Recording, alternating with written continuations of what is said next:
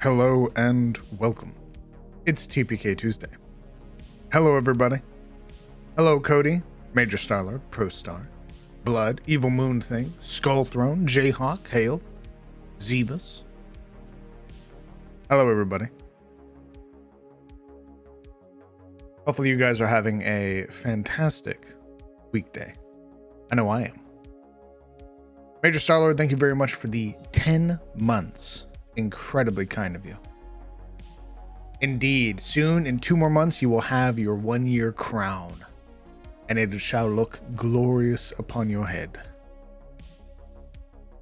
And ProStar, my God, thank you very much for the 20 months. Incredibly kind of you. Though your name has the first founder badge, do not worry, the crown is still there, still resting upon your head, though unseen by the masses. Hello, Job, Golbez, Dragon God, Anubis. Hello, everybody. Glad you had 2 days off.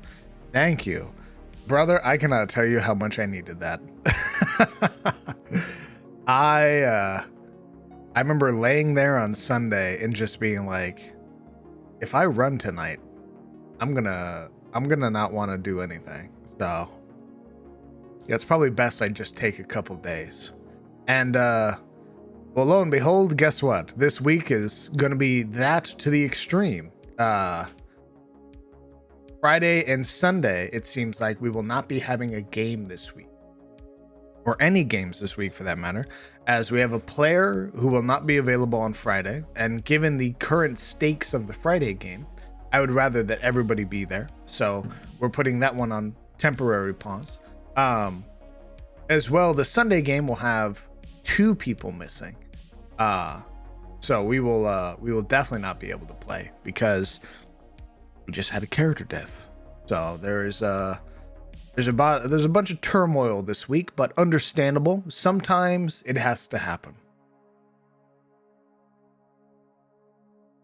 You're back, dude. You've got so much to do now.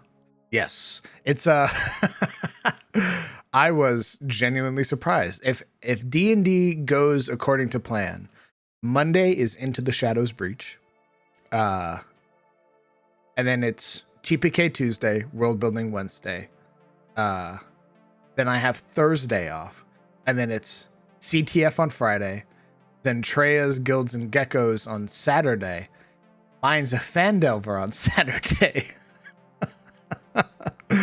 And then TOS on Sunday. It is... Oh, it's a lot. Thankfully, with Zentrea's game, I'm not actively DMing. I'm more so just there as like ancillary support. If she has questions or anything like that, I'll be there to answer them. Otherwise, I think she's going to have a very fun time DM. So, Friday, Saturday, Sunday, all back to back. It's going to be a lot. So, we'll see what happens. But yes, today we will be working on some resting mechanics. Better explaining to our players how resting works. As well as various other smaller mechanics, so to speak, such as like downtime, what you can do while you're resting, and all that other stuff. So, you know, all those fun things. Edge mechanics, yes. Just sleep, stupid. True. True. Why didn't I think of that? I've just been staying up 24/7. Whatever happened to working on the magic system? I still very much plan on working on the magic system, Major Starlord. But I want to get a nice block of time to dedicate to it. I want to basically dedicate like a week working on the magic system because of how complex magic is in D&D and in my setting. So if I'm gonna do the magic system, I want to make sure that I have all hands on deck. and that we are like, it's the only thing we're focusing on. So more than likely, it'll probably be after the players get level 7 and they get some more downtime.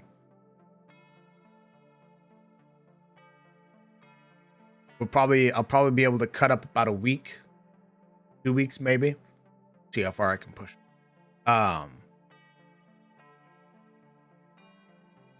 And we can work on the magic system because I want to. There have been a lot of moments recently where I've had like a shield day trying to make a spell and I haven't had an answer for that. So I'd like to change that. Downtime is important. Not enough players use it. Also can't wait to see your new character in Mines. Dude, Gomez, I'm very excited for Mines. Bird made a design and I was like, that's my character. That's my character now. I'm very excited to play a rogue.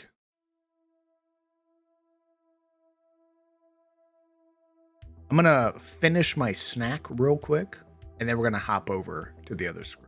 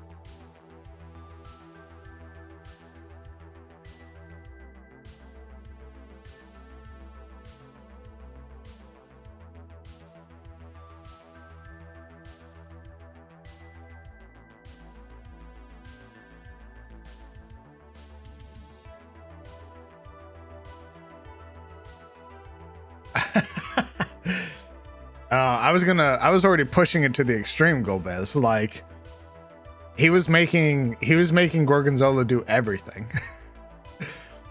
He was like, give me your money, you're gonna be my pillow, you can't leave me type deal. And then as a result, D got his neck broke by Princess, the cutest pit bull in existence. So, you know, all those fun things.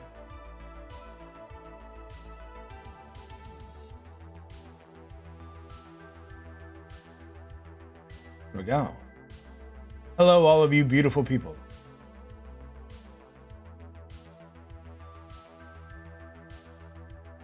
How did D sleep with all that sweat being formed? D was a freak, okay.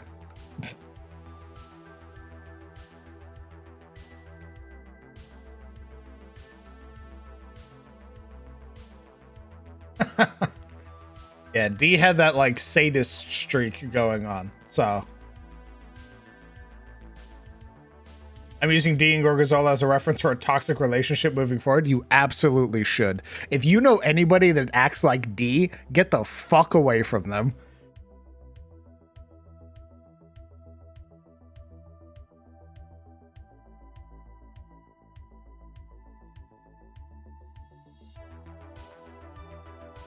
Seven wisdom. Guys who want to do anything once.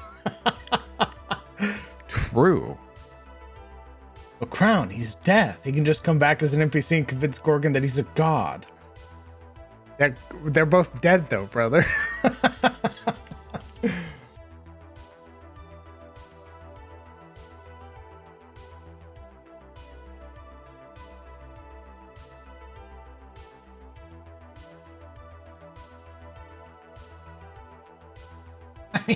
I still love the idea, Hale, of you using them as a toxic relationship example. That's perfect.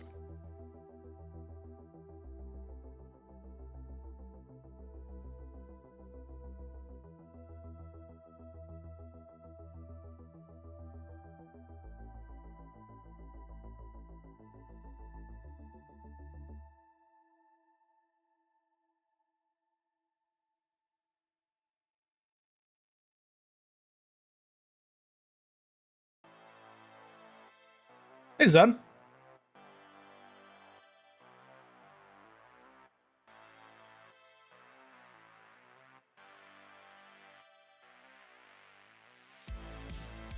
I tuned into Brett's stream as the combat started. It took 10 seconds to realize, oh, they're fucked. Yeah, we went down the death tunnel, which is the tunnel that is a long stretch of line of sight with no cover. And all of the goblins have cross or longbows or short bows. They have a ranged variant of some sort along with their scimitars. It was death, but I playing D, I was like, I can't. He would go forward like he has 7 wisdom. Of course we can convince the bugbear. Of course we can convince the bugbear. He'll listen to us. And then, you know, Brian got downed in one shot again.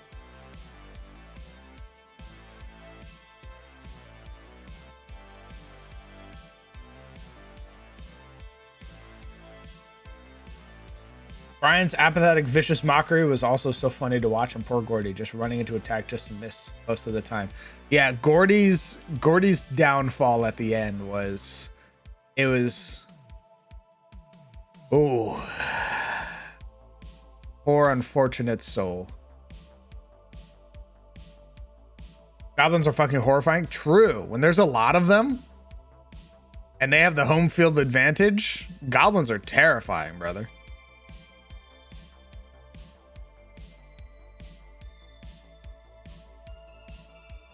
I thought you guys were going to jump the goblin when they... I thought we were too, but another part of my brain was like, fuck it, we ball. Why don't we just play along? Let's see what happens. He was a gnome. I can't be sad. True. Very true. Bro, I'm worried for Juniper's cleric character. If they're dealt 4 damage, they straight up die. Yes. Yes, they do. They straight up get murked. Hello, Legion. You handsome fellow, you.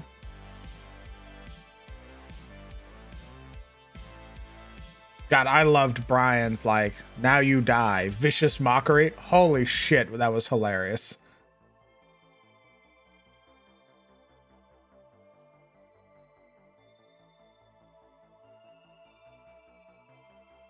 In the end, Gorgy was a hero at heart, just an incompetent one. I can't tell you how, like, how character defining that action was. Ultimately, it resulted in his death. But, like, if there was a god out there who were to, like, who would pick up wayward souls, I imagine that act of selfless bravery in Gorgonzola's final moments, that would be worthy of them sort of elevating Gorgonzola, like taking them to like Celestia type deal. And then, you know, casting D down to Avernus because he was a murderer. Fate of the Dice. Thank you very much for the raid, brother. Welcome, welcome. Hopefully you had a good stream.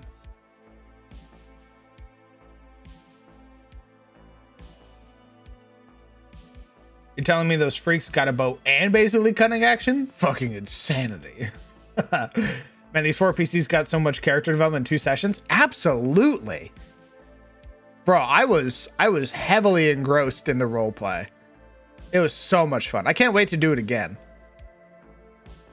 Gorgy got into Valhalla? Absolutely. Odin welcomes Gorgonzola into his halls. Hey, Gringred. I am doing fantastic. I'm currently looking for a little icon and talking to chat, which is why the screen's not moving. We'll do this one. Not. That might be a little too big, Lamau.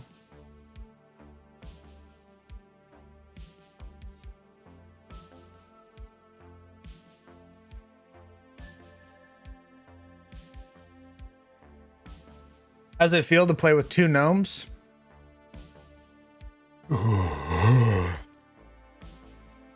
I'm fine.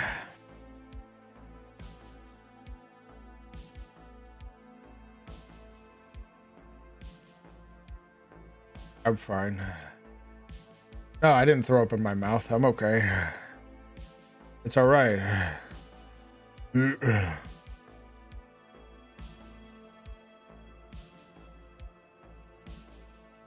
at these like.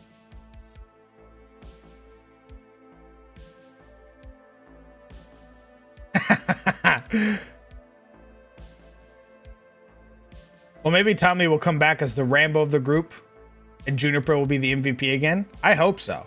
Dude, I loved that moment of like all the characters basically turning to Tommy and be like, Tommy, you are our only chance to survive this thing. You need to understand that. You are our one and only. Please stay alive.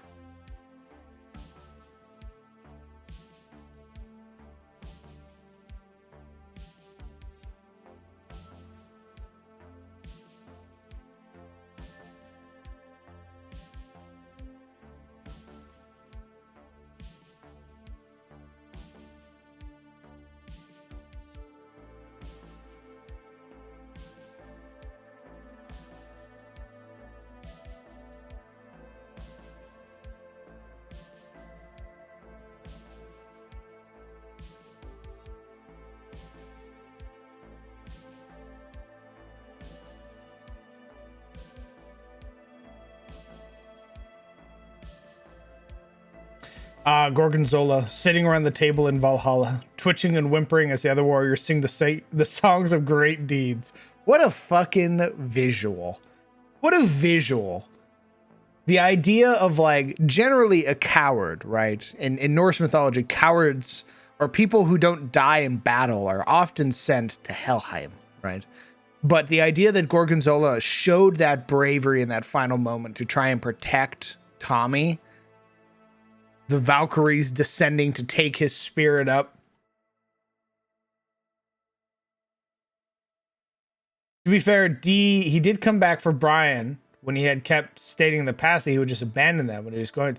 Bro, I thought the same thing. I thought that he was going to abandon the party, but he became very engrossed with the party because of how endearing everybody was, right? Like Brian having a facade and that facade breaking when he lost his hand. I was like, holy shit, D would fucking love this guy. Like, he's like, oh my God, fellow gaslighter, what's good? So I'm assuming that Crown doesn't like gnomes. Correct. I despise them with a great passion. A gaslighting, gatekeeping girl boss he. He's a child.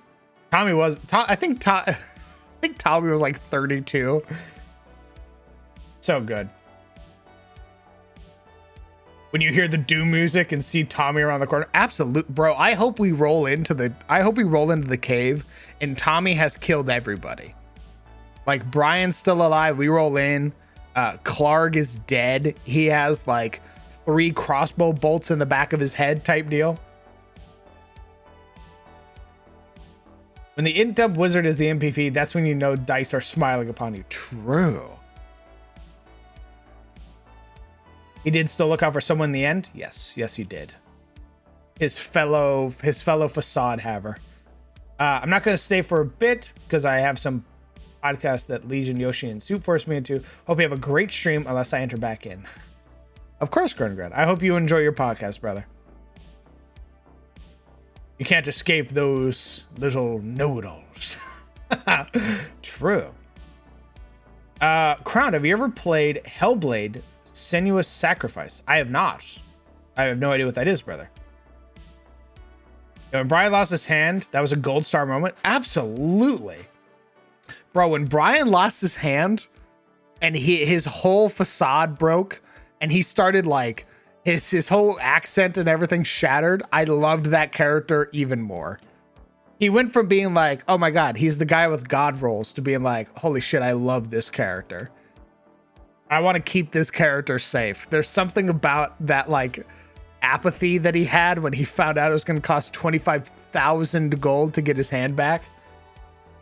I was like, I have to protect this guy. I can't let him die. Gorgon gets brought into heaven like the one animation where the kid gets kidnapped by Jesus.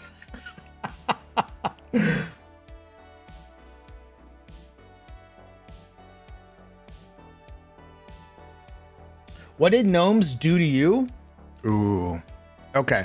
I'll keep it brief because my community has heard me say it and rant about it a billion fucking times. I greatly dislike the trope of small race equals technological geniuses, which is usually what happens in most MMOs, most predominantly things like Guild Wars and things like World of Warcraft. As a result, my interest in smaller races is bare fucking minimum. Especially if they are some technologically advanced race. If they are if that's the only thing they have going for them, is that they are a small race with a big fucking brain, I will bounce their head off the concrete. However, if in your setting your gnomes are completely different, then based, very dope, then I probably like your gnomes if they're not some technological wonders.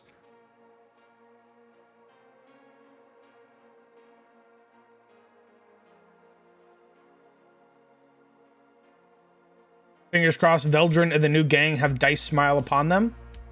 Fingers crossed indeed. I can't play too confident, otherwise bad things happen. Senua is a 3D action puzzle game with a really interesting story about loss and sacrifice. Oh. It's a Norse game about a person in Helheim. Oh, that's fucking cool. You're saying Brian X death would have been a big thing had things progressed further? I mean, most of my characters have like the capacity to sort of lean in any direction. I don't know if Brian would have been receptive to Dee's advances, but maybe. I think he'd have found like a fellow gaslighter and would have been like, you and me, we're gonna do terrible things together. But you know, Princess snapped his neck and now Dee's nothing more than a chew toy.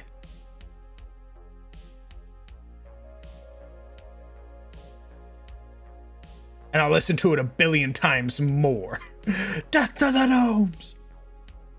Gorgonzola will be freaking out every moment of his eternity in Valhalla, trying not to get pummeled in bar brawls, doing his best to keep up the facade of being brave. True, very true. Yeah, going out into the field of glory and like trying to avoid the daily battles.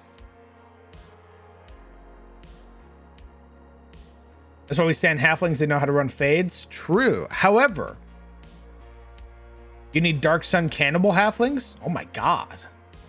You know, Dark Sun is great. Dark Sun is such a fantastic setting. When I found out about Dark Sun, I was like, oh my god. It's everything I could have wanted.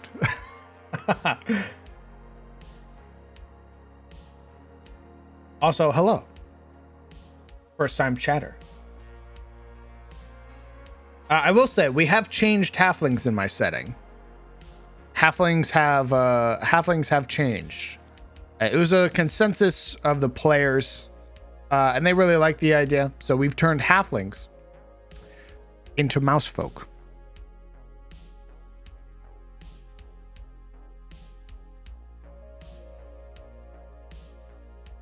Ah, yes, my fellow con man, we're in it together now.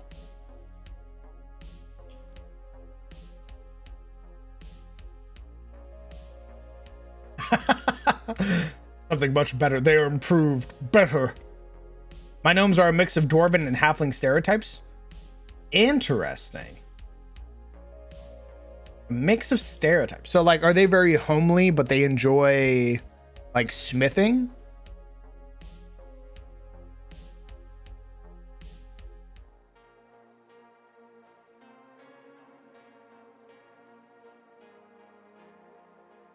What the fuck? What's up, gamer? What's up, man? Thought I'd come hang with you on your TPK Tuesday. Oh yeah. Only on twitch.tv/CrownDM or the Crown DM. Bro. That's how we advertise. All the people already following the channel. Yeah, that's how you do it, baby. Yo, homie, that's how you do it. Today we're working on resting mechanics. It was something I've sort of realized I needed to do because I find that when it gets to camping, it gets a little tedious. Well, I mean, Darkest Dungeon had some really good camp mechanics. You know what I mean? True. Which is what we're gonna be doing, Smile. Are you? I'm gonna guess some things. Okay. Yeah. DM to DM, I'm gonna place my forehead against your forehead, and then I'm going to hold your cheeks. I'm gonna think really hard, and then I'm gonna lean up and give you a little kiss on the forehead as homies do. And then I see something. I see a vision. So are you going to give each player, maybe class dependent, their own sort of camping ability? Yeah. Hey, that's what I'm talking about. Oh, they're right out of my brain with that little kiss. Yeah, that's what I did. Just slipped it right up. You're like, whoa, is that tongue? You're like, no, I'm just doing a little Nah. Nah, dog. Just absorbing the knowledge. That's awesome. It was something I had worked on initially with the stress system. And I tried to do a bunch of crazy shit. I tried to be like, oh, I'll just make backgrounds based on the DD characters, and you can pick a background and get those camp abilities. And then I was like, I got about like halfway through, and I said, that's too fucking much. This is fucking dumb. So I scrapped it. But now I've had the players sort of like ponder and sort of try to understand how their camping and everything would work. So I figured I'd have another crack at it. I like that. Little short rest abilities that benefit the party for your camping. I feel like that's why we're doing, our crafting system with downtime activities. Downtime activity, of course, being completed during a short or long rest taking an hour, which means you could do 2 downtime activities in 1 long rest. Ooh. As our rules dictate. So you can, if during a long rest, you could, for example, fish, which is a downtime activity, or you can continue a crafting project, which is a downtime activity where, as you saw in Into the Shadows Breach, each hour that passes progresses the crafting project, depending on the tool that you are proficient with. So if you are, common, then it's like 10 gold per downtime activity. If it's uncommon, it's 100 gold. If it's rare, it's 1,000, and very rare is 10,000. And if you got some legendary honkers, you know what I'm talking about? That's gonna be 100,000, I want to say. No, that's wrong. There is no legendary. I lied to you. Oh my god. Because after the kiss, you're gonna lie to me? What the fuck? Yeah, I'm gonna fucking lie. Yeah, that's. I think that's how we're gonna do it. So legendary would be like some fucking artifact tools. You know what I'm saying? Because that would be 100k per downtime activity, which means you're just like holding the hammer up and it floats in the air, and then whatever project you want just manifests in front of you. That kind of shit. Oh my god. Yeah, but that we haven't introduced that yet. It's like, I don't think are there artifacts in your setting? Yes. Oh wait, Wiggles eyebrows. Didn't Piper just get one? No, she is currently chasing down one. Oh, fuck. All right. Yeah. Which God, I think the prospect of making an artifact. What a like name making thing. Like being the person who made an artifact. Whenever I was building a crafting system, I wanted that to be a possibility, that someone could quite literally build an artifact. But it would require hundreds of thousands of gold of materials. So a legendary tool would not only provide you a +4 to those tool checks, but it would also take away 100,000 gold pieces would progress the project 100,000 gold pieces. I mean, come on. So that's why it's like this shit's rare to come by. So, because originally you're working on 10,000. So if you've got a very rare tool, which by the way is already insane, you're looking at about 40,000, 400,000. I don't remember. 40,000, I think, is the value of that. You can do that. So, I like the idea that fits so well in your world that short rest / long rest can provide little neat buffs, because we kind of already have that when people are like, yeah, I'm gonna go ahead and do inspiring rally to give 3 people inspiration, or I'm going to give you 10 hit points from the spell that I cast, or whatever, but now like putting that in the class itself. Oh man, I'm gonna have to swipe that. Yes, very good. I have to swipe that for second tail. It's great because there's always this saying, right, where like you'll never get to play in the game that you want to run because you're already running it, right? I'm already running it. So when I hear other DMs are like, hey, give me that, and they take it and they put it in their world, I'm like, oh my god, I'm one step closer to getting to play with the thing I want to play with. Wanted, yeah. Oh my fucking god. Oh my god, yeah, absolutely, dude. Well, I'll keep continuing to push. I mean, Stress Minds of mechanics. Fandelver is already so dangerous. I mean, what's a little stress to it? I mean, losing its fucking mind. No, I hear you. What's watching the cleric get one shot in the first initiative roll and everybody immediately gaining stress? You sit right here in the music. You're like, uh-oh. I will say, there are some unrelated to that. There are some hardcore mechanics I haven't revealed yet. Smiley face. Oh my god. Yeah. Oh, we'll fucking see you, right? I'm excited. The whole game has been nothing but like nonstop fun. I'm gonna be real with you. Like, no offense to every party I run. I could probably run Minds of Fandelver all day. Like, I could just every day another Minds of Fandelver session.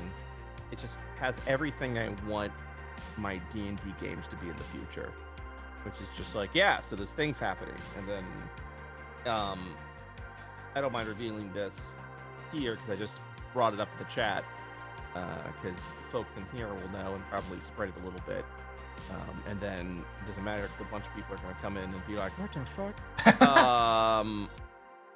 Starting next session, Lost Minds of Fandelver, our little mini campaign we're doing, Fandolin is going to have a quest board, allowing folks to take on other quests that are not Minds of Fandelver related, aka other content that D&D has released, but also has been placed into the same world.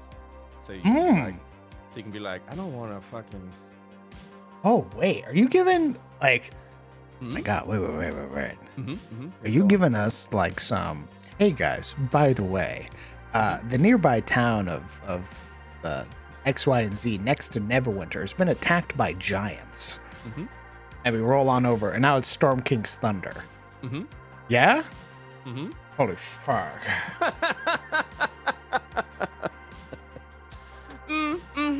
So first. Oh my god. You know when Tom Segura does that nod? Yeah, that's what I'm doing. Oh my fucking god. What is happening right now? I heard Salt Marsh is lovely this time of year. True. So we're gonna start with because I totally forgot about this. D&D Wizards of the Coast released a second starter kit. With its own adventures, but they are adventures that happen around Fandolin, but they kind of went with this sort of loose quest board like presentation of like, yeah, here's a bunch of quests, just do whatever the fuck you want. So Lost Mines of Phandelver is more like story-ended with some side quests, but the new starter kit has like all it is just side shit. But it's involved around Phandalin, like where you can get the shit, and they introduced a quest board, and I was like, fucking Watts, did you introduce some fucking daily ass quest mechanics? Because I'm all for that. I'm all for that. That sounds fucking awesome. Yeah, so that will be presented session 3, a quest board of some stuff that you can do that's kind of relatively around your level. I mean, we'll see, because I don't want to go too hardcore, and then I did say like this is gonna be like a 4-session thing. So I mean, I don't want to like corner someone who's like, yeah, I can do 4 sessions this, and then we're like on session 12, we're like, hey bro, what the fuck we doing? Because I agreed to this many, and we're doing this many. Who? Ask him who. Who? Yeah. Dude, I don't know. I don't want to assume. I never want to, like, even if people are having a good time, I'm like, hey guys, if you don't want to do this, like, just let me know. My feelings won't be hurt. I'll understand. I will cry, but I'll understand. I'll completely understand, because this is what I want Phase 4 to be, is exactly what we're doing right fucking now. You know, it's just sort of like, yeah, all these stories are happening. Because what's gonna be really fun is like, we're gonna start session 3. No, I'm not gonna spoil you too much, but we're gonna start session 3 with like what has happened in the last 10 days around Phandalin after you guys got captured. Because a lot of people seem to have this assumption, right? Spoilers, by the way, but whoops. People have this assumption that, you know, because it was a TPK, and it was, every character got knocked out. That's a TPK. Doesn't mean every character has to die. It just means every character has to get knocked out. That's a TPK. That means the story advances, because while you're unconscious, shit's gonna fucking happen. Yes, 2 characters died, but 2 characters were lived unconscious. And these goblins, if they got living people, they capture that shit. You know, they're like, yeah, we're gonna find a use for this. We don't know what yet, but we're gonna go ahead and just cage these people up. That's what happened to Sildar, which means that's what happens. This was gonna happen to Tommy. That's what's gonna happen to Brian. They're gonna be fucking caged up in Kragmaw Hideout, because that's what they fucking do. You know what I mean? They just absolutely just be like, yeah, 100%. Yeah. So we're gonna start with, you know, 10 day later, because that's Faerunian. That's how Faerun tells time. Their weeks are 10 days long. Oh shit. And they're called 10 days. So it's gonna be a 10-day later from when that ended, and we're gonna kind of like have some little story, like just some light story, just a little bit of light story with what's going on with Brian and Tommy, to let the viewers know, hey, and let you guys know, like, hey, like Brian and Tommy are still in the picture. We're not just gonna forget about them. Like, you know, this is what's going on. So gonna be a little bit of story that Brian and Tommy's gonna witness, and then I'm gonna go into what has happened over the 10-day around Phandalin, which is essentially Clarg is now like, holy shit, because Clark's never like dealt with adventurers before. He's a fucking baby little bugbear with some goblins he's leading, you know what I mean? But Clark defeated an adventuring party. So now Clark's gonna be like, hey, yo, like, I'm the shit. Yo, I'm fucking awesome. So he's gonna get a little bit aggressive with Phandalin. Meanwhile, Phandalin's already dealing with the bread brand issue, because they don't have any sort of law. Their constable got taken, the adventurers rolled up, and we're like, yeah, we're already dealing with our own shit. Yeah, we're not gonna help with your current issue. We're gonna go get some people back. So now goblins are on the road, you know, more prevalent, because Clark's like, yeah, give me more shit. I'm Clark. I'm fucking amazing. You're gonna do what I say. I'm the leader of the motherfucking Kragmaw Hideout, bitch. Yeah. Give me the money. And the goblins are gonna listen to him, because Clark got shit done and has proof. Absolute. Dude, I imagine we're gonna roll up and Yemek is fucking strung up somewhere, got like blood eagled in the background. Yeah. So of course Clark's gonna be like, hey, what's up? I'm a fucking badass. And his entire goblin posse is gonna be like, yeah, this guy's the real deal. Dude, our guy's fucking awesome, bro. Yeah, so of course everyone's gonna get a little more aggressive. Which means, spoiler fish, once again, the interior Clark Clogmaw, or not Clogmar, Cragmaw. That's what he hideout- renamed it to, Clarkmaw. Oh, absolutely. the inside of Cragmaw Hideout, once again, is going to be different encounter-wise, whatever you're going to I love that. because the dungeon isn't going to, like, stand still for a 10-day. It's going to be like, all right, Abso-fucking-lutely not. you know. Clark's Also gonna considering roll out and be like, get me some more fucking goblins now. Yeah, I want find more goblins. Get me more adventurers, because I want to start a fucking collection of them now. And yeah. So yeah, we're already kind of like navigating a little bit, like the story is still persisting of the way that WotC wrote it, but now there's been like all these cause and effects that have happened, which means the story is slightly continuing to shift in a different, it's just in a little different direction, as folks are getting good with that. Oh shit, I'll be right back. My pizza. Oh, go for it. Clark equals Chad. True.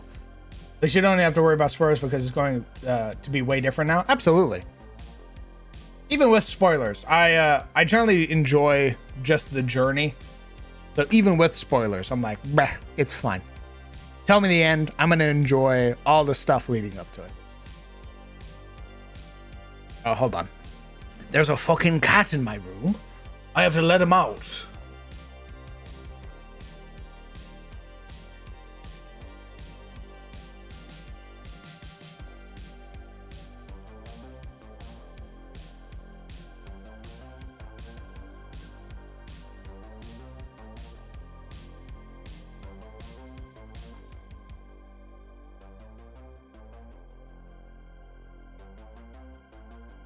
You think next party will get to level 2? I'm gonna try my damnedest to play very tactically. I think Veldrin is going to suggest to the party that they don't roll in during the day, they roll in at night. There's gonna be some surprises, is all I'm gonna say. Oh my god. There's gonna be some there's gonna be some surprises. Now I am still gonna keep to what I said. I'm only gonna use content from the 3 core rulebooks. But that does mean there might be some things, you know what I mean? Yes. Like what if the fire you set off created a magical phenomenon, and now there's a fire elemental in that side of the cave? I would love that. Or smoke elemental, which is just a re-themed air elemental. You don't know what the fuck I'm gonna do. I would love that. I would love for I hope that Veldrin can persuade the party to be like, guys, let's go in at night. We're gonna sneak through. And we're just gonna take a peek. We're gonna see what we can find while they're hopefully asleep and/or have their patrols going, and we can take care of the patrols. And we'll go on in. We'll see what's in there. And then if it's some crazy shit, like there's a fucking hellhound where the three wolves used to be, Veldrin's gonna be like, all right, it's a lost cause. They're dead, guys. They're get the fuck out of here. This motherfucker's making deals with devils. You never know. Sneaking with a paladin? Well, yes. Veldrin's whole thing is being like a scout, right? So like going ahead. Looking, seeing what's there. Because he has like 120 feet of dark vision. He has superior dark vision. So being able to, and if he's already like knocking some folks out along the way, some easy targets, you know. Indeed. Like if there's like 2 guards, actually I hope that I can persuade Junie's character to buy me a longbow. Ooh. I hope that I can persuade her to buy me a longbow. Hey, can you buy me a longbow? Hey, I push my fingers together. I spent all my money on armor. Can you buy me a longbow, please? Yeah. Comment today. Y'all roll for hit points at level 1. Why? Why would you torture yourself by changing the rules this way? Because it's fun. Because it's fun. That's what we want to do. Here's the interesting thing, right? I know my YouTube channel is getting outreach, when the comments start being a little, stingy like that, little like, out what of the place. yeah, a little like, what the fuck is this? Why are you doing this dumb shit? And it's like, hi, I'm not DMing you. You must be new here. Hi. Hello. Someone audibly said the DM better make it so that these characters have a chance to break out of prison. Sigh, I guess I'm never going to watch this show. The only thing interesting about it is now gone. And I went, see you later. What the Thanks fuck? for visiting. Bye. How you gonna write us off like that so fast? Come on. Have a good one. Bye-bye. You don't even know what these new characters are gonna be like. Bye. See you later. Don't fucking care. Bye. It is. It fucking is, dude. Level 1 HP roll is probably one of the hardest parts of it, but that's fine since everyone knew they were... Exactly. Yeah, it's not like I rolled into the game and I was like, all right, Brett. I pitched this to everyone. I said it exactly the way we were doing it, and people were like, yeah, I'm down for that. Brett, here's my character, my awesome backstory, X, Y, and Z. And then he goes, okay, well, you're rolling 3d6. You're rolling for your hit dice at level 1, and you're rolling for your starting gold. You don't get your starting equipment. If that, I'd be like, what? Now, obviously, I'd still be down for that. Even if he threw that at me last minute, I'd be like, oh, absolutely, bro. Yeah, let's go for it. Come on. I mean, yeah, I'm going to do it, but come on. Oh, okay. I have to make some adjustments now, but let's fucking go for it. But I could understand somebody else coming into a game and being like, what the fuck? Yeah. And it's like, yeah, that's why I didn't fucking ask you. It was like, hey, rando from the internet, you want to do this stupid bullshit? What? What the fuck? Absolutely not. Because it's doing exactly the way I knew it was going to be, which was every single win is a fucking win. Absolutely. Like every time a goblin goes down, you're like, thank God. Yes. Oh. We're doing it. We're getting through this. Let's go. One less chance for a character to get gibbed in the first shot, as if we could take the goblins down first. Yeah, the losses feel heavy, but the victories feel heavier, and you're loving it. You're loving it. And I know, like, for example, like I was like, now we're gonna do variant encumbrance. I know that's annoying, but there's that adds to the story of like, well, fuck, I can't, because dude, what happened? What the fuck happened? Gargonzola went, I cannot carry this. I can't carry a single fucking thing. I'm going to drop it on, Brian. I can't carry this shit. And then Brian got taken away with the healing kit, which means that was it. We're done. The moment Tommy burned the bridge and cut them off from getting the healer's kit, I was like, oh, dude, it writes itself. Right there, because I was like, I'm burning the bridge. I'm like, all right, I'm gonna give you one round on this bridge because that rope is gonna go bye-bye. Yeah, this is shoddily made goblin tech. Yeah, and it went bye-bye with Brian, with Tommy still on it, and that was sad. It was such a harrowing moment. And then Tomato was like, I'm gonna fucking roll and see if I'm saving Tommy. That hero moment. Yeah, it's like, am I gonna save Tommy or am I gonna run away? I'm gonna leave it up to fate.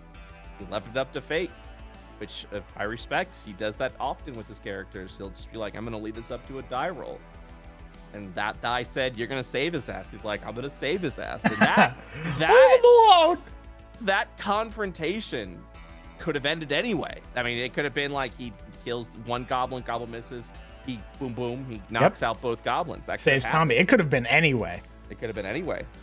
And Tommy, I was rolling his death saves privately, and I was like, and I rolled 5 death saves for Tommy, and he stabilized. Like that could have ended with him dead, So I went back and I watched the VOD. That motherfucker's halfling luck saved his ass so many times on death saves, bro. That one holy shit, so many times. I was like, he'd have fucking died the moment he hit the ground. Yep. Halfling luck is insane. and that is why we're doing it the way we're doing it, because the stories just write themselves and it's exciting. And yeah, there's a little bit of There's a little bit of caution you have to take. Yeah, you kind of have to be a little bit more micromanaging on your inventory, but you don't have the solution. You have to like be like, all right, so we got all this shit. Oh, by the way, here's a fun thing I discovered that I don't mind letting you know. Hey, Phandalin doesn't sell healing potions. You know, some part of me assumed they didn't, especially with not with all the shit they have going on. And they have like a fucking like voodoo healer. Like yeah, no, they don't have healing potions. There's 2 shops in Phandalin. One is an arms dealer, so just basic mundane weapons and armor. Definitely nothing, no half plate or plate, because that shit's too expensive to have in town. And an adventuring supply store. That's Patron's or Barthen's Provisions, that doesn't sell anything. Well, A, doesn't sell weapons or armor, just doesn't. And B, does not sell any adventuring gear over 25 gold pieces in value. It's just a little rinky-dink shop. Yep. So I don't imagine. Like, I'm glad I bought the armor, because had I rolled in, he wouldn't be selling like studded or anything. I was surprised how much that cure wounds costed. That's just spell casting pricing. That's it. You know, you want to heal. I mean, a potion costs 2d4 plus 2. A cure wounds is going to be a 1d8 plus 3, or probably 1d8 plus 2, depending on the stats of the person casting it. And of course, they're going to be like, "Yep, 25 gold, please." You know. What did I price my stuff as? I think there's something similar to like costs for the cathedral. What's that? So like if you were to change all of the silver values to gold, ceremony would be 25 gold that Lord Essen can cast on you. Purify food and drink would be 20 silver pieces. Lesser restoration would be 40 gold. Remove curse would be 90 gold. Speak with dead would be 90 gold. Divination would be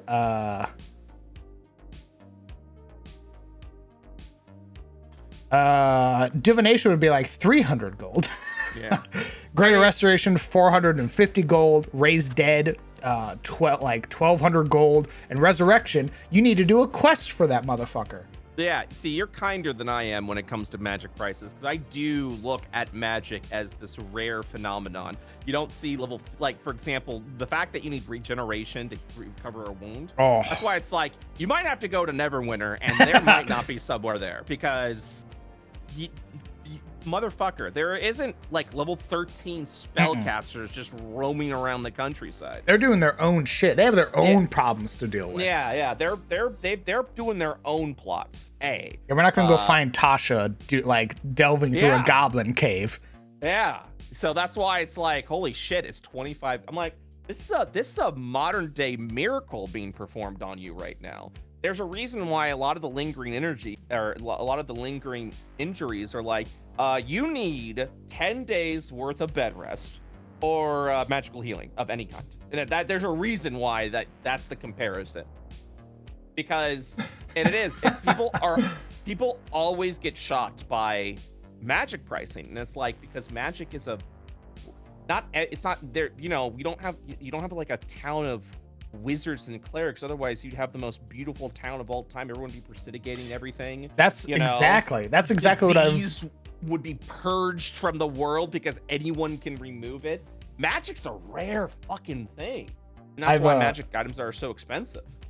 My setting is very high fantasy, so very high magic, and there's a very easy comparison to a place that has a wizard versus a place that doesn't. And Elion's has a wizard, so they have things like magic, like brooms that brush the floor by themselves, or little rocks that heat or freeze water, and a lot of these amenities that places don't have. You go to the ferry, and the ferry's like eating stale bread. They have rats crawling through their shit. It's like so easy to tell a place that has magic versus a place that doesn't. Yep, magic is a powerful thing, and that is why the healing was charged 25 gold pieces. Because that is a level 1 spell. That's a level 1 spell. That's a spell slot being spent. Yeah, that shit cash money. That shit's gonna be charged. And it was. Everyone was like, "What the fuck? That's ridiculous." I'm like, "That's a magic spell. Cure potions, like potions of healing, cost 50 gold pieces." It was either that or my character retires. Like, yeah. Oh, would you like a modern day miracle? 10 days worth of bed rest, or I can just snap my fingers and remove that for you? Yeah, 25 gold pieces, please. Do you know what WotC says for spellcasting services? They don't. They have a little section that says spellcasting services, and they kind of give you a big shrug. And they go, "Yeah, no, do yeah, it. Figure it out." They're like, cure wounds could be, depending on where it's at, could be 10 gold, could be 50. I don't know. You figure it out. And you're like, what the fuck does that mean? So I actually am using, I think, Xanathar's. Xanathar's cost specifically one of their few good books. The scrolls. How much does it cost to create a scroll? And level 1 spells are 25 gold. So I said that's what the price is gonna be. I'm just gonna use this as a table so I don't have to fucking think. which means the number I gave you for regeneration, that's the cost of creating a scroll. And that's me being kind, because I could easily double that and say the work weeks that you have to spend to actually make that scroll along with the price. Yeah, it's like, yeah, I'll sell that for I think it's at 25k. It's like, yeah, 50k. Like, so I'm being kind. I'm showing the kindness by saying that cure wounds was 25, because I should be charging 50. Yeah, it should be the equivalent of a health potion. Yeah. Like, 50. Health potion is 50 gold in standard D&D. That's the one fucking price that they've settled on. Yep. So her being like 25 gold to get rid of your bullshit. And that's because she's part of the Harpers, so she's doing good for everyone, So of course she's part of the like, she's part of the Harpers? Yeah. Far. Oh, sorry, I didn't mean to say that. Far. I apologize. Yeah, sorry about that. It's okay. It's okay. No. This already. No, I don't think I ever learned that she was part of the Harpers. Yeah, my bad. No, it's okay. I'll just it's fine. I mean, you're a professional. Just remove it from your fucking head. Exactly. I mean, the shit that I knew about Kragma, I was like, yeah, we should go talk to Clark. Yeah. We should go talk to Clark. What's the worst that could happen, guys? They're like, we should negotiate. You're like, okay. Crowd DM being like, oh, so this is the TPK. Okay, all right, let's fucking do that. Me not so subtly hinting. I mean, we could just kill Yemek. We could kill Yemek and that'd be okay. And the party's like, let's talk to him. And I was like, well, I have 7 wisdom. Let's go fucking talk to the bugbear. Well, at one point you guys were like, let's just jump him. And I'm like, that would be fine. That would actually be good. But as it is, he even says, like, and I even warned through Sildar, who's like, what are you doing? Don't trust the goblin. Don't make a fucking deal. Shut up, old man. What the fuck do you know? Yeah, we'll talk to Clark. It's like, stay in your fucking lane. Yeah, now that I'm pretty sure all this has changed, I will reveal the way the book wrote that. We did everything by the book, and that if you somehow killed Clark or whatever, right, and came back and was like, job's done, he still would have been like, all right, 100 gold pieces. And you're like, what the fuck? I was like, why would you lie to me? I was like, because he's a goblin. Of course he's gonna lie to you. He was hoping you fucking die. Oh my god, you killed him. That's great. My price is now 100 gold pieces. What else can I get from you? Thanks, like, you fucking suckers. Now I want 100 gold pieces. Yeah, but now that avenue is closed because Clark is a fucking goblin hero right now.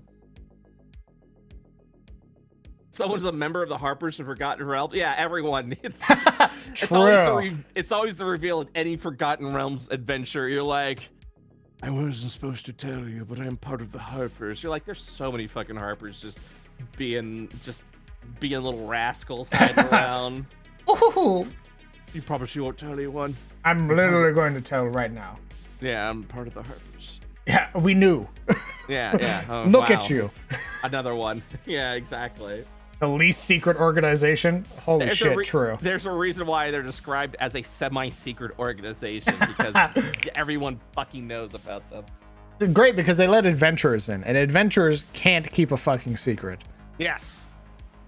Adventurer rolls into town thinking, oh, if I tell him I'm part of the Harpers, it'll get me a discount. And the commoner who's never fucking heard of the Harpers goes, what's that? Oh? What? What? Who's that? What? Who the fuck? Harpers are silly little guys. True. Yeah, they're little silly little guys. They're like, yeah, we're gonna fight evil. You're like, yeah, okay. All right, you fucking weirdo. Yeah. So let's see. We got the Lord's Alliance. Who? What are they? Oh, they're gonna fight evil. Okay, and the heart. Yeah, okay. Oh, fight evil. Oh, okay. okay, All right. Oh wow. Yeah, real original. Today I learned that I can make bank off of just giving cure wounds to NPCs. Yeah. Oh my god. If they can, yeah, you find someone who can afford. Oh my 25 god. gold It pieces. just didn't occur to me that the clerics could charge money for their spells. Absolutely. But the problem with that is if you go to some random schlub who's like, hey, I impaled myself with a pitchfork. Can you help me? It's like, yes, 25 gold pieces, please. And I'm showing you a mercy by charging that price because I should be charging 50. They'll be like, all right, I've got 5 copper in my drawer right now. Would that work? Can you do that? 1 silver piece I've been saving up. Yeah, I'm gonna have myself a fancy mutton meal for my birthday in 3 months, so I'm saving up for that. And that's why I made that poke when it's like, wait, I can just sell my healing, so in 6 months I'll have the money. And it's like, yeah, but I've been here for 6 months, and you're the only one I've healed for that. Yeah, only one who's been able to afford it. Yeah.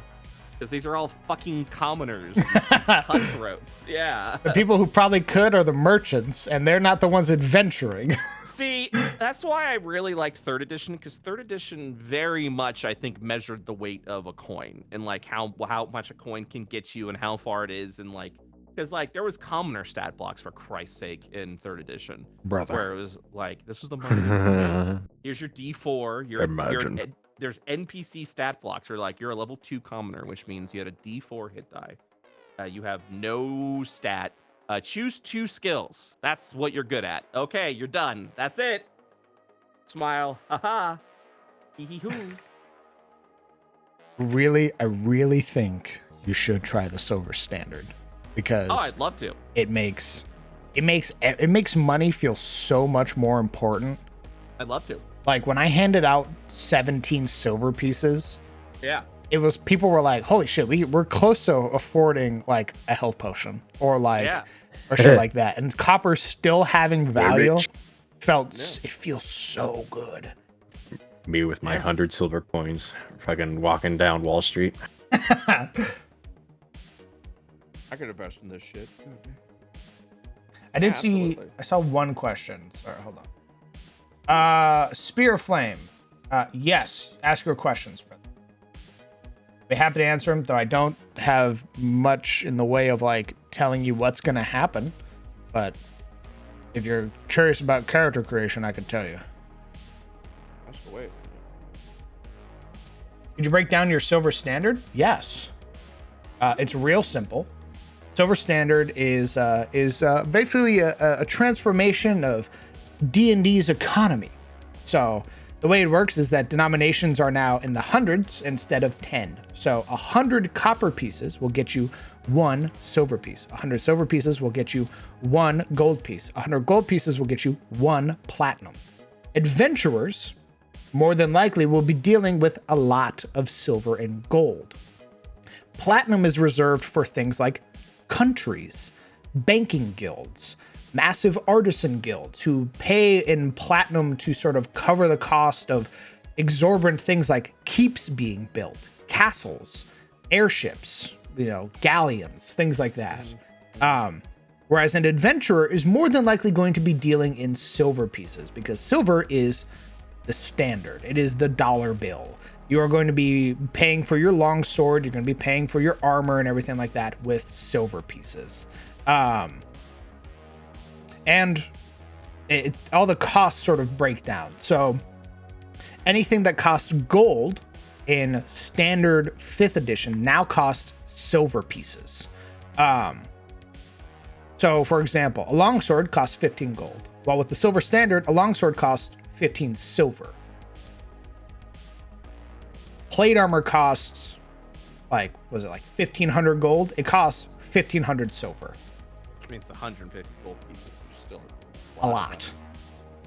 If you're rolling around with 150 gold pieces, you've been doing some crazy shit. And you about to get robbed. True. Look at all this money I got.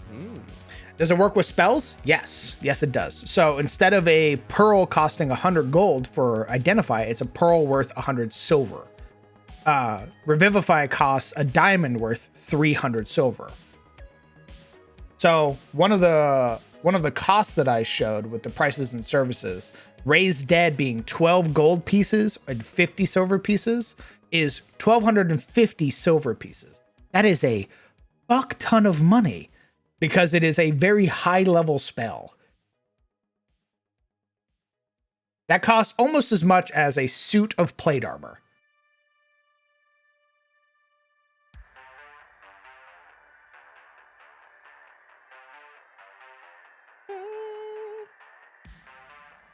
Let's see what else. All the shops and everything are the same exact way. So I have a my setting has a lot of magic. So things that would often cost a little bit more are cheaper in my setting. So healing potion is 25 silver pieces instead of 50. But you would also get things like mundane healing, which isn't magical. It doesn't get rid of like lingering wounds or anything like that. You can't use it on unconscious people, but it does provide percentage healing. So a Hail Draught heals you for 10% of your HPM, while something like a Triage Kit will heal you for 75% of your HPM. And creatures who are proficient with medicine can use it on an unconscious person. Whereas Greater Healing Elixir heals you for 20 hit points straight up. It gets rid of all your status effects, and you can use it on an unconscious creature. But, you know, a Triage Kit costs 35 silver, a Healing Elixir costs 50. Or Greater Healing costs 50. Medicinal herbs, 1 silver piece, you know. Rope costs 10 silver, or like hempen rope costs 1 silver piece, silk rope costs 10. Arrows, 1 silver piece. You see everything, like barely anything's listed as gold. And if it is, it's usually a very high value thing. Most everything is like copper, silver. All right, everyone, I gotta go and get this dinner ready. I'll see you all around. Very well. Goodbye. Enjoy your dinner. Thank you. I made a pizza for my love. Oh my god. White cheese pizza. Or white God. pizza. Oh my god, we get it. You can afford pizza. Homemade. Yes, keep homemade the bit going. pesto, homemade, Oh my god, pesto. Yes. What the fuck? homemade Even pesto. on Oh. drink Oh it. my God. god, you have time for that? My dad made pesto for me Jesus, what the fuck? from herbs in his garden. Was they so fucking lucky? What the fuck? He grows his own Bye stuff, bye. dude. Was silver always the standard in your world? Or if you were to find a ruin from 1,000 years ago, could people find more gold than silver? Yeah, potentially. If they were to like, if the party were to go and find like a tomb or something, and they find the resting place of like a lord, like some ancient lord or something like that, he might have a lot of gold on him.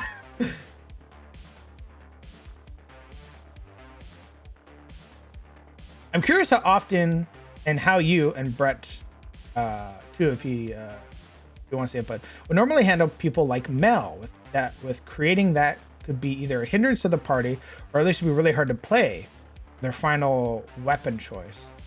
And then also with player wanting stuff like lightning claws and a gun. I left a lot of those choices to Zen because it's her game.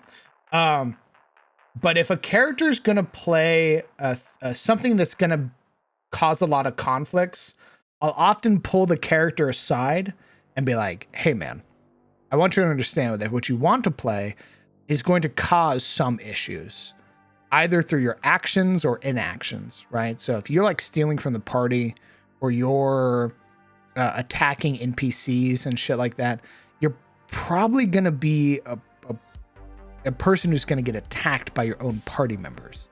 So if you're going to play an antagonist like character, you need to understand that the party's probably going to dictate your life expectancy.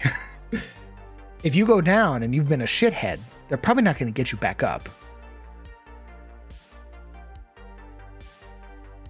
So I would let the character know. I would let them be like, I would tell them, hey, you're going down a very dangerous path.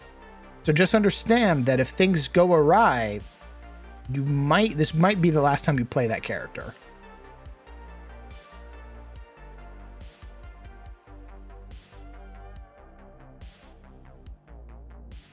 You're saying that actions have consequences? Yes, I would let them know, right?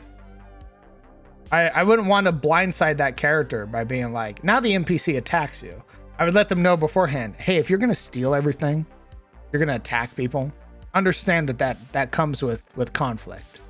So do what you're going to do, play your character, but just know that the world's going to react to your choices.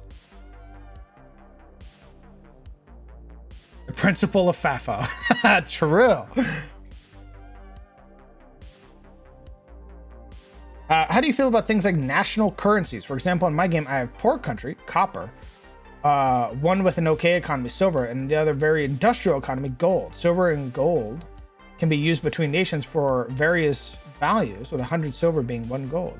But the nation that uses copper forces everyone to use their currency to basically artificially stabilize it. Oh, that's very interesting, actually. I like that. I have this idea that like the Caressian gold is worth more than the Tarosi gold.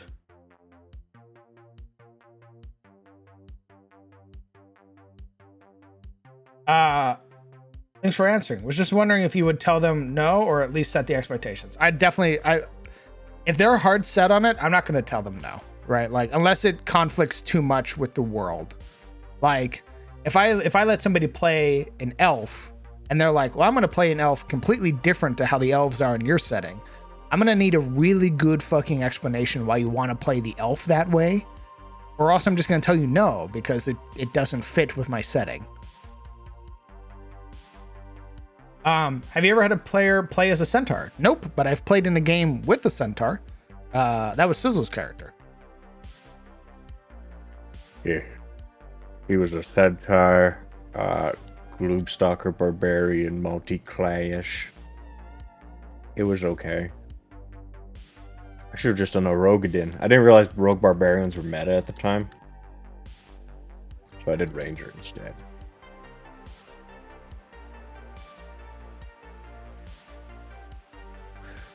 What the fuck? That son of a bitch sent me a picture of his pizza. Nice. What the fuck? That's not fair. How many continents do you have in your setting? 4, technically 5. If you count the Dread Shrine. How good does it look? It looks very good. It looks like he used a lot of cheese, and I fucking love cheese on my pizza. On a scale of 1 to 10? Oh, this motherfucker looked like he like actually. Oh my god. Oh wait, are those tomatoes? I lied. It's like I give it like a 6 because I thought the tomatoes were pepperonis. If they were pepperonis, it'd be a 10. Just curious what happens with them when they need to climb. They don't. That's the neat thing. Unless you are a centaur that has some form of like web walk. Not web walk. Spider climb and shit like that. You don't get to climb. You can go upstairs, but if it's like a vertical surface that you need to climb, you don't get to do that. That's why it's nice to have like jump as a spell, so you just leap. DM, I'd like to show you my Dampier Centaur. No. I always order pizza with extra cheese. Dude, same. I'm a sausage, green pepper, and onion kind of man. It's white. It's a white pizza with grape tomatoes.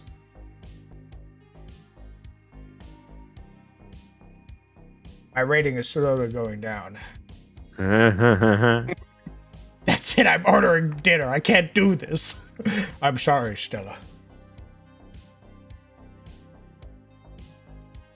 Extra cheese is the only way to have cheese? True.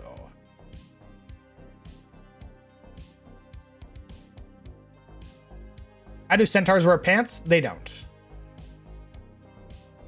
If I was making a pizza for you, it would have pep. Oh my god. You're so thoughtful. Oh my god, is Brad asking you how to on a date for pizza? Live on stream? You're like someone who is in my game complaining about. I hope Veldrin has a long, beautiful life, but I also know I'm one dice roll away from getting killed by another goblin arrow and ending up with another sucking chest wound. I'm very excited. I'm gonna play this badass rogue, and then we get into combat, and then I immediately go down just like D did. So then do they have to sit out during that time or find some other way around? Yes. It's the same thing with large characters. If you introduce large characters into your setting, you need to understand that a character like that has the very low chance of being able to go into normal dungeons. Now, you could obviously explain that they squeeze through the entrance and shit like that, and they're sort of having to squeeze through a lot of the more narrow passages, but they won't be able to go into a lot of places, and Centaurs is very much the same way. If you play a Centaur, you need to understand that you're not going to be able to go up walls. You're going to have to find another way around, or the party's going to have to help you up. When the rest of the party's scaling the side of the wall, you have to figure out some other way to get up it or go around. Or die. Or die. This is a pizza I made for my partner who loves these kind of pizzas. Ooh, I see. A tomato lover.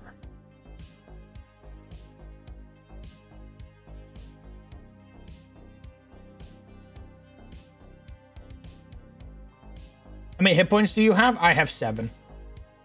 Just turned to a pincushion. If you were in a campaign as a level 9 character, but you had to do a 3-level multi-class with 3 different classes, what are the 3 you are picking? Paladin, Rogue, Fighter.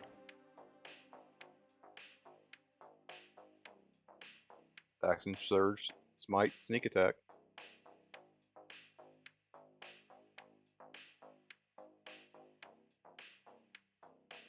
I'm gonna play. Oh my god, you could go fucking crazy.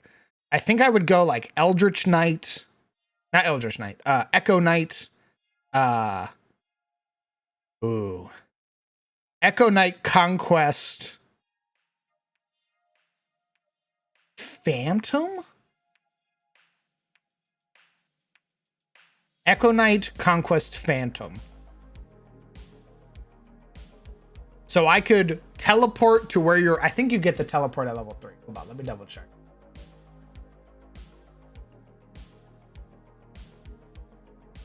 Not Phantom, sorry. Soul Knife.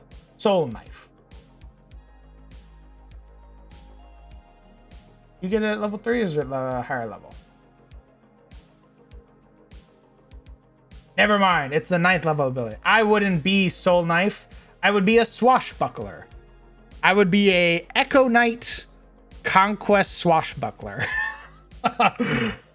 So I can sneak attack on my own and smite on my own. I don't need anybody else around me. I have heavy armor.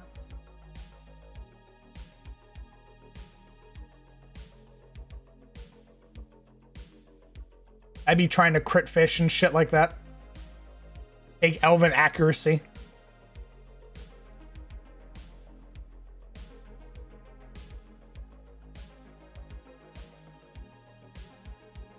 Have you ever played Gestalted Crown? I have not. What is that, brother? Can you smite with sneak attack? Yes. Because you just need to land a successful hit, I believe. Let me double check. When you hit a creature with a melee weapon attack, you can expend 1 spell slot to deal radiant damage to the target, in addition to the weapon's damage. Oh, yes.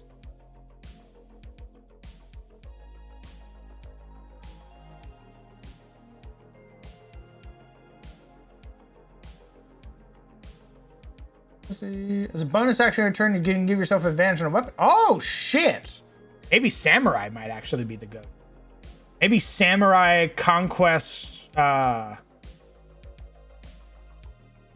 Swashbuckler. Because you can bonus action advantage on your main swing to crit fish. To try and get your your crit off so you can sneak attack and smite.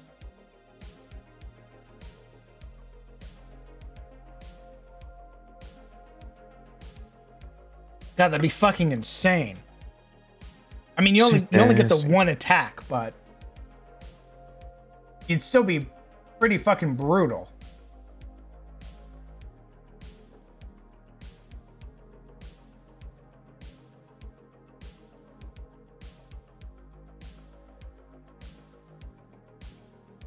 Fun build idea. Rune Knight Fighter and Path of Glory Barbarian. Made a Mexican wrestler with unarmed fighting. Dude, fighters with their unarmed fighting getting a 1d8 is so fucking insane. That monks still have to 1d4, and fighters can come out of the gate using a 1d8 to start throwing hands.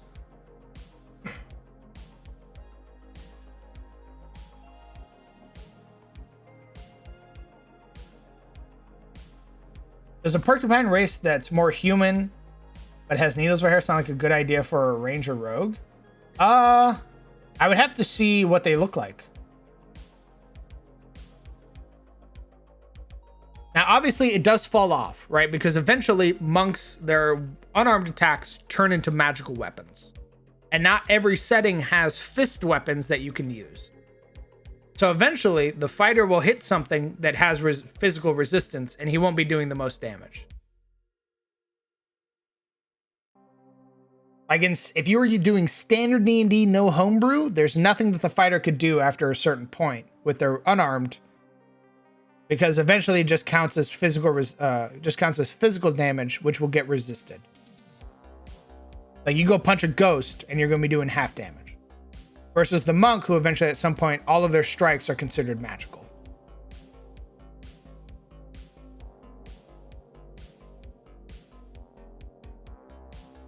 Take 1 level in fighter. I mean, a dip into fighter is good for every class, I would say.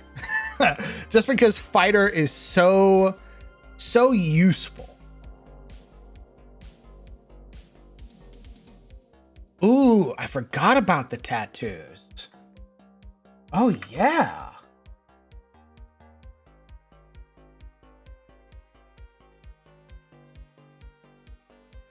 Fighter is like the bacon or cheese in multiclassing? True. Like, getting action surge, getting second wind. Like, even just having a 1d10 plus 1 on back, like, just as a backup is super good.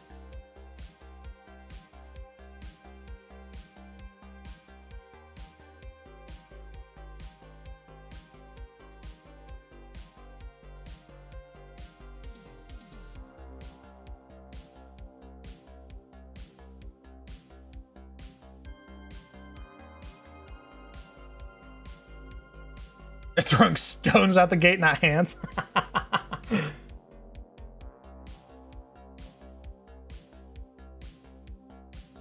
Okay. All right. Shifting my focus back to resting. I've seen talk of the EC tattoo so often recently. I completely forgot about the tattoos. I'll have to look at them because I'd like to give them out as a reward. The tattoos are pretty cool. When the party rests as a result of a long rest, classes get access to unique abilities. Boost, buff, the party itself.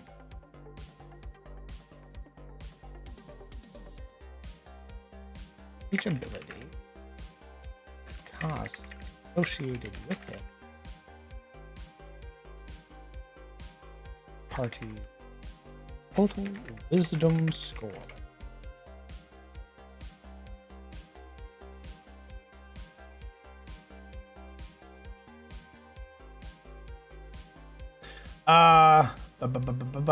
Quick question. If you can assign an ATIS race for your mods, what would they be and what classes would they have? Oh, God. That's not a quick question, Legion. Just a quick question. No, the question was quick. It's the answer that's long. I mean, obviously, Zebus is a merfolk. So true and real. Obviously, Zebus is a ratling rogue.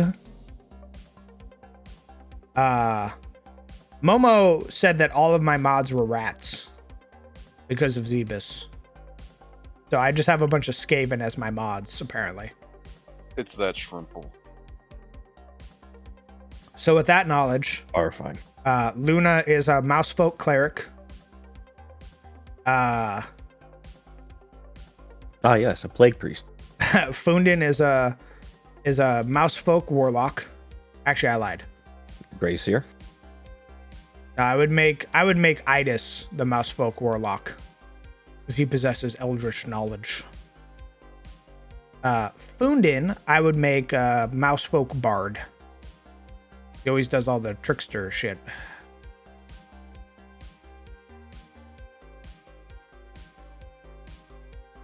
So they're all mousefolk. You're welcome.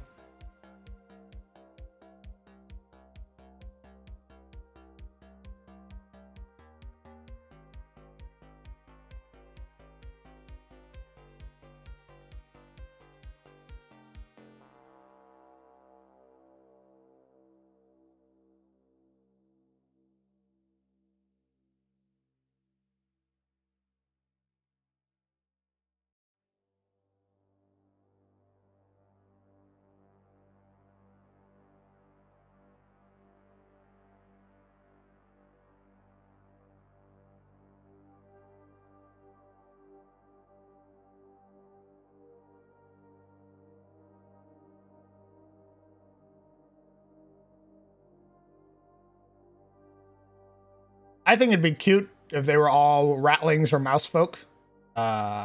Just because, smile.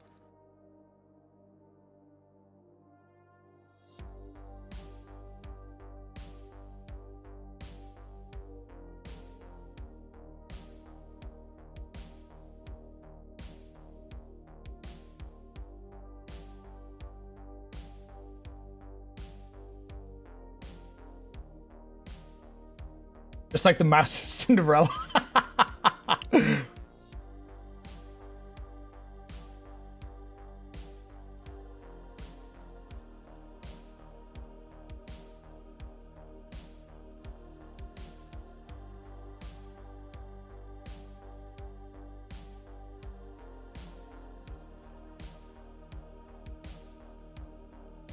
Ooh, we'll probably have to do multiple class abilities, I think. You think it should be one ability per class, or what? What do you think? What? Camp abilities. Campers. Like, like DD. You think each class should have multiple abilities? Or one ability?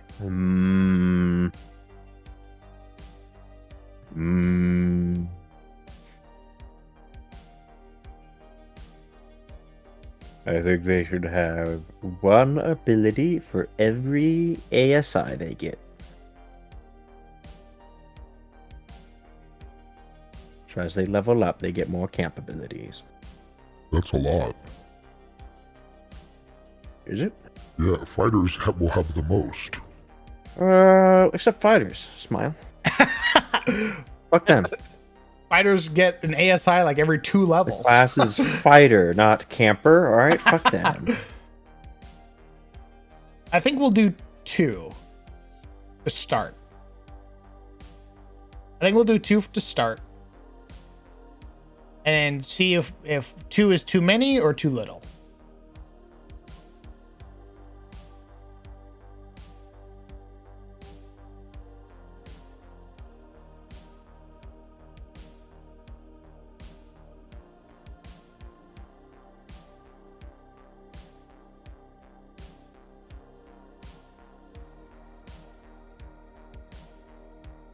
New York rats versus South Carolina rats. Can confirm the Carolina rats are for no reason bigger than a 1-year-old. Holy shit. Well, since one's a cleric and one's a warlock, what subclass would they be? All right, Legion. All right. Smile. What's a Beast Heart? Beast Heart is a custom class made by MCDM.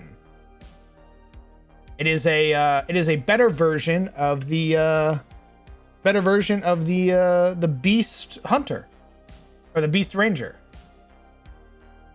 You fight with a big old companion who does a bunch of cool shit to gain ferocity. Since the mods are the mouse pack, what would I be? Oh god, Legion. I'm a level 0 peasant. Idis is an undying warlock.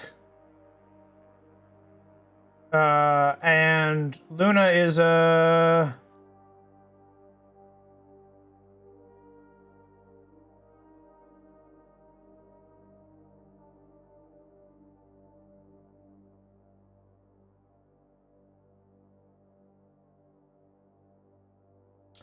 Luna's a trickery cleric because they play League of Legends.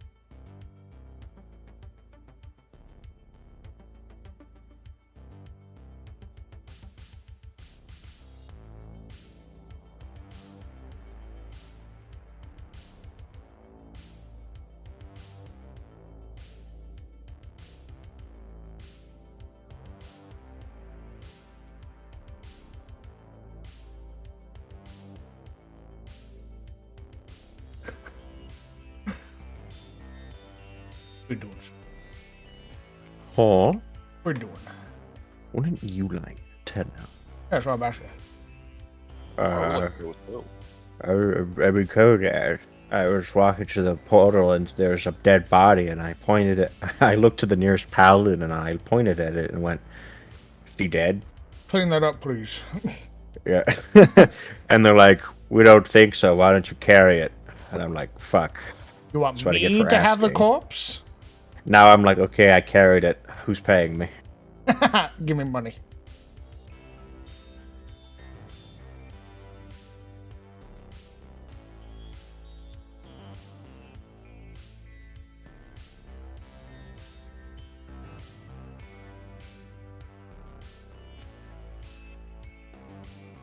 What other classes are there?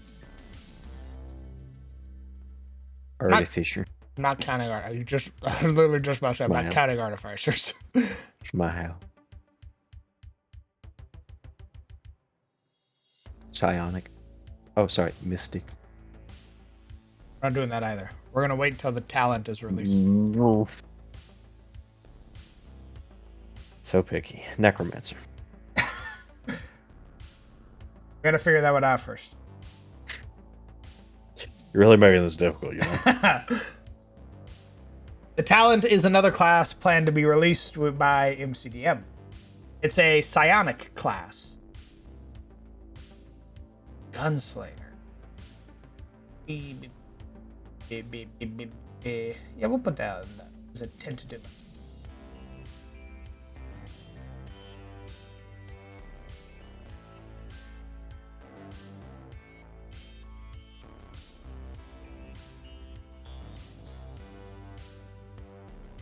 I would say the Abomination is close to the Barbarian, right?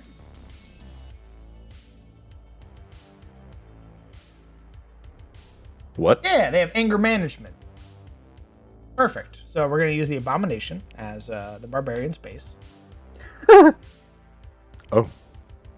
Necromancers worship the blood, are made men by the blood, and undone by the blood. fear the old blood.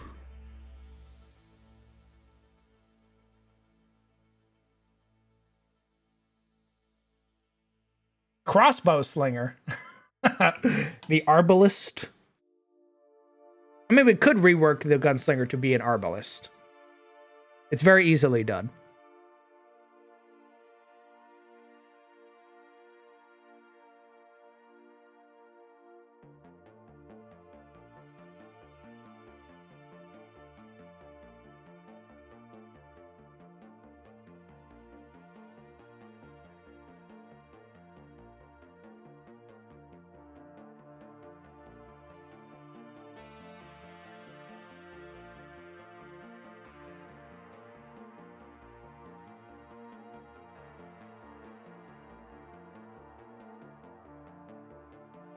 Would you still have misfire?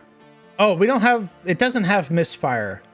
Thunder. The gunslinger that we use is the gunslinger made by Heavy Arms. It's a really sick one. It has like Deadeye. It has like Bad Medicine and everything like that. It has High Noon. It's a really fun subclass, or a really fun class with a bunch of really fun subclasses.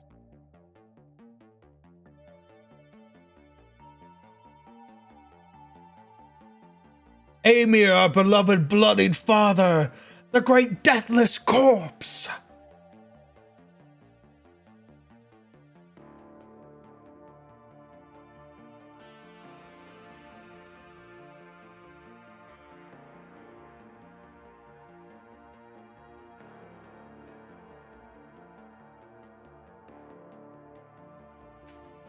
Hey, Sindru. I'm doing fantastic today. How about yourself?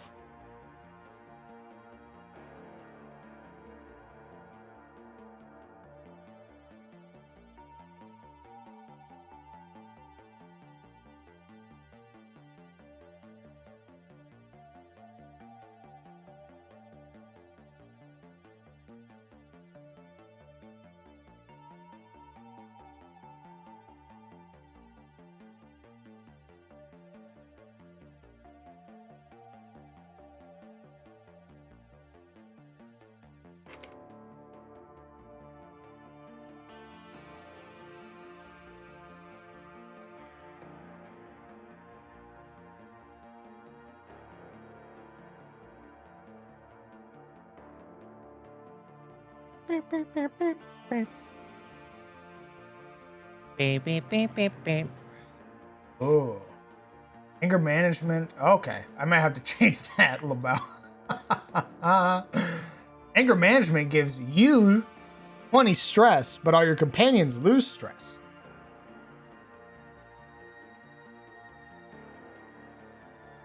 You might have to change that, teehee.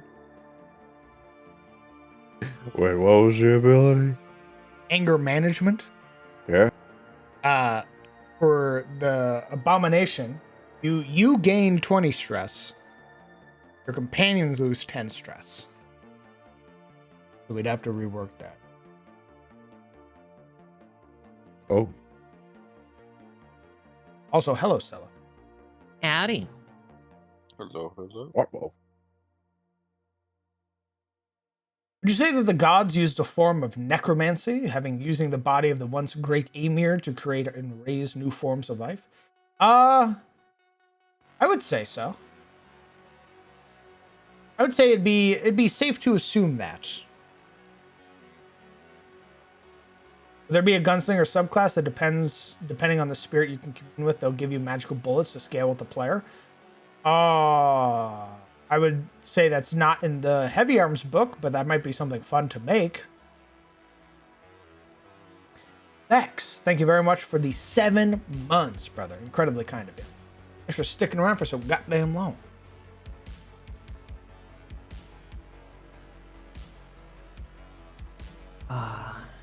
You know, that kind of stuff with like the magical or divine ammunition reminds me of a certain like section of Shadowbringers in Final Fantasy XIV.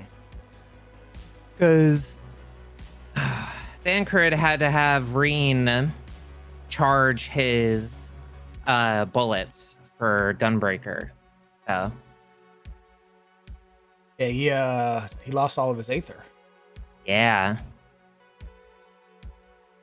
Silly old. Taking his little sojourns in the live stream.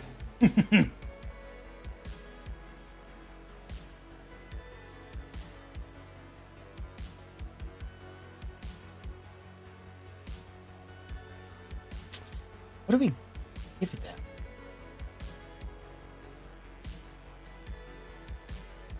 I don't want to give them.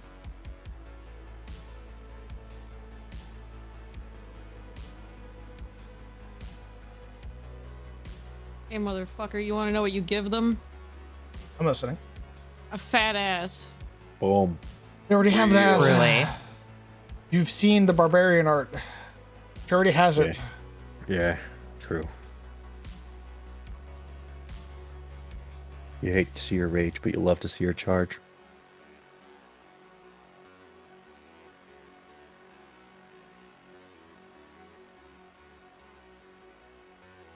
Also, excuse me, my little pot boy does not have a fat ass.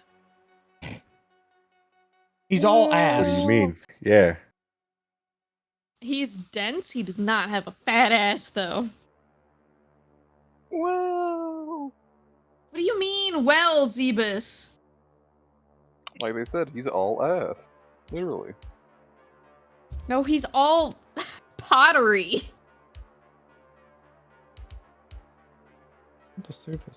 Two. Area with 3. Okay.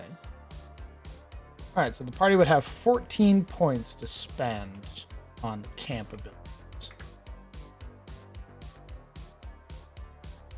Oh, I'm gonna ask this before I forget. Are we playing next Sunday? Probably not, no. Oh, I was gonna say, because we're gonna be down 2 people and have a dead PC. Correct.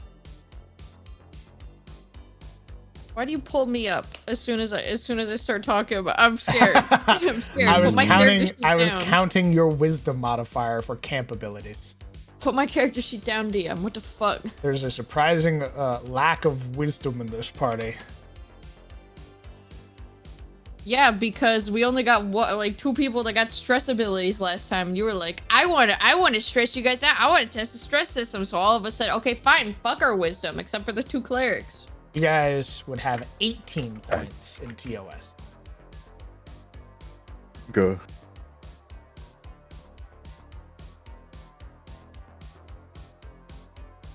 Wait, why are you giving the barbarian fucking abomination camps when you should be giving them the Hellion stuff?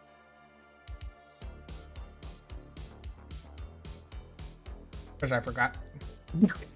You didn't say anything. You didn't say anything until now. my Fuck you. God. Fuck you. You didn't say anything until now. Bruh. Bruh. We all Line to the forego- Hellion. They Bruh. always fuck me over. Bruh. Ooh, you're right. Okay, I love you all. You're all very sexy. Oh, you too. Where you going? Thanks. You go hang out with Come on. Chris, Yeah. that handsome man. Yeah, I might be back later, but I want to eat my poke bowl too. Very good. Yeah, have a good one, Summer. Enjoy. Ooh, what if we give him Rebel? Crimes. I think Rebel's actually a big nerf. It's you get a minus to accuracy, minus to speed, but you lose a ton of stress. Your entire party loses a ton of stress, and you gain less stress for a number of encounters.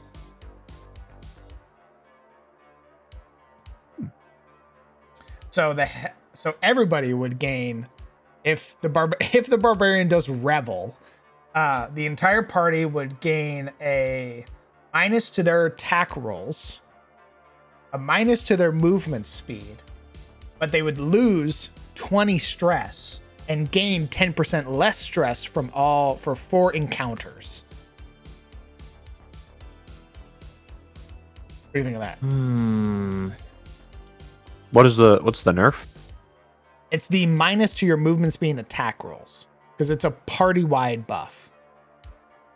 So the entire party revels. They get a minus to their hit, to hit. They get a minus to their movement speed, but they lose 20 stress, and for the next 4 encounters, they gain 10% less stress from stress attacks. Or from all stress, actually.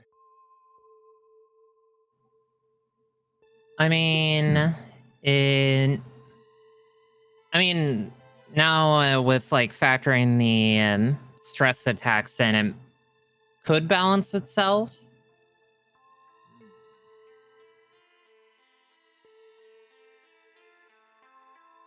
I'm honestly more worried about the minus to movement speed than I am the minus to hit. Mm-hmm.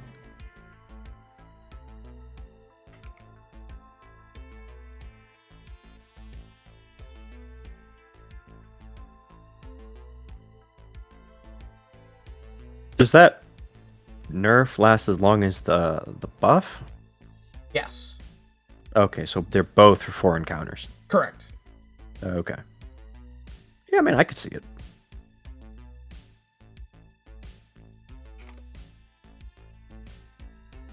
It definitely becomes less of a debuff the higher level a barbarian gets with that unarmored movement. Sort of. You're effectively moving to break even.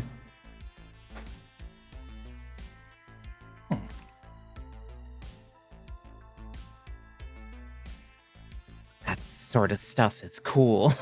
Okay.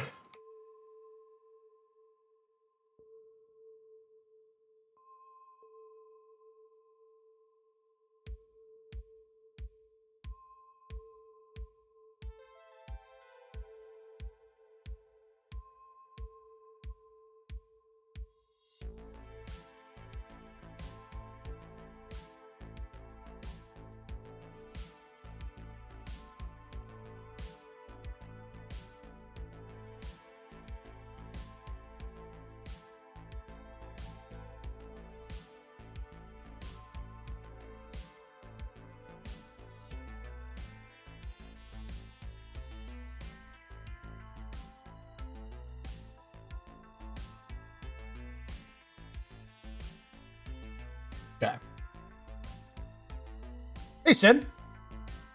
Can I ask what stress does? Of course, Thunder. It is stress from Darkest Dungeon, which is a game made by Red Hook Studios. If you don't know what that is, don't worry. All creatures have a stress threshold, which represents their willpower and capacity to withstand the mental hardships of combat, such as grievous injury, mind-damaging magic, or a terrifying foe. Creatures with a high stress threshold are more resilient to the horrors for prolonged combat, whereas those with a low threshold will easily break. The way you gain stress. When a creature suffers psychic damage, the creature gains stress equal to the amount of the damage they suffer. Whenever a creature suffers damage from a critical hit, they also gain stress equal to the amount of the damage dealt.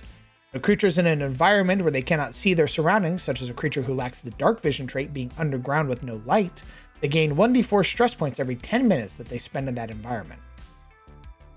When a creature becomes afraid of another creature or is attacked by a creature they are afraid of, the afraid creature gains stress points equal to the amount of the creature's hit die. When a creature is reduced to 0 hit points, they immediately gain stress points equal to half of their stress threshold.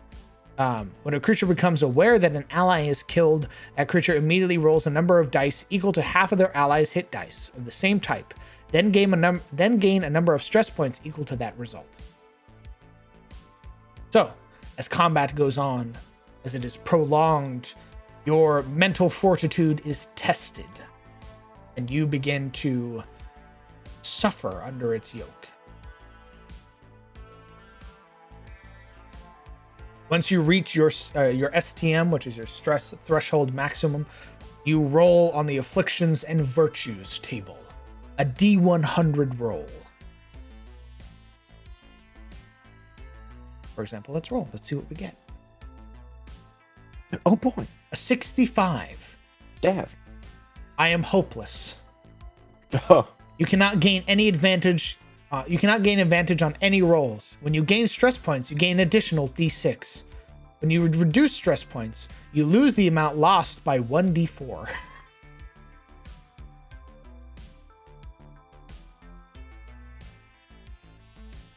Is that table similar to Short-Term Madness? Oh, similar. It's our own sort of take on it.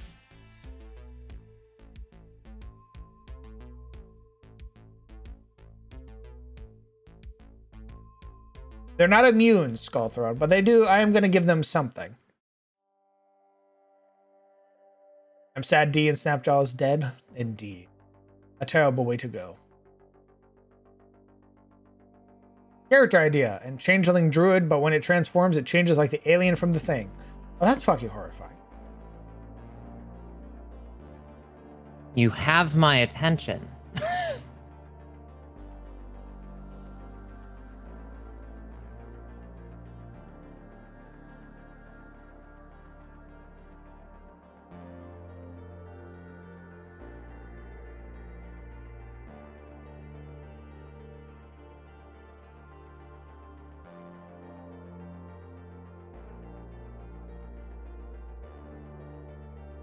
Ooh.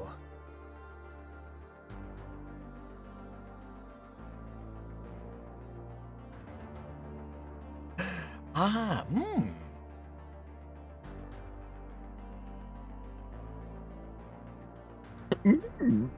I'm looking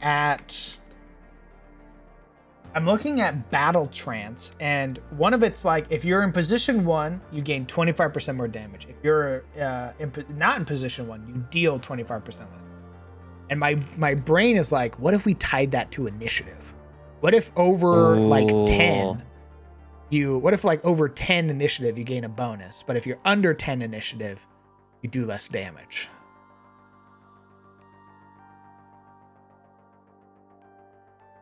I mean, something for a spicier bit of combat, like you're running. I mean, it raises the stakes, and that just that's scrumdiddlyumptious.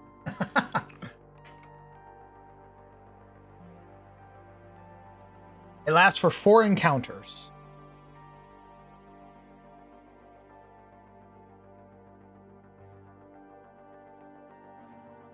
Will it nerf the slower races or PCs as well?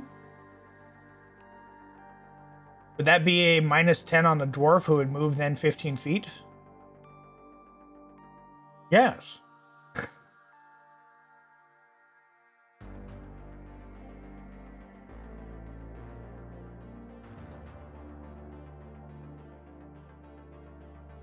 Is stress exclusive to PCs? Usually yes. More humanoid creatures, you can generally, like, they don't have a stress bar, so to speak. But they are more likely to break and run away. So they have, like, morale and stuff like that. But eldritch creatures, you're not going to stress them because they're the ones stressing you.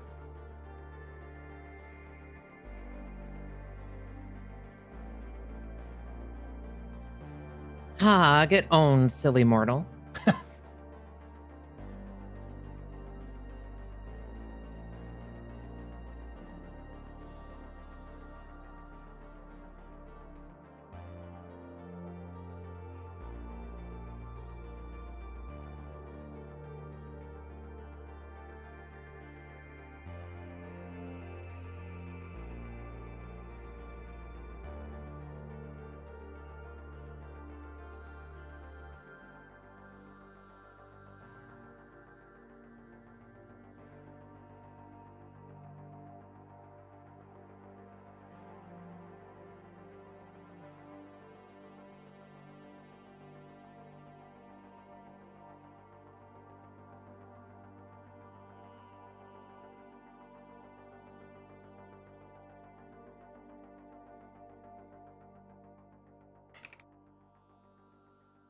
God, Inkley's comment there reminds me of this one race that came out with Arcadia, one of MCDM's other things. Mm-hmm. He's sort of like not exactly a mind flare, but they're like an aberrant adventurer that was born from a beholder that was dreaming of adventures. They're so over the top and absolutely would do that.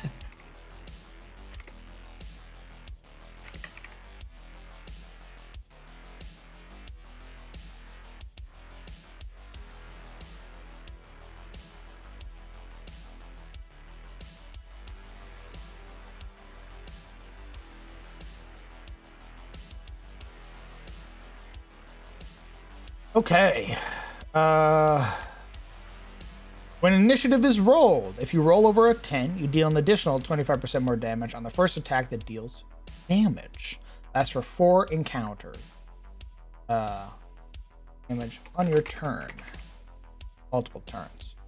When initiative is rolled, if you roll under a 10, you deal 25% less damage on the first attack that deals damage on you.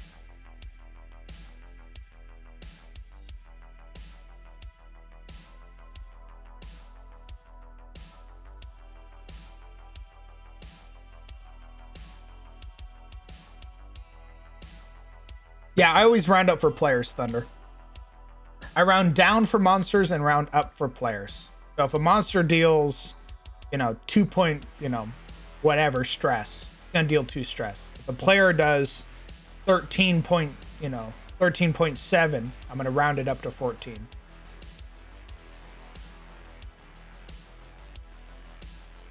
Because I learned how to do percentages and now I'm gonna use it, Smile. My brain, gigantic. Huge. Many wrinkle.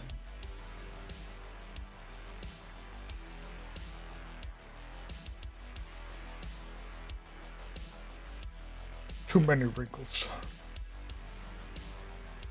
Too many thoughts. So we have a party-wide ability, which is Revel. A jug for each of us. We live once only. Time to enjoy it. You suffer a -2 to your attack rolls for 4 encounters. You suffer a -10 to your movement speed for 4 encounters. All party members lose 20 stress, and you suffer 10% less stress for 4 encounters.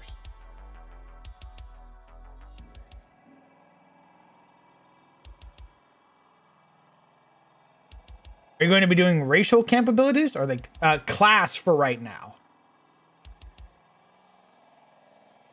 Just for my own sanity. And then we have Battle Trance. Blood. Let there be blood. When initiative is rolled, if you roll over a 10, you deal an additional 25% more damage on the first attack that deals damage on your turn. When initiative is rolled, if you roll under a 10, you deal 25% less damage on the first attack that deals damage on your turn. This lasts for 4 encounters. Or until your next long rest type deal.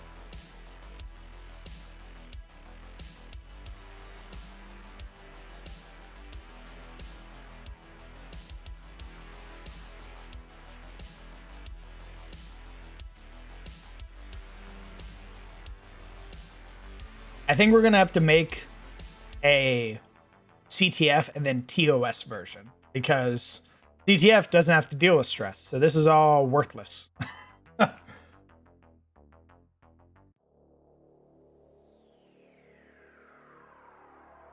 One group can be crocheting at the campfire, the other one can be pissing themselves. True. Oh god, we're gonna fucking die! Oh fuck, pricked myself on the 3rd loop. Ooh, hard cut to TOS getting ambushed in the middle of the night. Da-na.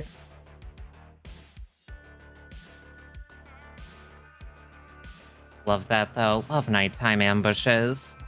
So good.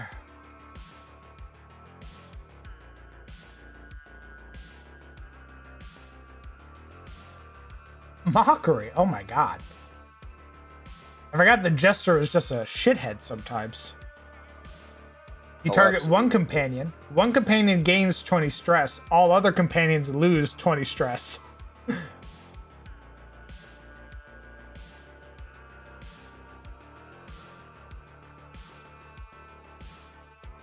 think we're gonna give the bard the big debuff stuff. We're gonna give them turn back time, and every rose has its thorns. Every rose. If I could turn back time. One is a party-wide buff. The other one is a individual buff.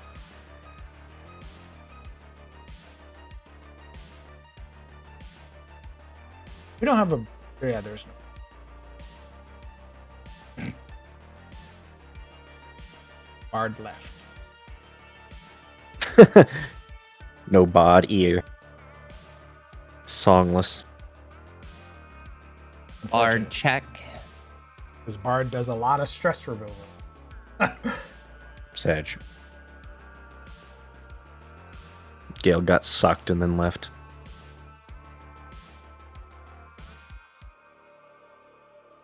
They went off to go find Richard. Oh, Richard! Oh. So he could do the suck.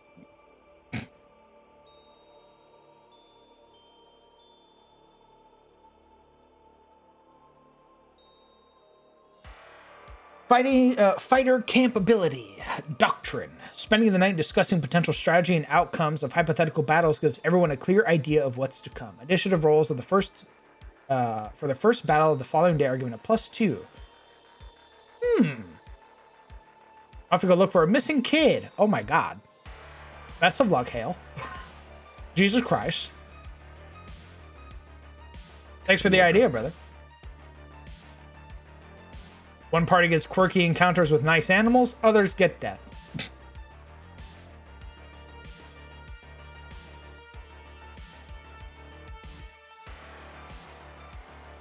Rides like a knife. At deep inside. Words. They wounds sometimes.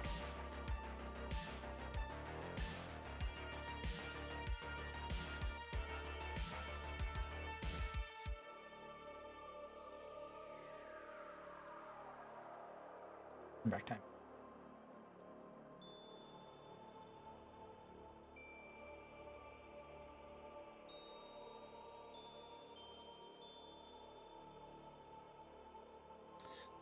Target user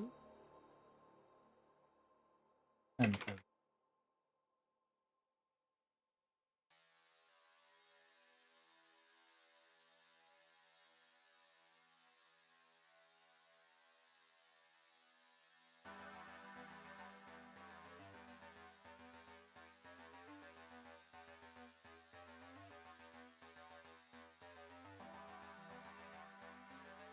a bit of sucking between friends.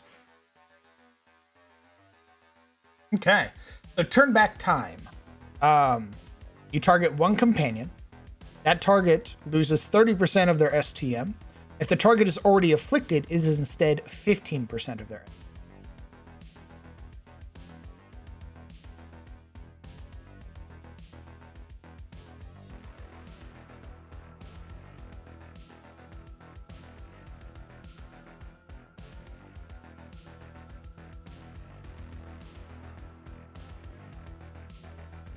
So the Bard targets Hydro. Hydro loses 23 stress. Nice.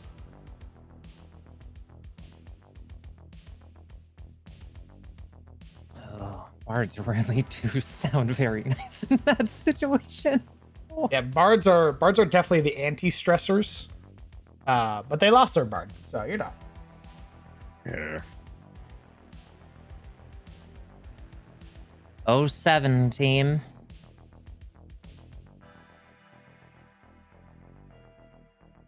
Then they get their party-wide buff, which is every rose has its thorn. Every person there loses 15%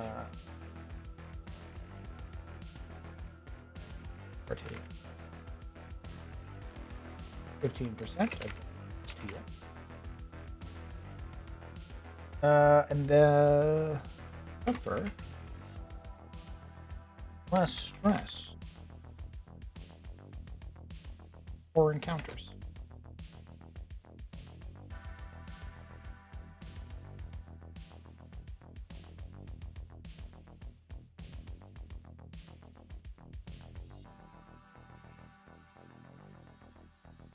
So they either have a big like solo target thing that does 30% stress reduction, or they can do a party wide one for 15%.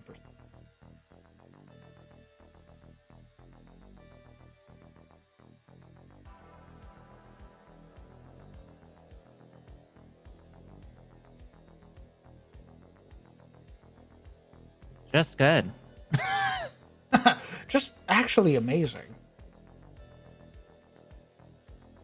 I'll take that. Bards. Just sitting here, like, imagining the turn back time one with, like, a spirit bard, though. Just, oh. Yeah, The we're getting- roleplay. We're getting different new characters, still no bards. Magic. It's almost like these jokers never played DD1. Ooh. Ooh. The Beast Heart has two really good ones. Oh, they have so many good ones actually. Fuck. The Beast Heart might get 3. Just in time for us to lose the Beast Heart. Yep, the Beast Heart's gonna get a third one. Fucking, Just because they have so many good abilities. fucking bullshit. They have Beast's Watch, which is the party has 20% less chance of being surprised. So you guys will the likelihood of you guys getting ambushed. You have a 20% chance to surprise monsters. And it prevents nighttime ambushes. Then there's Therapy Dog, which the beast goes around and gives everybody cuddles, and everybody loses stress. Or the Beast Heart can pet their own beast and lose 20 stress. I'm gonna pet the dog.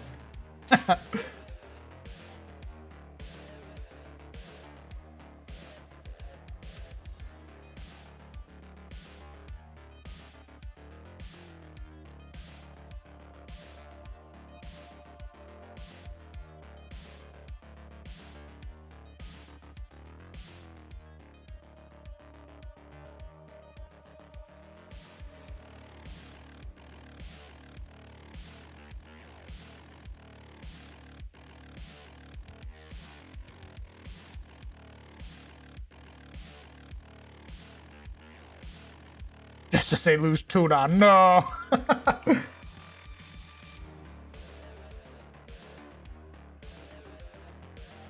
The gods taketh and the gods giveth. Question mark?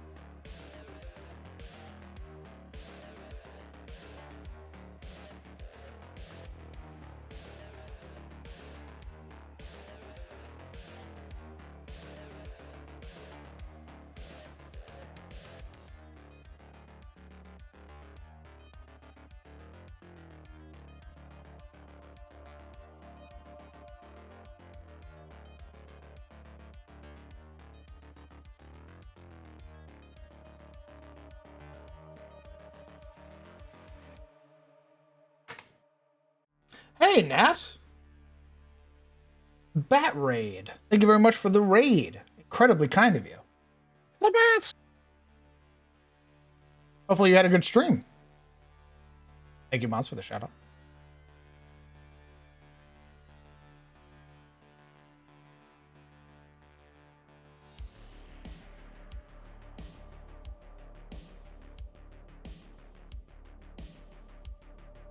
You caught us as we are currently working on rest mechanics. Camping mechanics. As I punch the shit out of my mic. It knows what it did. Roll a d8.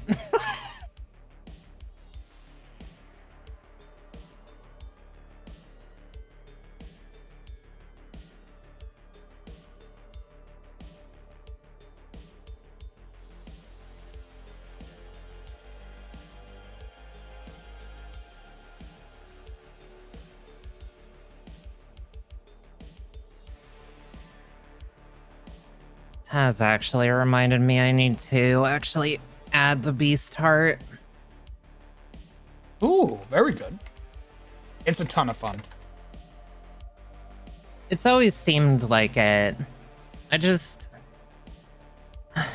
get a lot of people that ring on through and make use of familiars and companions, and it weirds me out. It can get a little crunchy. I personally like it because it's a lot of resource tracking for the beast heart.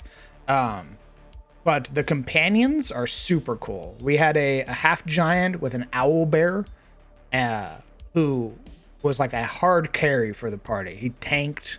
He could heal a lot if he spent his ferocity correctly. But the really fun thing is that if they get surrounded too much, they can start going crazy when they build up too much ferocity. So they could even potentially attack the party.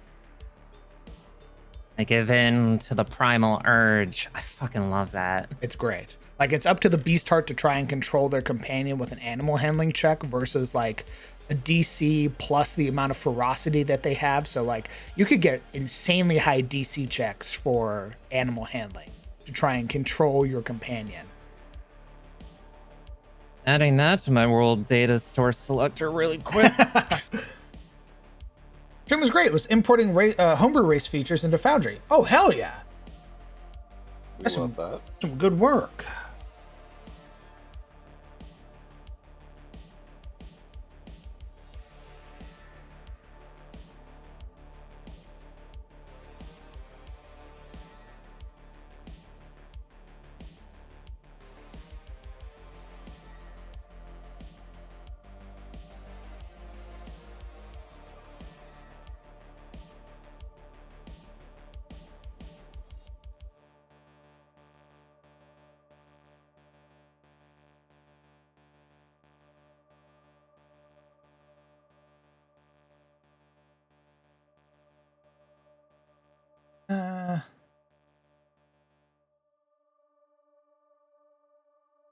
Where that for? We'll keep it just for 2, just for my own. Gonna lurk while I go make dinner. Have a great stream. Thank you, homie. Enjoy your dinner. See ya, Nat. Gotta get ready for work. I'll catch the VOD in the morning. Have a nice night, everybody. Enjoy work, Sinju. Hopefully it doesn't take a toll on you, brother. Speaking of companions, I saw recently on my YouTube recommended opening to an old anime I watched as a child. Now I wanted to make a subclass for a ranger. The show was called Spider Riders. Oh, blood. Why am I not surprised? It has bugs in it. I gesture at the spider lover.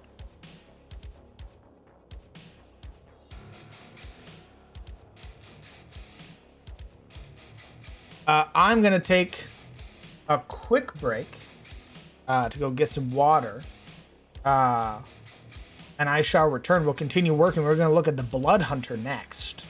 I haven't had somebody play a Blood Hunter, like, fully. It's always like a subclass thing. So, yeah. All right. King of the There's Pancake no- Mix. Alright. Before I leave, iDog, excited about Saturday. Hope you get it back in blood for Tommy. Just for you, King. I shall. I'll be back.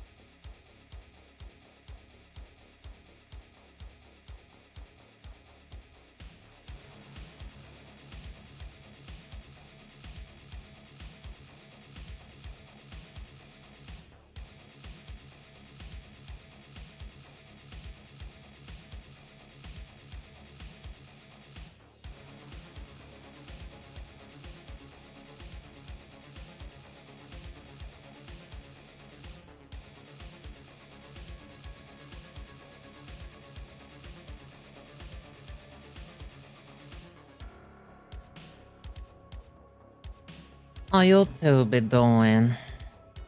Oh no. Dude.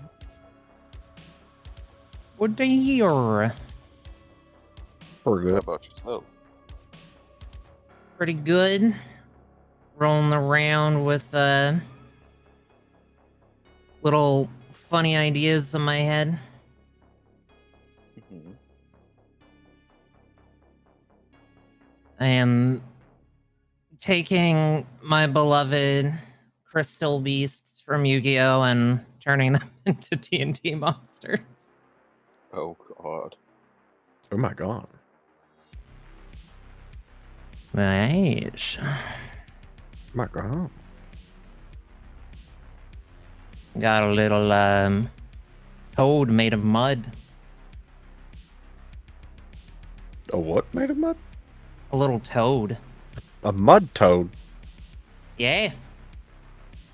I It's bet not he's just a cute. regular toad. How big is this mud toad? About a person sized. Gotcha. Tarosian toad. Yeah.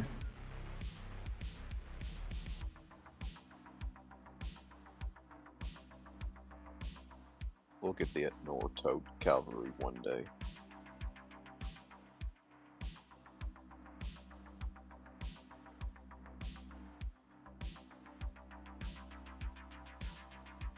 The toads will blot out the sun.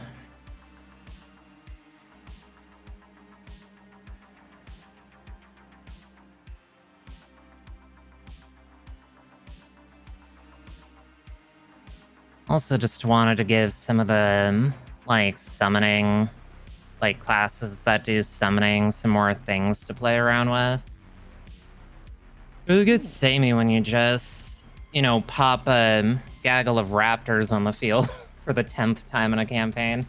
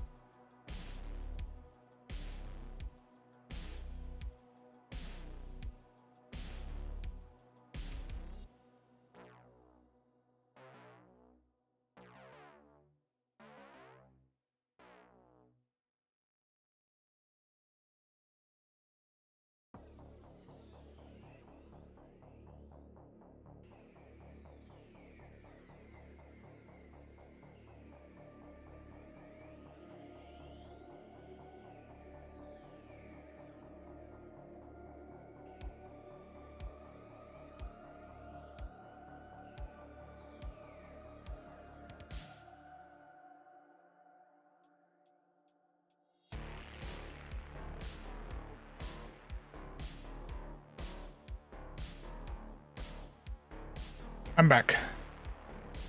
Welcome back. Thank you. Momo doesn't like Stinky. the barbarian abilities. Oh, no. Oh well.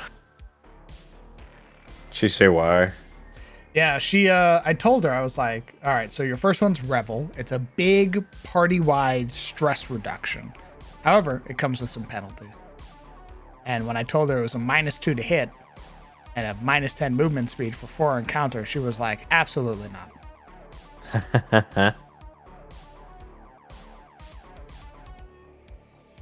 She also didn't like the battle trance. Oh.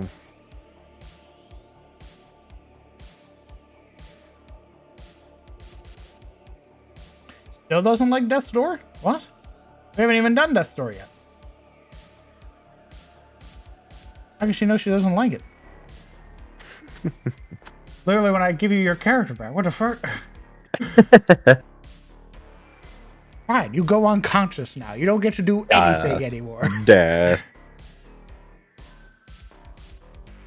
I was told You know to what? change No it more Death to 2 encounters instead of 4. 2 encounters instead of 4.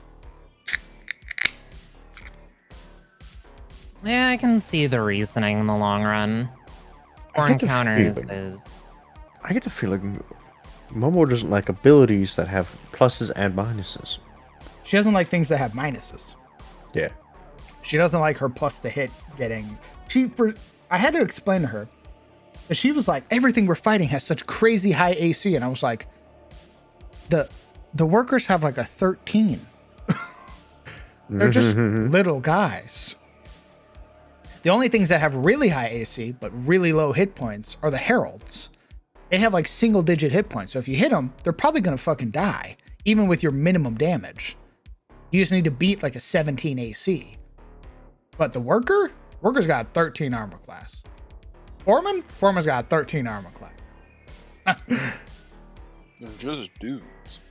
Even the artillery people, only like the fungal artillery had a 14, the scratcher had a 12, the carrion eater had a fucking 11. Like, I don't think I've thrown anything that had a crazy high AC at you guys.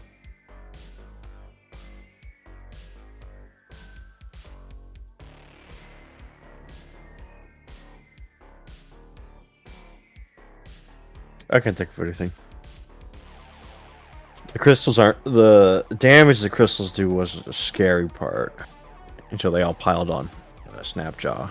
Yeah, what the crystal damage being D4s isn't a lot on paper, but what makes it terrifying is that it's psychic damage. That goes straight to your stress. Whereas the workers, they have their like bludgeon attack, and their bludgeon attack gets better if they have the foreman nearby. If the foreman keeps recharging, which he did every fucking time, I may add. Then they get to do some crazy shit. Like irradiated shards without the buff is no stress. Irradiated shards with the buff, stress. Ceaseless labor, bludgeoning damage. Ceaseless labor with the buff, now they crit on a 19. I was most scared about the stress damage and their after death. All that shit had like after death effects. Yes. That frankly seemed to screw you over more than the actual enemy itself. The workers, when they die, they have crystalline growth, which is they turn into a crystalline aberration. So it takes a round. Once it comes back to their turn, then they transform. Yeah. But like same thing with the sleepers. They have a 5 armor class. They have 5 hit points. And after every ability, they explode. They die instantly. So they don't get to stick around and just keep popping off the ability. The Eepers. True, Summer.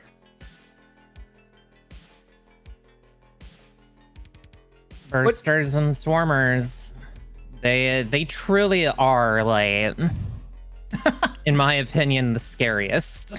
Absolutely. Summer, what do you think of the barbarian ability? You think they're too much? Also, my fucking mustache is perfect today. I looked at myself in the mirror. Oh my god, he's so Super bad. fucking Humble handsome, brag. brother.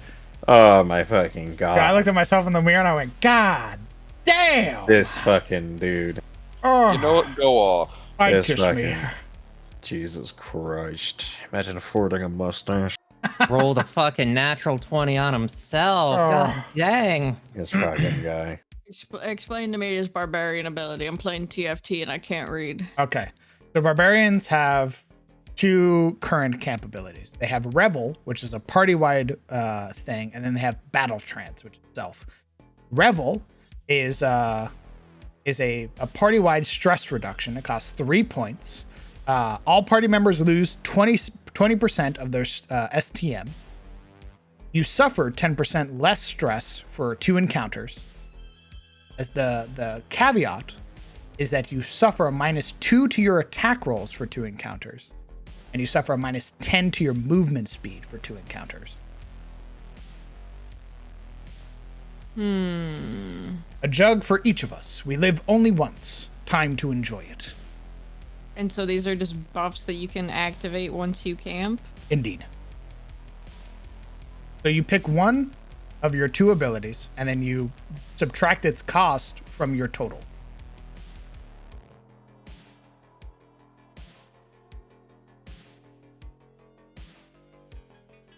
I don't think it needs the move speed reduction. I think the -2 to hit is already enough.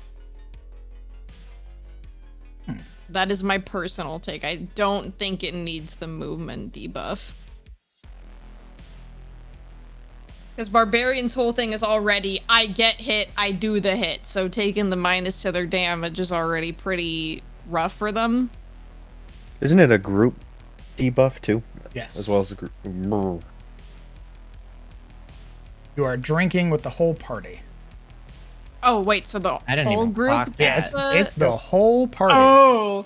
The whole party gets a -2, -10 to movement speed, lose 20% of their stress, and for the next 2 battles, from any stress source, you reduce it by another 10%.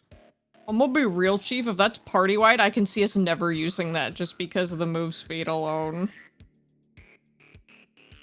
Yeah, -10's pretty rough. That's basically like that's like the party Like- prone. Yeah, like, it's okay for the classes that get mobility boosts, like Barbarian and Monk, and maybe Rogue. But if you're just a fucking cleric, that's like... God forbid you go prone at all. You have 10 feet of movement. You're barely walking around in combat. That's already 30% of your movement gone. I could understand maybe 5 feet speed reduction, but honestly, the -2 to hit, depending on the class, is already pretty rough. What about disadvantage on initiative?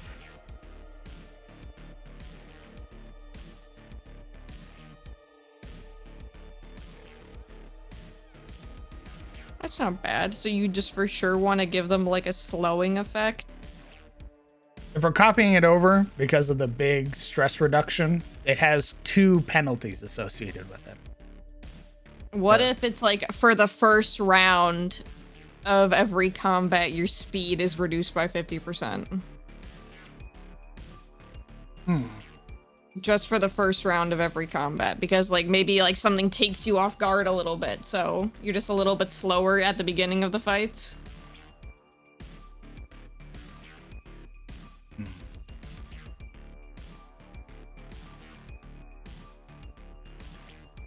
A die deduction to initiative instead of disadvantage?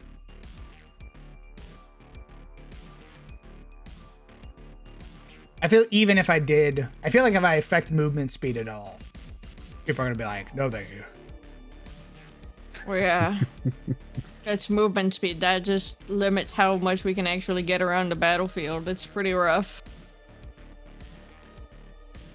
How about, It's pretty how important. about you suffer a -2 initiative? That's not as Yeah. bad. -2 to initiative isn't as bad. To bump its That's cost pretty up. So you suffer a -2 to attack rolls, -2 to initiative rolls. All party members lose 20% stress, and you suffer 10% less stress for 2 encounters. Now the other one is Battle Trance. Blood. Let there be blood. When initiative is rolled, this is for the barbarian only. If you roll over a 10, you deal an additional 25% more damage on the first attack that deals damage on your turn. This lasts for 2 encounters. When initiative is rolled, if you roll under a 10, you deal 25% less damage on the first attack that deals damage on your turn.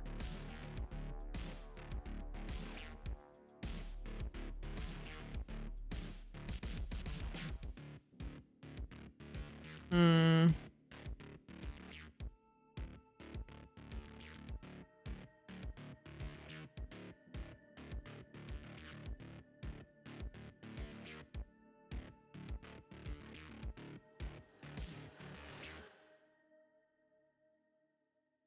So see, Hydro rolled a 7.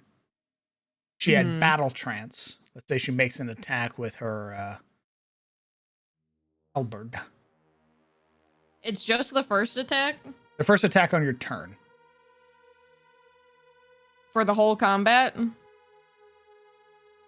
Yeah, so if you have multiple attacks, your second attack is normal. Third attack, normal. Once it comes back to your turn, your first attack, reduced damage. Second attack, normal. Third attack, normal. Okay, how honest do you want me to be here? I want you to be honest.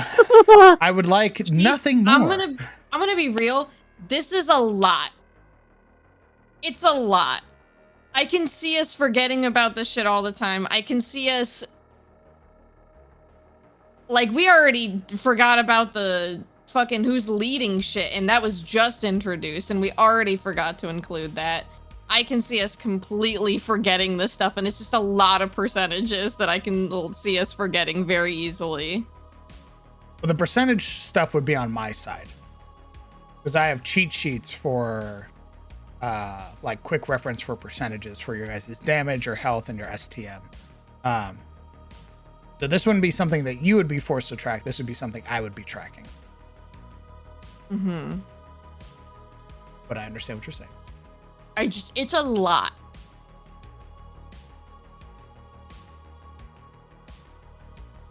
And like for that one, if it's all of combat, so what's the bonus here? You do 25% more damage on the first attack.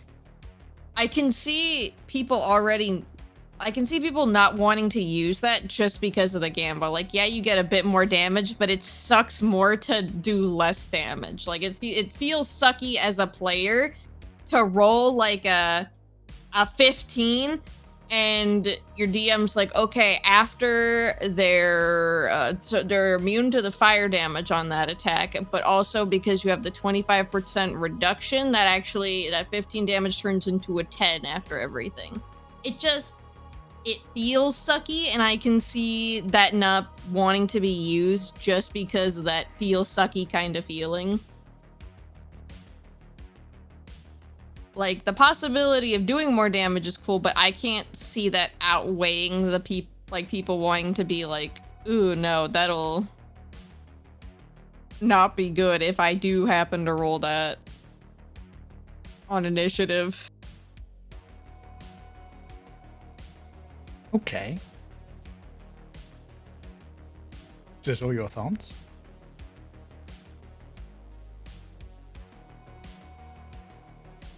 In your honest opinion, would be preferred. When have I not given my honest opinion? Please. It is a lot. I do think Summer has a point. Because I mean, people are already forgetting the weapon mastery system, and we still have a magic system to add on to that. Oh, Well- has anyone asked? Oh, what's our weapon mastery points now? Some people have asked.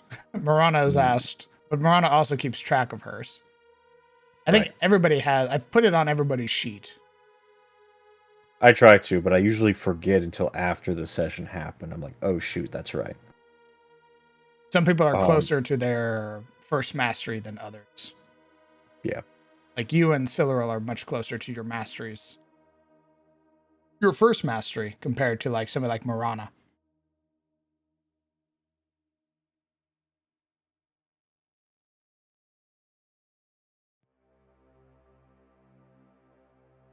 That is always the issue with adding in extra systems, getting folks into the habit.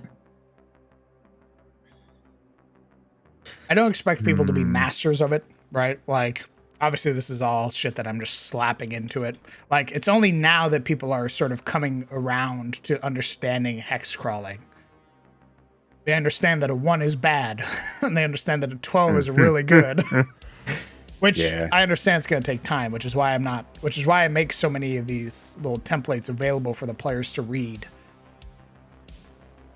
So I went out of my way to create the whole page that's like, these are what all of the items do. So that way you're not like, oh my god, the DM just introduced a bunch of shit. You can read it at your own leisure, and I'll still explain it to you. This does seem like a lot, actually, because let's consider the fact that these, like, 1 in a vacuum isn't so bad. Like, Revel in and of itself isn't bad, but if you take Revel and you add like the Bard ability and the Cleric ability on top of it, that's 3 things you gotta remember for 2 or 3 or however many encounters. Like, these are all statistics that stack on top of each other, and there isn't a little like there's no game engine to do it for you.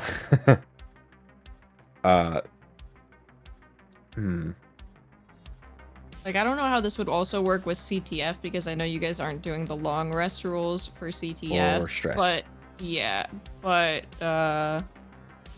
it's also just like, because of, I assume these camp abilities happen on long or short rests, and because our rests are so far and few in between, it's like if we pick one, it's like this is gonna be our one for a long time.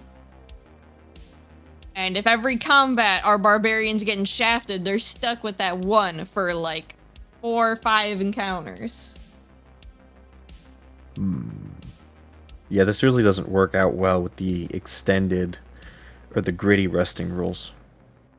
Because if we're using DD sort of logic, a camp is like, from my understanding, like a 2-hour thing. You sit down, you eat, you do these mechanics, you get ambushed, you cry. If doing these for 8 hours, short rest for 8 hours in a dungeon just seems silly, honestly. Short resting just seems like something that we should do outside of a dungeon during hex crawl where we're sleeping for the night. Like, that's the short rest. I mean, I've introduced items that let you rest in a dungeon, because that was something explicitly asked for in the last dungeon. Right. You just need to clear out the map that you want to rest on. So, like the fort, right? Just the fort, then. Well, it would have been the second map. You had 2 maps. You had the base, you had the campsite, and then you had the fort that you could have rested in. Right. But now it's just the fort.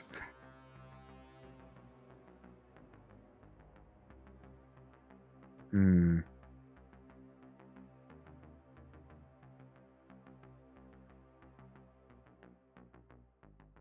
maybe. And I wanted to be that these abilities, you could only use them if you use that campfire item. So if you short rested normally, you wouldn't get these. But if you rest in a dungeon, you get access to these abilities. I mean, we can give it a whirl. Maybe it's not too much, but... I definitely don't see us using all of the points. So these are class-specific abilities. There are shared skills that everybody would get. So, like, you could wound care instead of all the other shit, right? Instead of doing your class ability, you could spend 2 points to wound care somebody. You could heal them for 15% of their HPM, you know, and to any lingering wounds or something they may have. There's a pep talk. You could sort of pep up one of your companions, and for the next however many encounters they gain or they lose. Sorry, they reduce the amount of stress they would take by a certain percentage.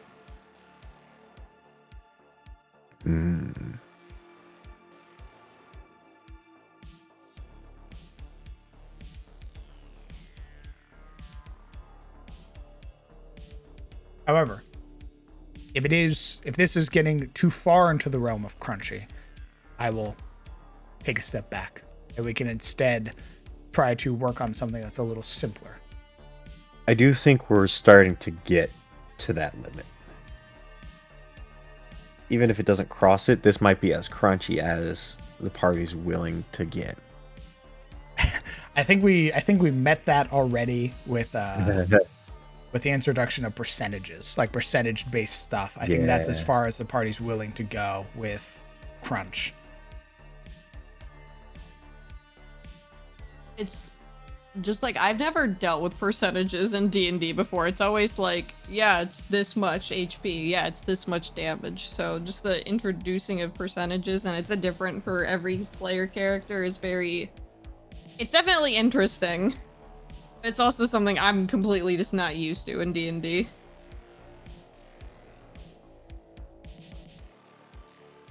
All right, we can I am not opposed to making it simple.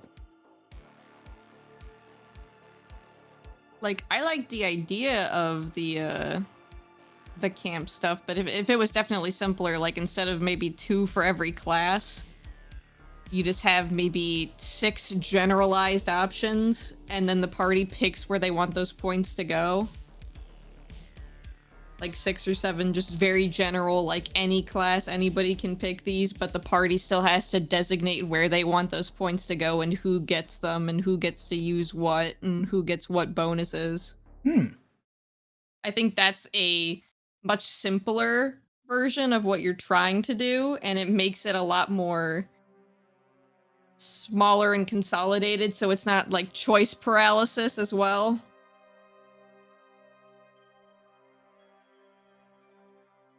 Okay.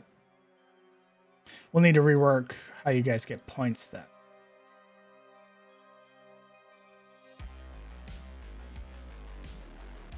I base it off your wisdom score. You could just have them be cheaper and like everybody gets 1 point, but everything costs multiple points, so people have to decide like, hey, Tegan and Fenra's points are going to go towards healing Hydeal. Like for this rest, they're gonna go towards calming her down and helping her sanity raise. So all of the buffs could be like multiple points, but we each get 1, so we have to decide like who's helping who do what, and that could also lead to fun like little camp RP. I don't think the point should be based on wisdom. Yeah? Wisdom's already huge in your game because of stress, and because wisdom was already strong in D&D with perception and medicine and all that shit, and then become almost necessary with the introduction of the stress system and your stress being based on your wisdom. And now we're adding another ability that's based on wisdom. I'm telling you, homie, if we TPK again, we're all just coming back as clerics. Yeah. We're all just coming back as different flavors of clerics, and we're gonna be the Amen. Wisdom is the new dex if you do that. Okay. Okay. So I'm Based gonna on instead smile. I'm gonna stick my head in on this. And I don't know if it's something anyone would be interested in. I'm just someone who's hanging out here. What you got? But I've been playing around with a additional set of ability scores that you can just flick on in Foundry that includes sanity. But I don't know if that would add a little too much, because that adds another score that people have to worry about. It's like an attribute? Yeah, it becomes a 7th attribute. Interesting. I think it also involves honor as an attribute as well. I'll have to flick it on for this main one. I only have it on for my One Piece game that I run.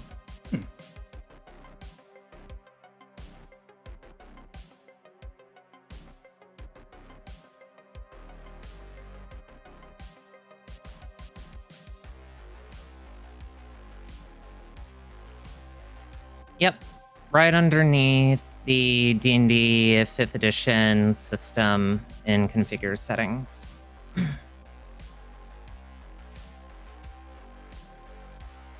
And these, it's just like another ASI, like another thing you would roll a stat for? Or is it Effectively, predetermined? it is not predetermined, so it would be something to roll for.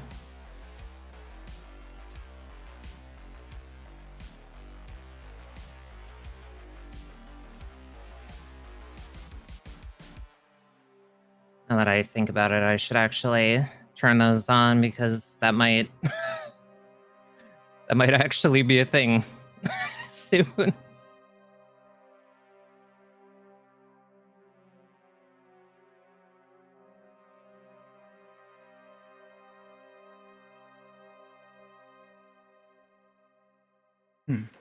If we're determining it, if we're changing the cost or how many points you have, are we giving every character a point?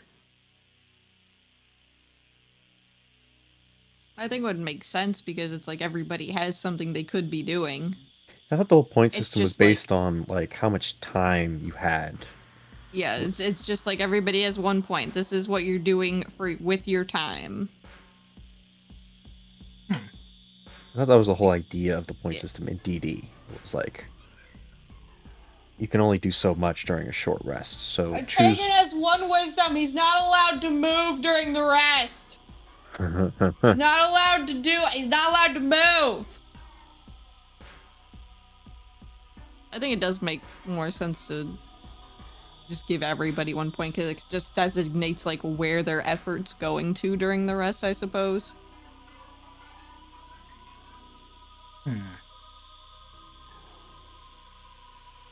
And I guess you could base it on int.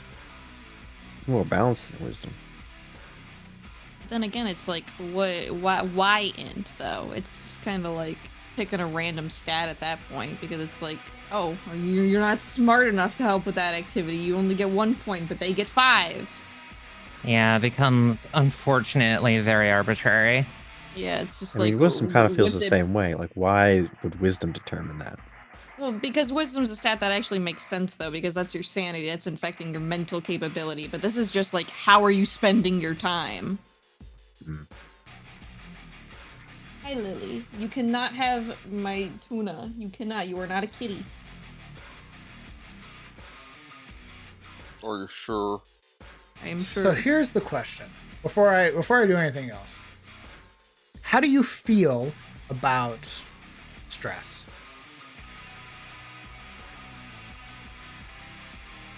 As it stands, I think the stress system is fine. How it is. As somebody who racked up a whole lot of stress last session and has different ways to reduce it, I think the stress system is fine how it is presently.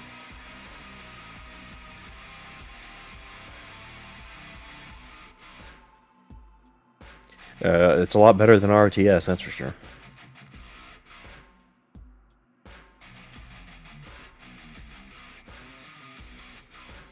I don't mind it.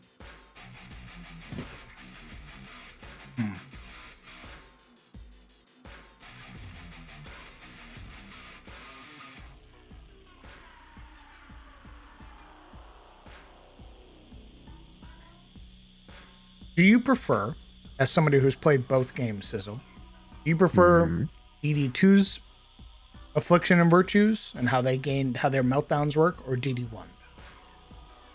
Hmm.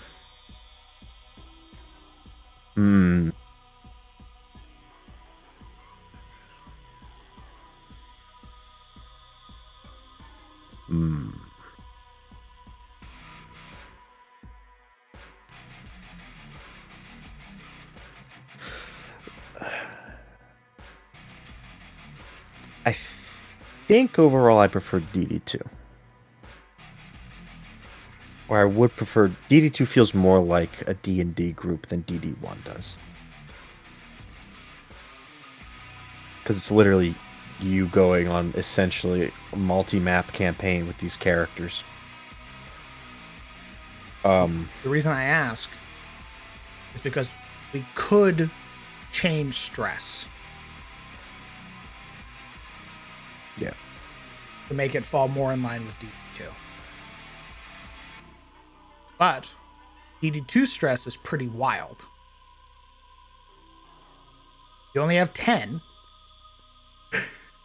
And when you meltdown, if you hit meltdown instead of resolute, you reduce your HP to 10%.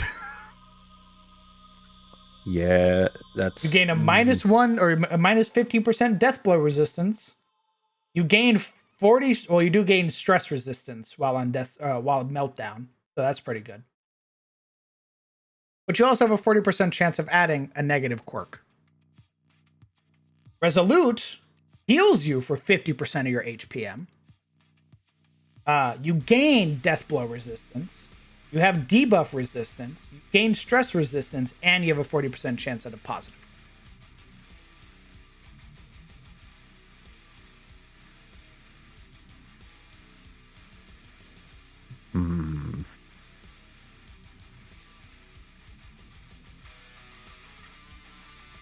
It also looks like there's a curated list on what you could get for a quirk, so you're not getting like lost in time and space, for example.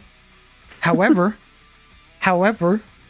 one of the very low rolls is Shattered Will.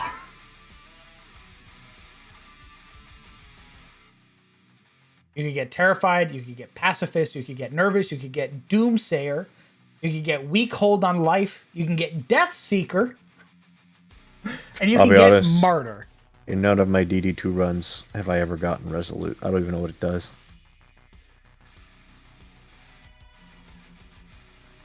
I don't think my guys have done Resolute once. I don't know what the percentage chance is. It's 80-20. Never got it.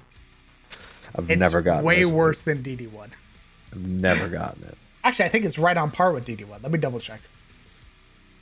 I think there's It always... definitely feels worse than DD1. Yeah.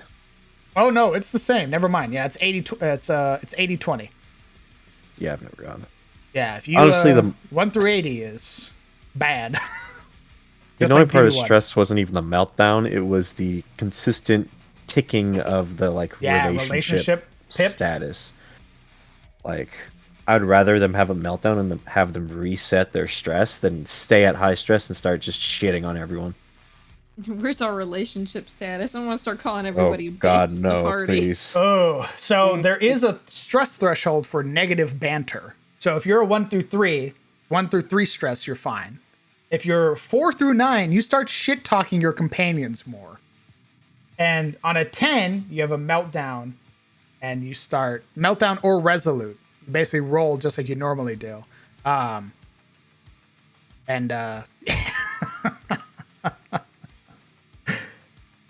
You just tank all of your relationships on a meltdown. Because it's a -3 affinity pips with all other party members. I hate you, I hate you, I hate you. You're going to want to make more in-combat stress healing items. And abilities and spells? Yes. So that would be the thing, is that we could rework it so that way your stress threshold maximum is 10, just like your exhaustion. And the way that you would gain stress would be, instead of psychic damage and shit like that, it would be crit-based. And it would be like, instead of taking 25 stress, if you take psychic damage, you roll a save. On a fail, 1 stress. That's the rough idea. What do you think? It's not bad. I'm not mad at it. Repeat that? So if you take psychic damage, let's say the creature hits you with an attack. It beats your armor class, deals psychic damage. Okay. You roll a wisdom save on your turn. If you fail, you gain 1 stress.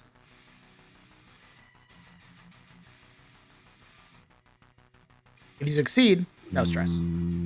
What's the DC? I don't know.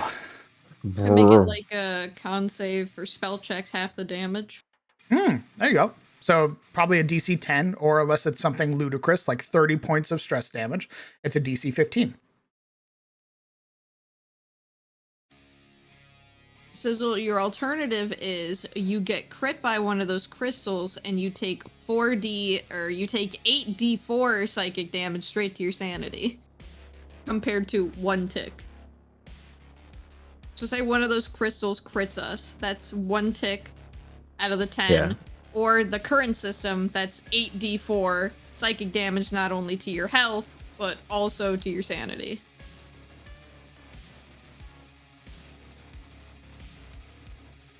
I don't know. It's hard for me to like say either or. I mean, I guess the DD2 sounds better if you put it like that.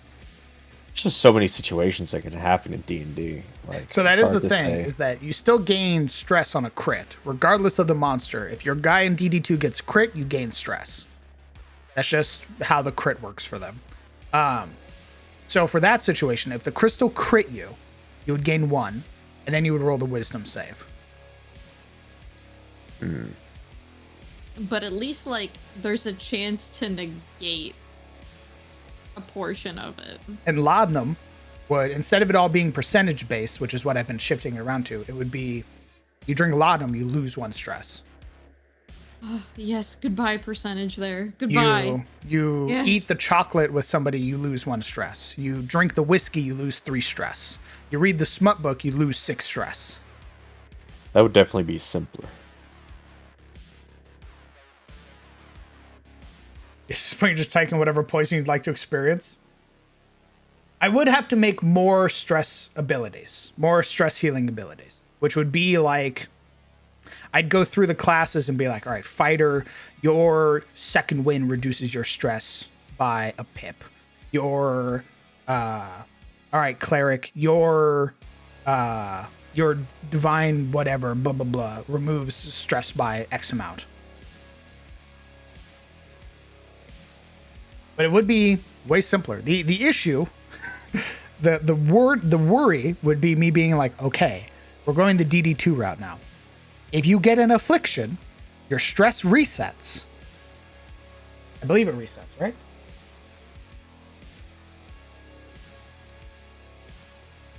I think so. It did when I played their first release.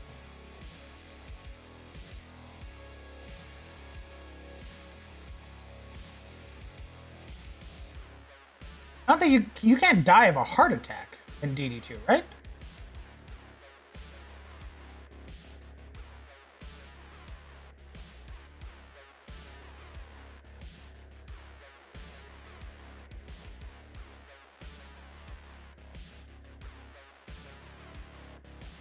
Okay, cool. So yeah, your stress. So let's say you reach 10. Like Snapjar reaches 10. He rolls his affliction or virtue. Gets an affliction. Stress goes back down to 0. But he gets to 10% HPM now. Instead of whatever.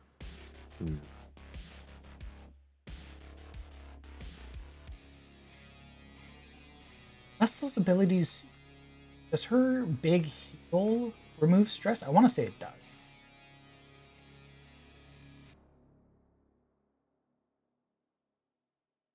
No, it doesn't. Okay. What is her ability? Does she stress you? She does. She does Sanctuary. But it has to be... the stress is +5. You get -2 stress. That's her only one, though. However, you get a new, really powerful negative quirk. Well, it's a 40% chance, it looks like. So, Snapjaw would roll. Like, he gets to 10 stress. He rolls on his afflictions or virtues. Let's say he... 76. Holy shit, he gets a virtue. He gets powerful. That'd be a first. So he immediately heals 50 health, or 50% of his HPM. God damn. And then he'd roll another D100 to see if he gets a positive quirk. He doesn't. Hello, Abe. First time chatter, welcome. He gained 40% stress resistance. He gained debuff resistance, death blow resistance, And if you guys wanted to, that would all be about you guys trying to do relationship pips. He would gain relationship pips with the whole team. I fucking love that. Let's say he does. Let's roll again, right? Say he does get a virtue or a positive quirk, which he does. 1, 2, 3, 4, 5, 6, 7, 8. 9. Okay. Roll a 1d11. A 5. He gets Iron Constitution. So not only does he heal, his HPM goes up by an additional 20%.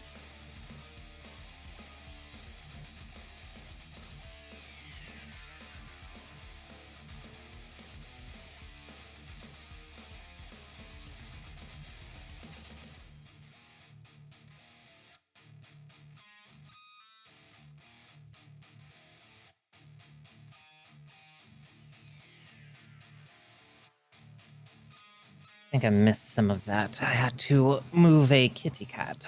Oh, good. As long as you pet the cat. I mean, do you want to redo your whole stress system? It feels like we've barely touched it. Is the thing. Hearing Summer talk about like the sort of more complicated nature of like resting and everything like that. The reason I introduced percentage healing was because of stress. Like Right. all of the DD2 stuff wasn't translating over because we were using the DD1 stress system instead of DD2. But if we do DD2, I can now change everything. I can go back and just add flat bonuses to stuff instead of weird percentiles.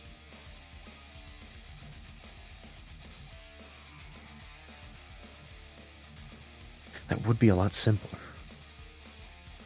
The issue again would be like, so you don't have the chance of a fucking heart attack anymore, instantly killing your character. Instead, it's you drop to 10% health. Yeah,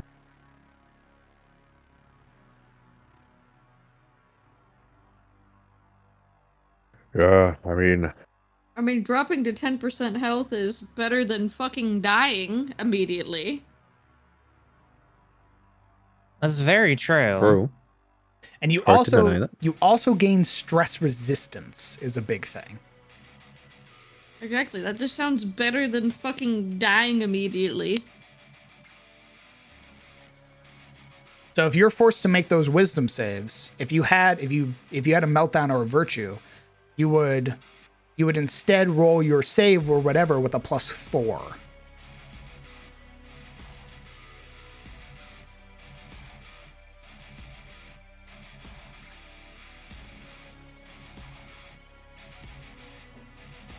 That would definitely, when you're in that state, at least give the sort of glimmers of hope that Darkest Dungeon likes to tease you with. I mean, once you've gotten, beaten down like that, like spiritually, like. And physically. The issue is there's only one issue. A singular quirk, which has been very controversial. It's called Shattered Will. Which is a quirk you could potentially get for reaching a meltdown. Yep. It is a very... It is the worst negative quirk in the game. It is a minus 20% to your HPM. You at the start of your turn, you destroy one positive token that you have.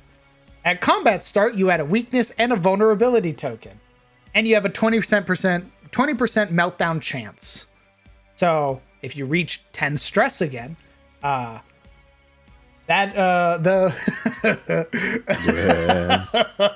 Somebody's catching spiritual vuln stacks. You are rolling your resolution chance with a D or a -20 to your roll.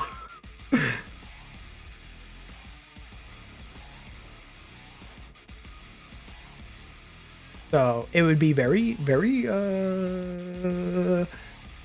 harrowing.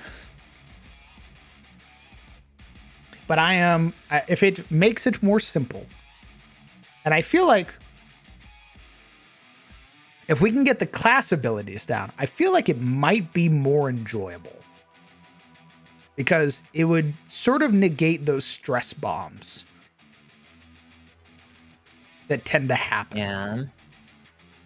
Because of like the aberrant or the crystalline aberrant, it has its IED move, which kills itself, but does a fuck ton of stress damage to a creature nearby. Instead of that, now it would be like, wisdom save. It would target you, hit you, you take some damage, and then you roll your wisdom save to resist the stress.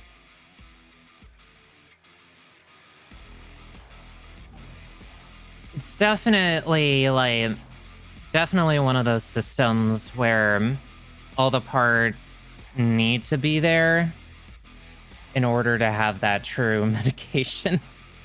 I think so too. I think if I went in with it right now and they only had a few stress reduction things, I think the party would be like, what in the fuck, Crown? What the hell is this? I'd kick your ass. Also, hi, I got mochi. Let's go. Oh my god, what the Let's fuck? fucking go. Fucking bougie ass bitch. My dad got mochi from the poke place. Oh. I need to go down to Little Tokyo and pick some up. I got some mango and strawberry. We'll put pause on that real quick. Let's look at this. Let's look at this. Yeah, but circling back around to the camp thing, I do like the idea, but I think it was just definitely way too complex. If you just consolidate it to like 8 total options that we can all spend points on in different ways, A+. Oh, I can't spell.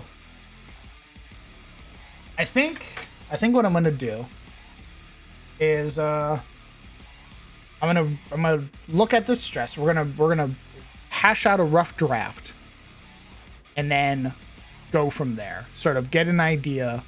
Everybody's gonna have 10 stress, and sort of work on its rebranding, so to speak. I will definitely say that that version of the stress system will seem much easier for everybody as a whole to understand. Also much easier for anybody else looking at it from the outside to understand, along with generally us understanding our sanity items and abilities better. Mm-hmm. I think it will do a lot of good work. As far as understanding goes, it will be simpler. I'm not really bothered by the complexity of stress, but that's only because the DM mostly takes care of it. Smile. If I get 10% stress, it's just Crowned adding it to my stress bar. Yeah, I have a cheat sheet where I've mapped out the unique percentages of creatures. So like if a creature says it does 33% of your STM, I already have that number calculated. So I'm not doing like on the fly math. I'm a fucking cheater. Haha, cheater. I mean, fair enough. We do a little cheating. Okay, I'm gonna go run away to play more TFT. If you want my opinion on anything, just poke me on DMs. I shall. I'll hop back in and I'll read whatever you got. Very good. Enjoy your game. Yes, goodbye. Goodbye, gamer. Certain abilities that will allow creatures to resist, reduce, or outright.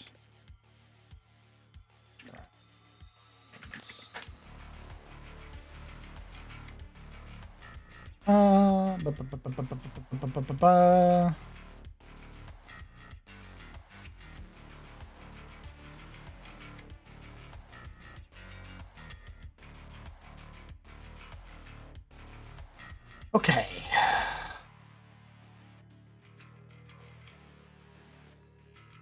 It's honestly hard for me to decide which one's better because it really is. It really do feel like just picking which poison you want to take. It's like, looks in one. That's pretty bad. looks at the other. That's also pretty bad. Uh,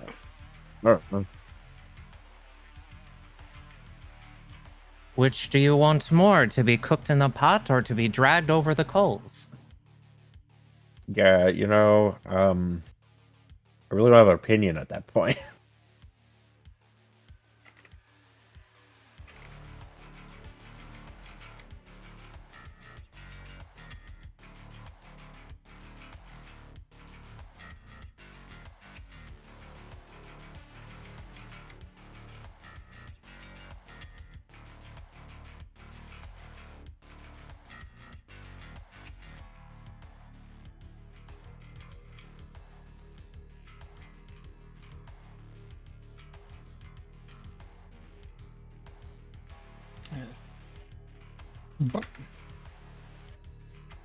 Runa Bloodsaw.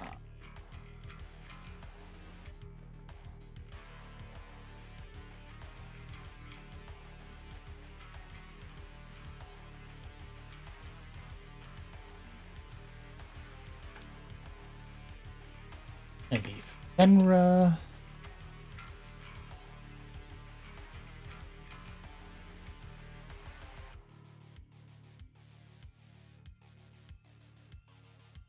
You're a death cleric, right?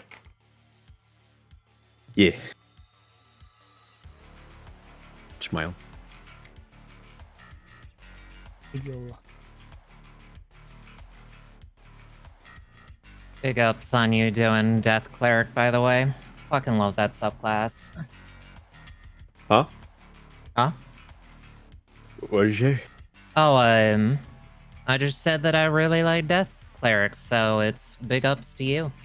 Hey, I got it because of the gritty rules. Well, first off, it just meets heads because Night Maiden's God of Death. Mm. But also,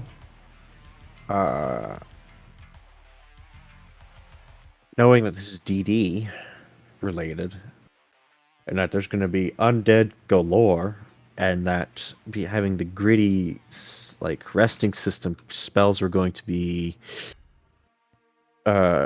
used sparingly. The fact that death clerics basically ignore necrotic resistance is pretty cool, and they get to like spread their cantrips to like more than one monster, so it gives them like a cantrip AoE.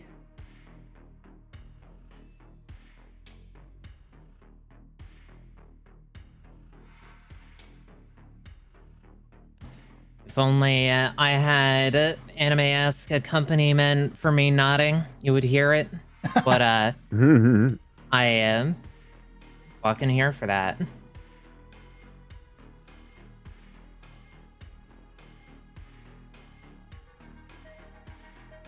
We are down to one multiclasser.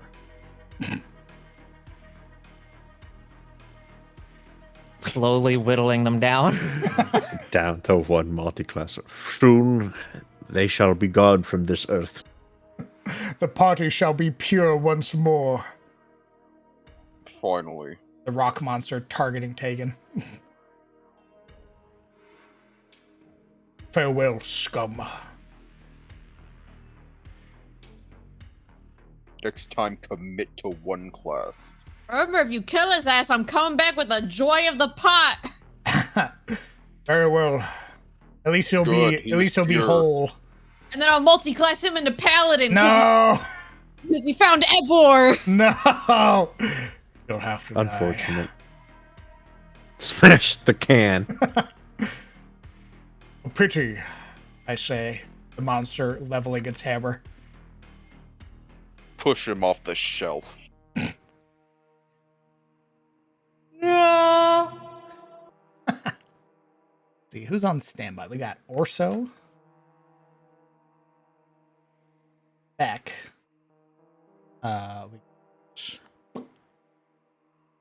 Compromise. We got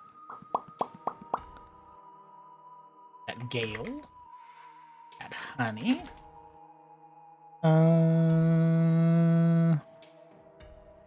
And Snapjaw's dead. Okay.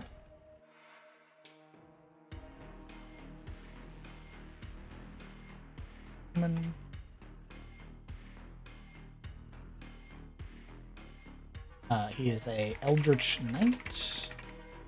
Fighter. Compromise.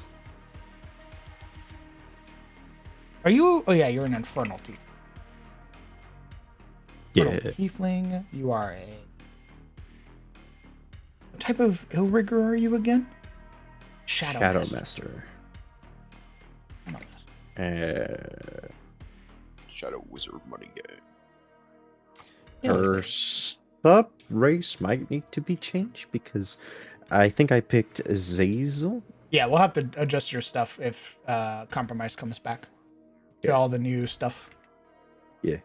College of Eloquence. Then we have Honey, who's the warrior. Path of the Totem Barbarian. Totem Barbarian.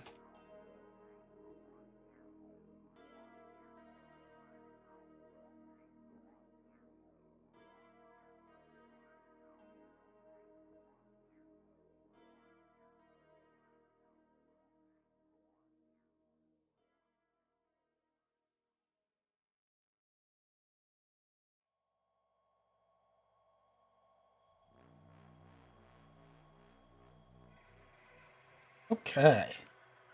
So now we have the we have all of the characters listed. I should make one more for my own reference. Graveyard.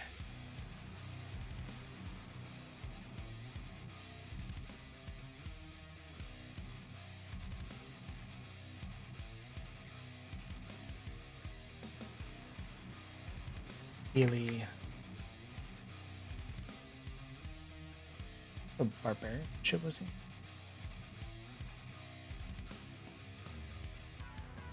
He was a scout.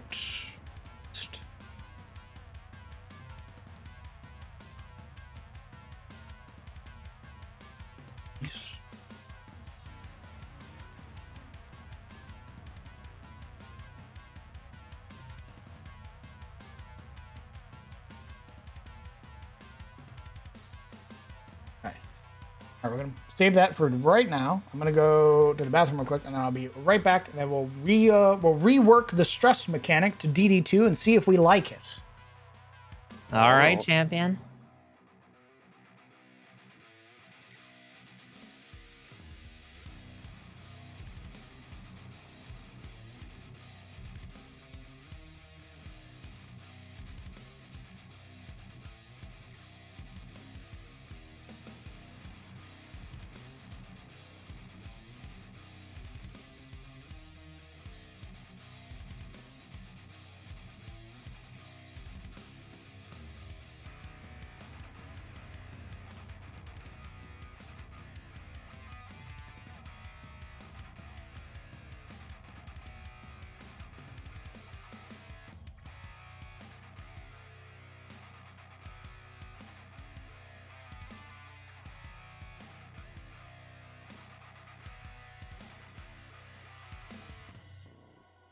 Somebody stop me from putting a petrifying effect on this monster. Don't do it. You of all people should be stopping that sizzle. Don't do it. No. I mean, that might can't be. Smile. This is true. Go on, add 2. Mmm. You know what? Give him disintegration ray as well. Why not? True. Give him a shatter so that he can petrify them and then immediately as a bonus action destroy them. So there's just no chance they can be revived. It's funny you say that. Truly. It is a... Yes, it is a... Topaz Tiger. So when that thing roars, that is doing thunder damage. Oh my god. If a petrified statue of someone is brittle enough,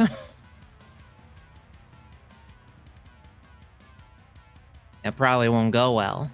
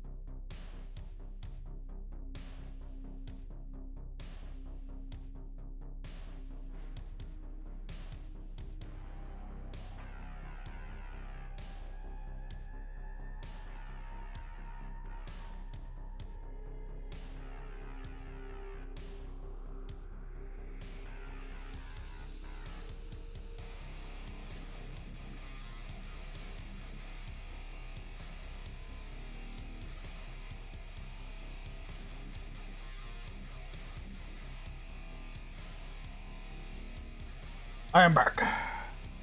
Welcome back. Among Us. Oh, welcome back.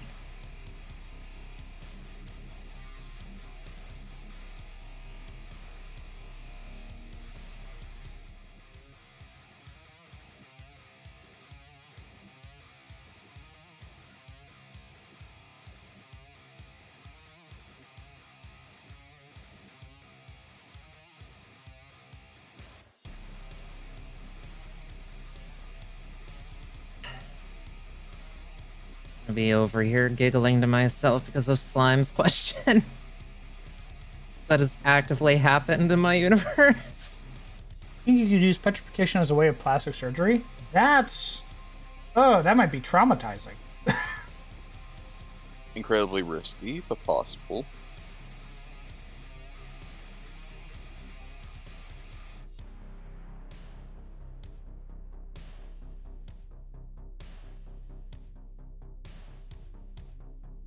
One of my players has done that both in a manner for a trans character that showed up and for a character they didn't like. Oh, God. Imagine it being on a person like... that's like a war crime. What the fuck? Yeah. I had to do morality checks for the second time ever. Holy shit. Hey, what's your alignment again? I need to just review some of your player notes here. This says you're lawful good. They were to Might need to cross that audit out. that. We're gonna need a moral audit. Asmodeus called, they like the cut of your jib. God, I wish there was like a god, like Bahamut's, like a dragon shows up with like fucking stupid ass spectacles, kind of like shuffles some papers, like so. Like to the paladin. So we've noticed some things about your report, your recent quests. Adjusts glasses. Yeah, it says here you accepted the quest to... Squints, leans in. Raid a local village for all of their corn so that the goblins could eat. And the reason here says you thought it was funny. Yeah, those people are starving to death now because of you. Do you understand that? You don't. Okay, well. This shuffles papers. I see we have a lot to work on. I'm gonna bump you down in alignment now. Yeah, we're gonna have to bump you down in alignment. Any further infraction may require the breaking of a tenant, which would then remove you from your paladin class. You might be able to apply as an oath breaker, but I hear the paperwork for that is kind of a bitch. So best you just don't. Okay. Anyway, bye-bye. Any poofs? 2 less spell slots a day Ooh. after being demerited. There is... So that Arcadia, those Arcadia books, they do have what happens when, like, outside of just being an Oathbreaker or, like, losing your Warlock patron, you do gain access to, like, a new sort of subclass for your class. It's very cool. Oh. God, what issue was it? I have all of the Arcadia issues. I'm trying to remember which one it is. It was really cool because, like, even clerics who are, like, scorned by their patron can still channel that divine energy. But they're sort of, like, channeling their god's anger, so to speak. So, like, their channel divinity changes where they can, like, scorn another creature with bad luck. Oh, I love the thought of that. Oh. Let me see. You get straight from blessings to omens and all that. Losing Our Religion. It's Arcadia issue 9. That would explain it. I think I only have up to 5. Oh. Well, that's easily remedied. Oh, I have all 30 issues. Wait, they got up to 30? Yeah. Oh, good God. Here, I'll give you a... Bob. I should be able to send it. I'll give you all the way up to issue 10. A little You light can reading. decide if you want them. Thank you. And then if you want more, I'll give you the rest. Hey, that's very, very kind of you.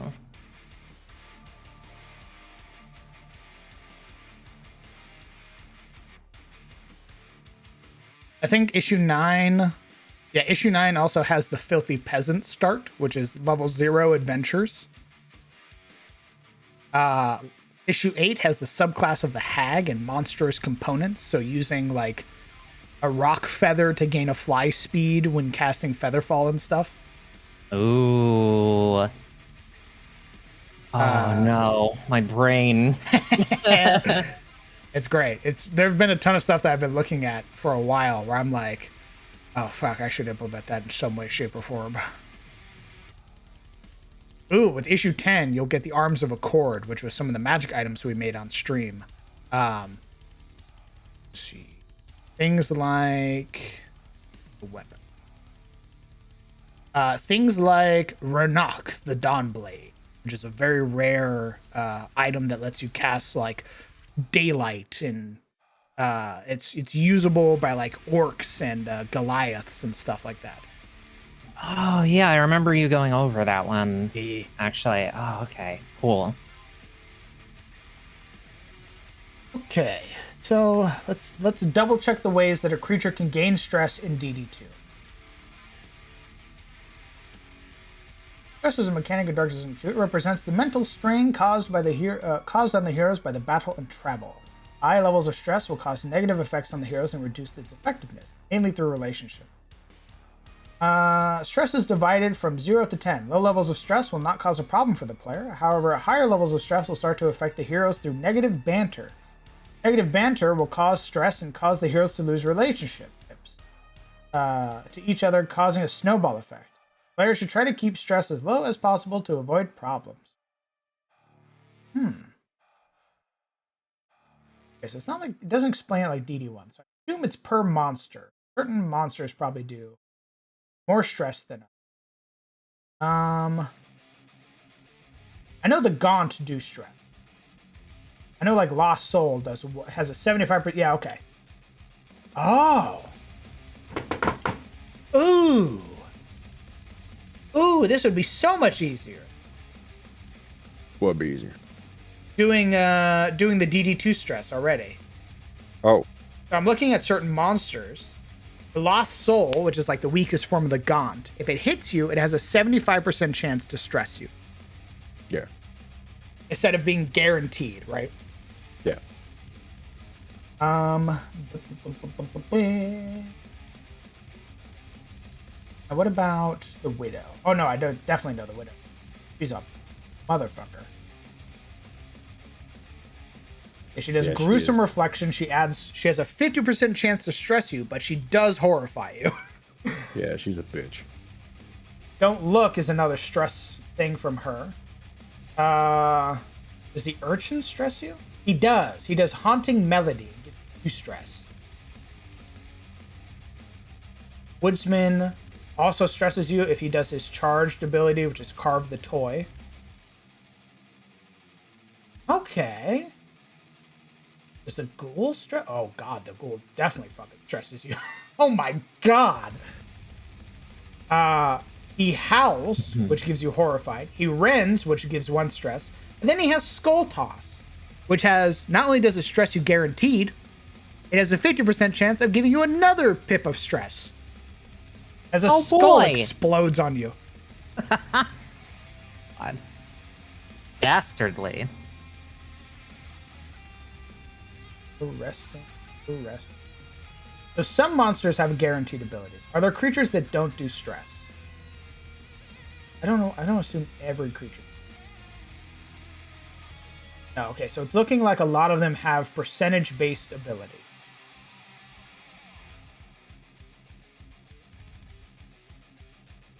Okay.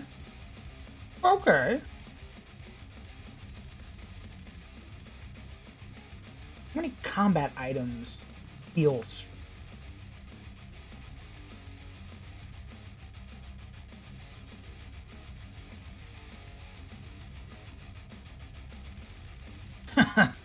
I'm always stressed. Mineral-rich spring water heals 3 stress. That's pretty good. Hey, random ass question that has nothing to do with what you're doing. What's that? What's the term? Okay, you know that thing in like movies where people do that like passive aggressive thing with their hands where they like beckon you to leave, like, oh, you can leave now. Oh, the dismissive wave of the hand? Yeah. Yeah, Is that what it's it's called? Yeah, I usually refer to that as being dismissive, like dismissive wave. Or the shooing. Yeah.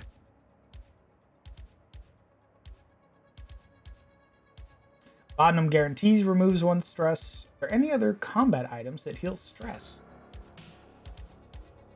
Are you looking at actual DD2? No, I'm looking at actual DD2. We're translating it into D&D, Slime. An arduous task. Oh! Ooh. The powders, the clotting powders and stuff, if you do actually gain that, if you do actually like manage to resist damage, you actually lose stress. Huh, this stuff really works. So let's say you get hit and you get bled. Well, not only are you bleeding now for less, but you also are losing stress because you had that powder on. Powder me, daddy. Oh. All right. Very well. Would you like some rocks to borrow to drop on them? I assure you, this baby powder is necessary for the campaign. Fenra lifting up her bandage. So it actually makes those even more useful. Makes you want to use clotting powders and stuff. Neutralizing powders, so when you roll in, you get blighted, you're also losing stress.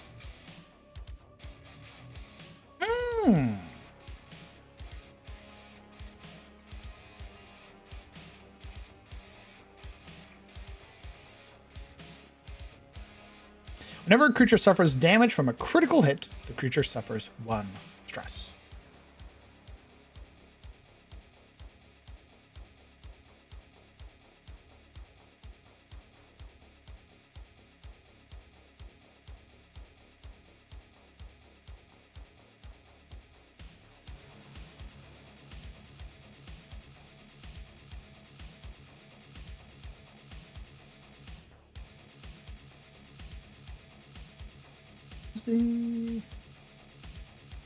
Push attack.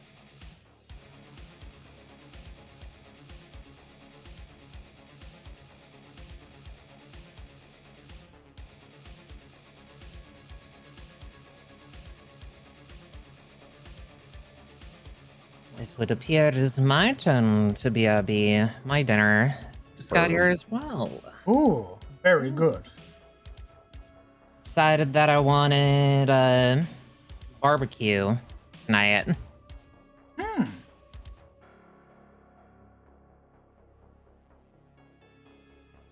Barbecue. Yeah, but it helped that it was $15 off. So, Oh my god, dude, that's a steal. What the fuck? yeah. Oh my god. Because the place that I ordered from, like, that probably would have been a $50 delivery. Oh, Jesus Christ. Yeah, no. No.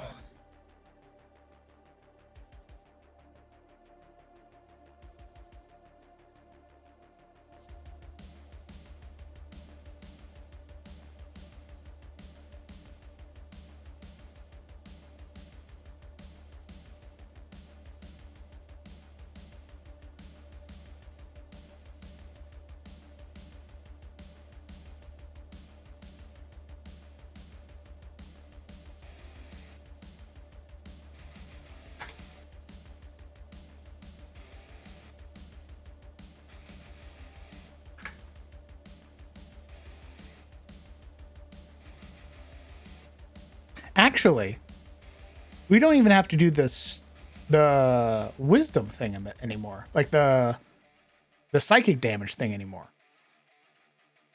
It would just be if the monster deals stress or not. So it wouldn't even be that psychic damage gives you stress anymore. It would have to be that the monster's ability deals stress. Nodders. So instead of it being like 45 stress damage and you need to roll a wisdom save now, on top of taking the initial stress, it's like, oh, the creature deals psychic damage, but it doesn't stress you. But this ability, dealt by this creature, does have stress that it hits you with. So it hits you, deals psychic damage, and gives you 1 stress. Instead of stress, psychic damage, roll another stress. Ooh.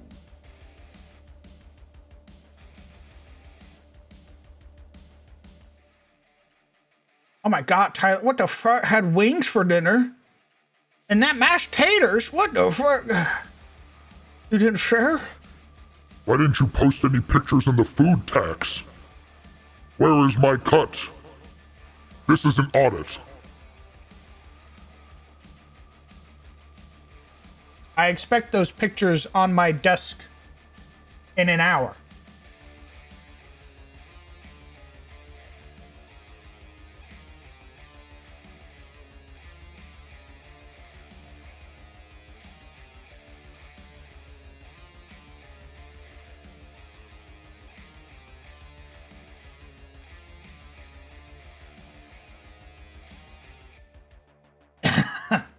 Gain stress from auditor. Right, so... Get me out! You failed to file this properly.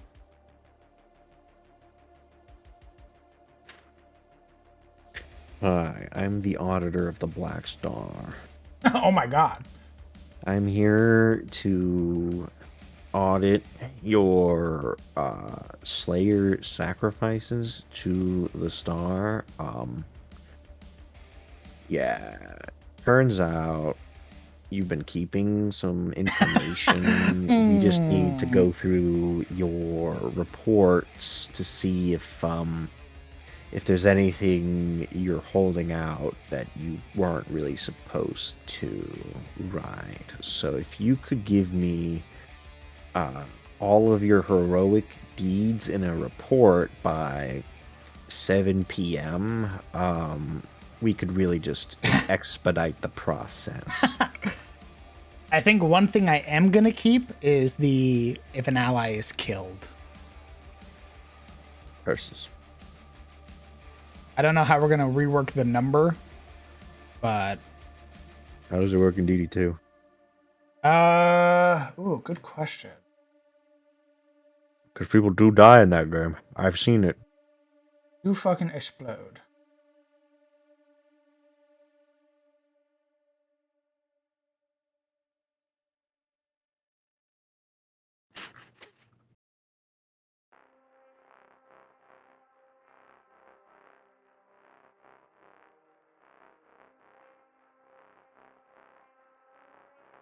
In DD2, when a character dies, everyone has a chance of getting 3 stress usually.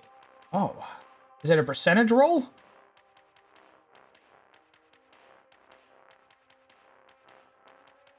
Okay. Do you happen to have the percentage?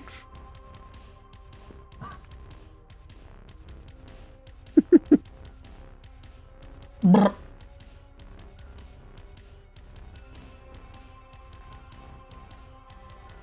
Oh. So how much stress does Fenra have now? Your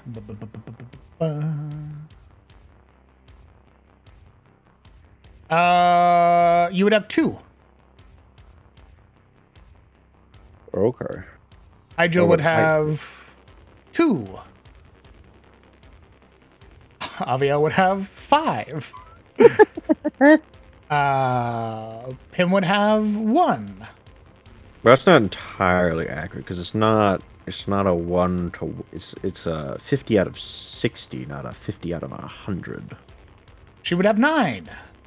Very good. I'm glad we could get that sorted. Glad I give Aviel the thumbs up. Doing great. Glad I could help. Looks over at Alvio. Hey, you're about to be real fucked up. The monster rolls up. One stress, immediate meltdown. Glad I could help.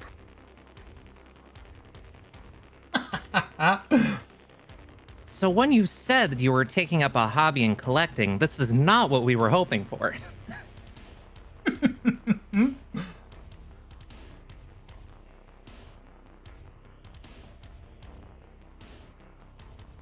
Let's see.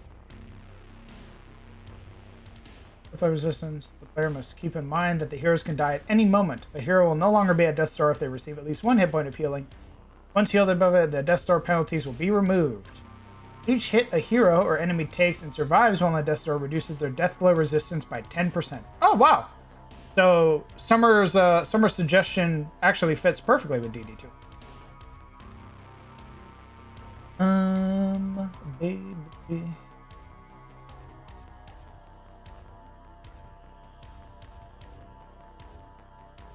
This is permanent.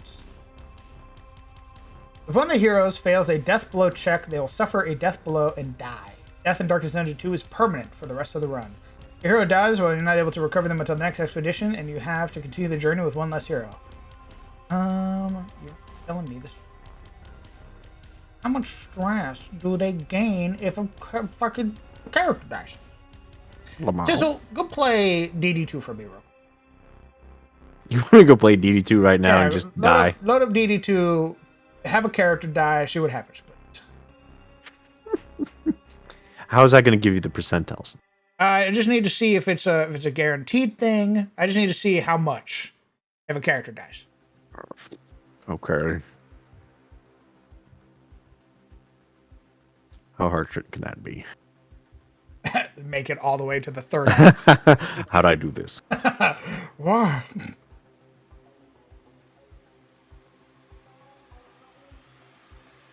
All right, let me smash home.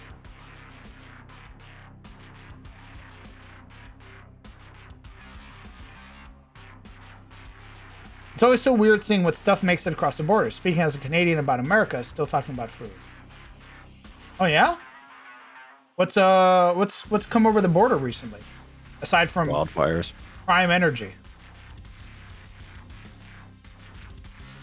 At least my party can do after they. At least my party can recover stress after a hated one dies.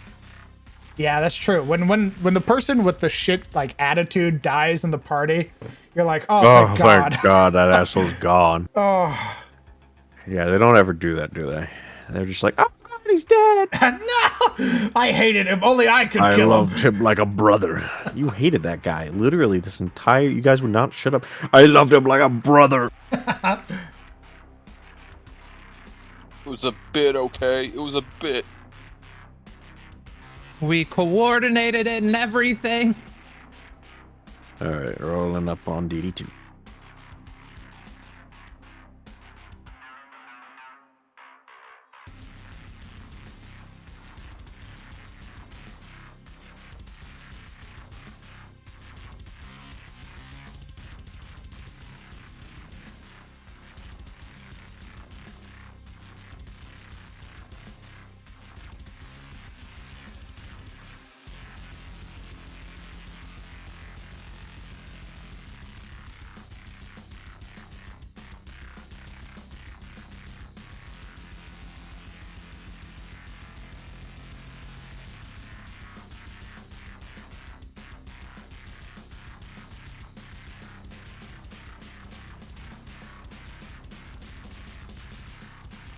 Oh yeah.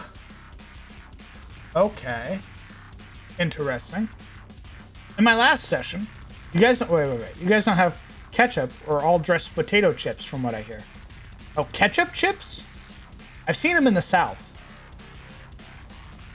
I've seen like ketchup Lays. Need to go to like specific stores to get them. Mm-hmm. In my last session, my players got a boat as a reward for completing a mission, but after they took off, they found a stowaway, a tiefling teen whose mother died. Oh my god. The party has a bag of holding with 2,000 baby mimics in it. They left the teen to watch the boat. Found out recently that mimics don't need to breathe while objects form, and a creature can escape a bag of holding. Okay. Are you gonna tell me they fucking murdered that tiefling child? You gonna tell me they're gonna come back to a missing tiefling? What happened? What? Party runs through the forest back to the boat, to the blood smear that was the tiefling. What happened? We abandoned our boy. My boy! My boy! Oh, God. You can do some really freaky things with mimics, though. Watch a spurt gets Gallaghered across the floor. My boy! What did they do to my boy? Fucking loved campaign 2. Ugh. I did too. I'm just constantly thinking of Caleb. Dude, honestly. same. What the fuck? Get out of my head. No, it's cozy in there. What the fuck?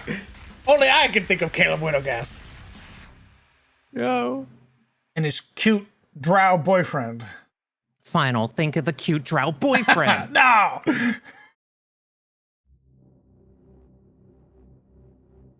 God, what a fucking campaign. Holy shit. It really was. Alright, like the world building in that just felt like the strongest. Ugh. I just really like the party. I know.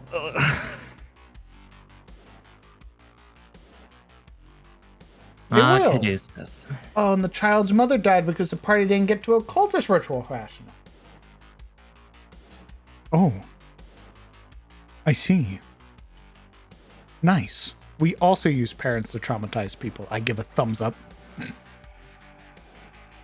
Trauma builds character. Thumbs up. A parent? No. Red mist. The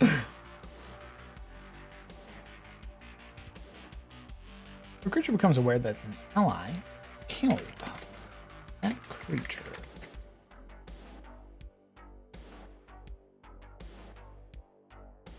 I guess a 75 could work. 75% chance. I want to see how much. Sizzle, kill one of your characters faster. Well, I just started the game. I was Lose Googling it. I gotta make a new run because my last one exploded. Oh, fuck. Oh no. Yeah, they were great. I don't miss them. Are there any spells that redirect enemy spells? The enchantment wizard has a feat that does that. Actually, no, I don't think it redirects. I don't know if it redirects spell attacks, just melee attacks. Yeah, it only does melee, from my memory. I don't think there is a spell. I think it's usually a feature.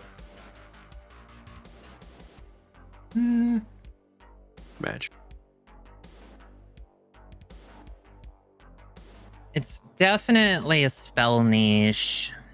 But I think would be fun at the very least. Absolutely. I think you could do like the whole carry and counter deal from Elden Ring, where like you could parry spells and shit like that.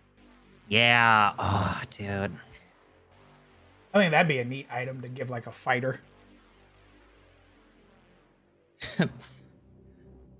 Some grungo mage. Hey, parry this, you filthy casual. What? Wait!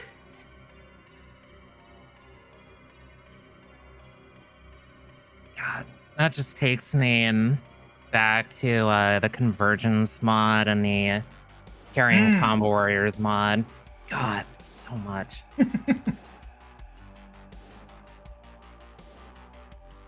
I have an idea for the Magic Mastery system in the future. Go into more detail when I'm off work. Hell yeah.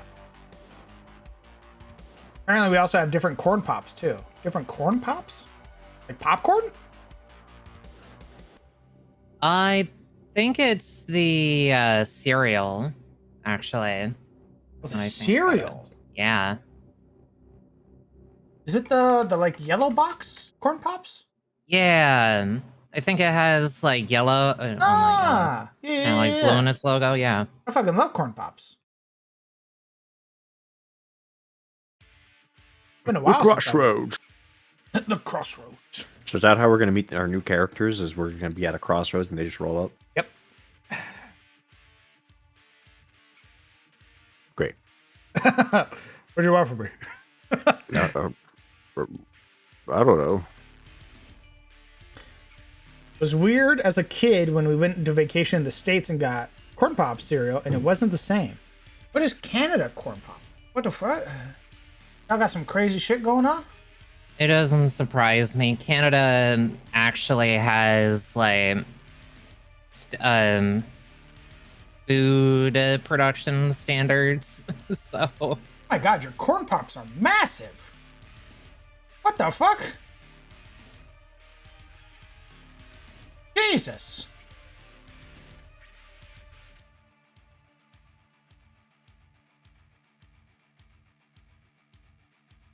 okay, but Canadian Smarties are what give me stress.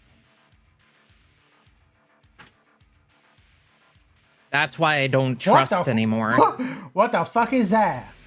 What is that? Is that chocolate? Yes. they're just M&Ms.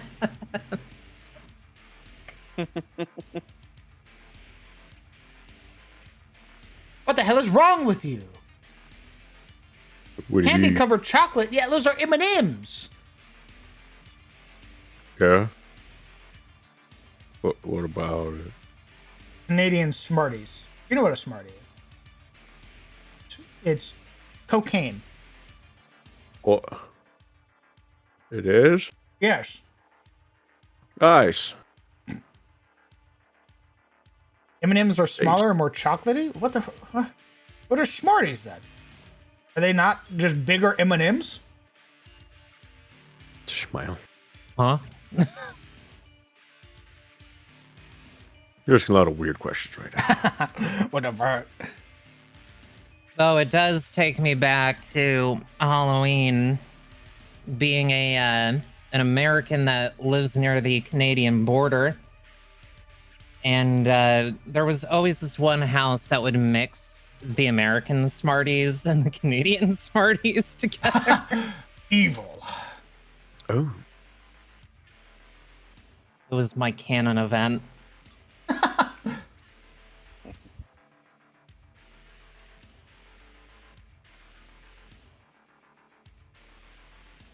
You gain stress for going to death's door. I wonder.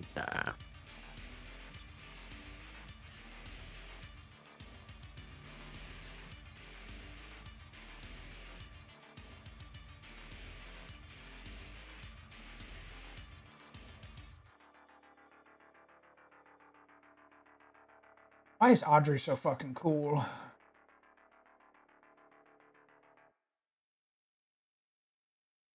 Because she's a noble. Smile. That's not why she's cool. Looks over at CTF. Noble. That's not why she's cool. Noble. Sweet characterization. She's got the drip. Noble. That too. That's why I said, because she's It's the hot. hat. It's just the hat. It's just that true.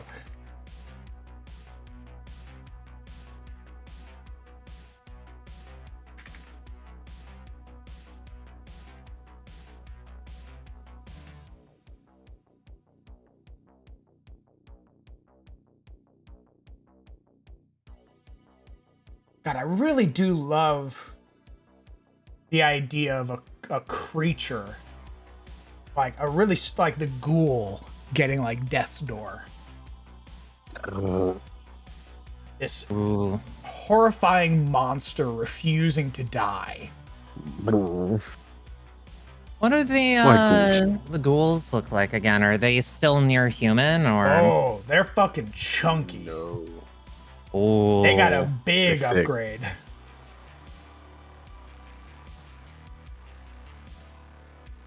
I fucking love their new design. I'll post it in chat. That's their new design. Yeah, he dummy thick. He's a Oh, 2 fuck. size now instead of a 1 size. That's what they should be. Holy fuck. I've ran all of my ghouls. I have like standard little baby ghouls, but all of my big ghouls are that guy. Like they have cadaver toss or skull toss. They do the howl. Oh god, I fucking love that. Yeah, if you're just playing with your little ghoulettes and your big boy ghouls, I love that. You should look up coffee crisp bars and crunchy bars. Very yummy Canadian chocolate. I'm usually Both are good. I'm usually like meh on chocolate. Like I like white chocolate. Like Hershey's Cookie Crisp like bars. Amazing. Smarties are those chalky colored things in clear wrappers. Yes, but not in Canada. Those are rockets in Canada. What the? I'm gonna lose my fucking mind. Cool. Well, I mean, Smarties would technically send you to the moon with the sugar high. So, Dogs are pretty cool ghouly guys with their flavoring, but they got lame mechanics. Smorgs? I'm gonna be real. I read that as Moog. Now I'm just full Nihil. Nihil! Nihil! Revile undead that appeared as skeletons containing only their animated viscera. Brr. Nice. That looks fucking gross. Nice. Jesus. We're gonna spoiler that.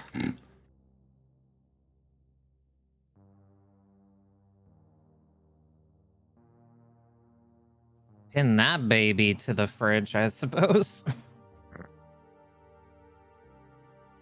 Yeah, that thing's fucking disgusting. I think it's because it's dripping. I think it's because it has Yeah. liquid dripping off of it that makes it Rip. really gross.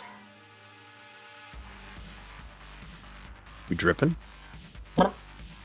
Don't call it juicy. Yeah. What the fuck is wrong with you? Any drippers?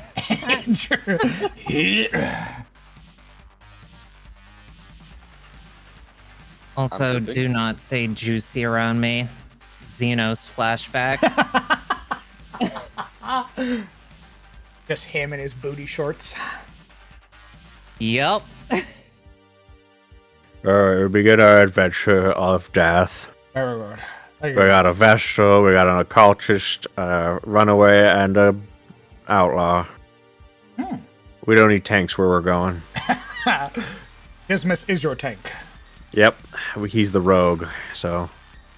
Serial They hit- killer too evil to die. Comes back as a ghoul that tortures the living to feed on their negative emotions and creates zombies to destroy towns. I love being too evil to die. Really, being evil apparently is kind of That's a based. huge buff. You become evil, you get buffs at the fucking wazoo. They love it.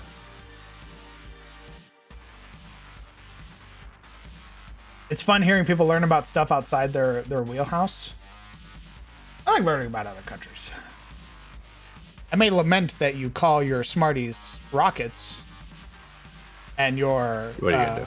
corn pop is way better than ours, but How dare.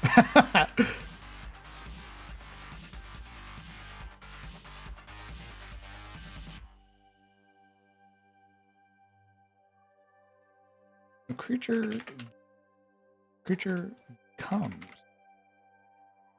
Raid another creature. Or is attacked by a creature they are afraid of. Afraid! Raid creature.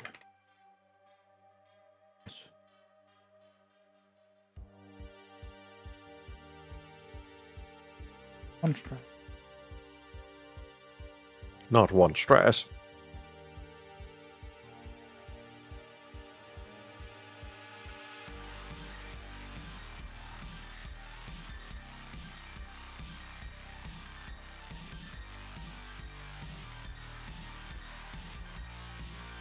Hey, Hexer, was that a misspell, brother?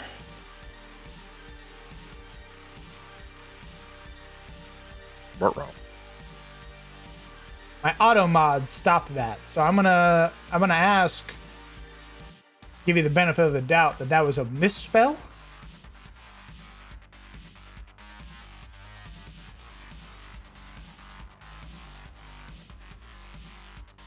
When the stress hits.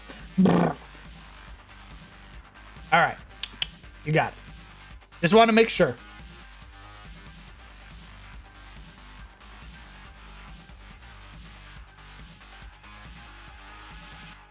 So, quick question: is there a manner in which stress can be delayed and then it hits all at once? Oh God! Like you get hit by multiple abilities, and then the next turn you get hit by a bunch of stress. I think that would be like a boss mechanic. Yeah. Like it is a stress bomb. Like that's the whole purpose of it, is that it hits you multiple times, and you know that at the start of your next turn, you're gonna take a fat stack of stress.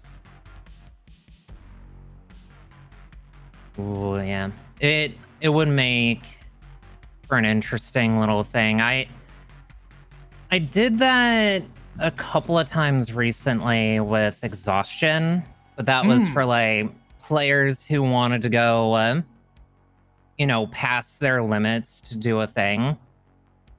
I do like that. I have a limit break system. Mm. And if, folks haven't unlocked that yet, oofy ouchie. Go. I need you to look at two things for me, Sizzle, during your run. If you enter death's door, do you gain stress? And I would think so. And if you die, how much stress do people gain? Well, the guy who's dead doesn't get any stress. Just so you know. Obviously, no, he's stressed in the afterlife.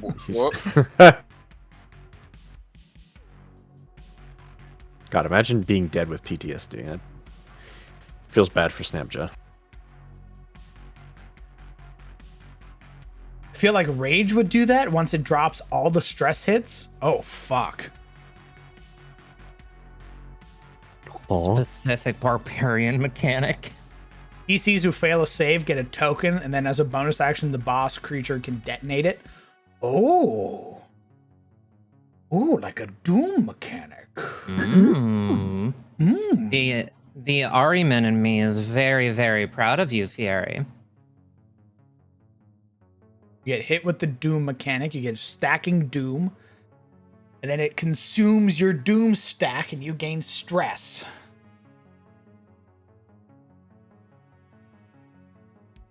Very interesting.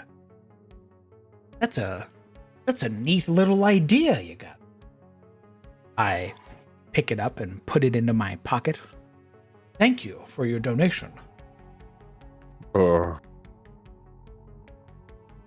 Thank you, Random Citizen. Damn it. What? Nothing. What? You What's do up? you, bud. What's you up? do you. What's up? Don't worry about it. I don't know. Come on, tell me your thoughts, your opinions. What's up? My opinions on no. What's up? It's fine. No, it's fine. It's fine. What's up, bro? No, you're just being creative over there, bud. I respect that. Sounds like something is Nope. lingering a little bit. No lingers here. Sounds like you need to pet the puppy. I'll kill you. Okay. Okay. I open my arms. I'm ready. Well, what is it? Turning characters into morale bombs is pretty cool. I agree, Hexer. That's pretty fucking neat. Sizzle lamenting in the background. Why, God? Why? Me Remember the adding days- another Doom mechanic to Fenra. Remember the days when we just hit stuff? Never. I don't. I don't ever remember that. Yeah. Yeah, I know.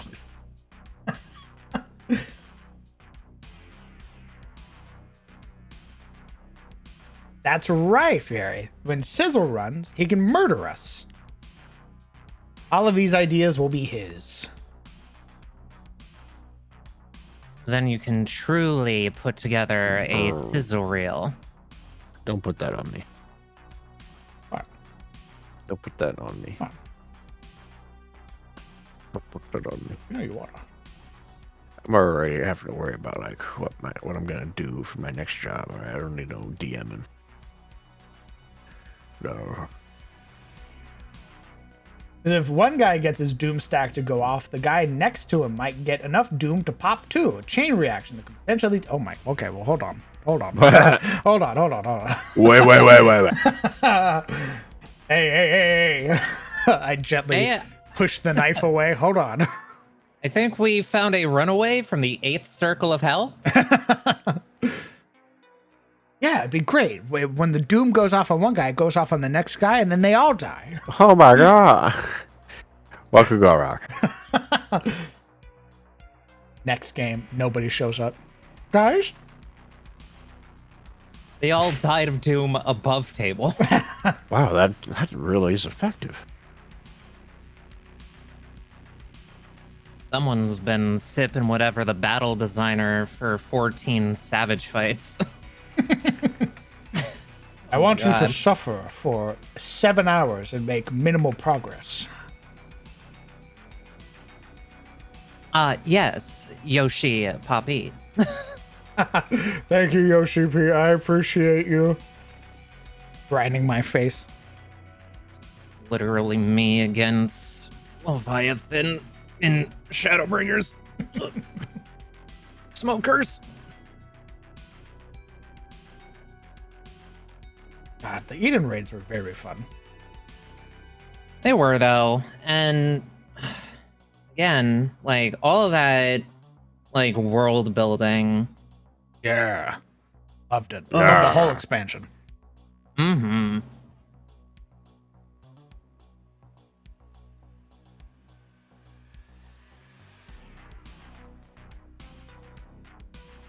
I think it's just the first time they enter Death's Door, or like just upon entry, they don't gain perpetual stress for being on Death's Door. I think it's just the first time you go into Death's Door, you gain a stress. Nice.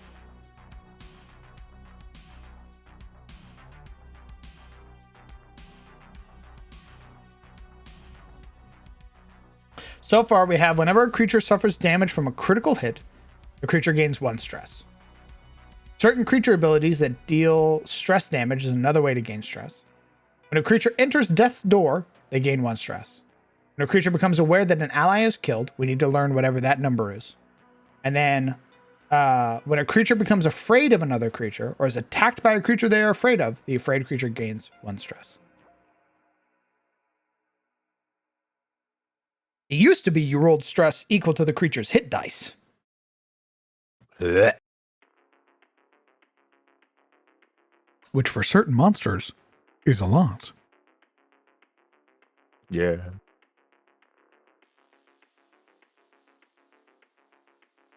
But this Yeah, isn't it- based on your wisdom anymore, but it's still important to have wisdom so you can avoid like psychic damage, or not psychic damage, but like failing saving throws, like being frightened. Yeah.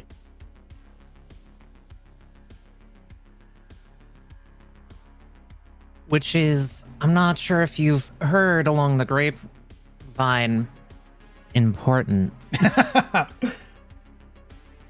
think I'm gonna keep the.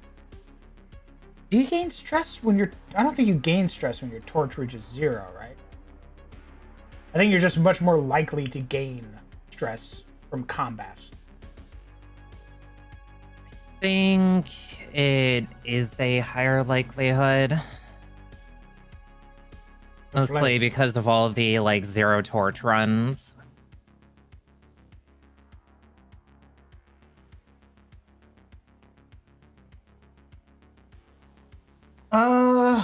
Pitch black. Zero flame. You have -9 death blow resistance.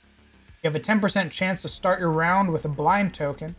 And enemies have a 100% advantage chance, meaning you get ambushed when you're when your flavor is zero. Yeah, baby. It doesn't look like you gain stress. Okay.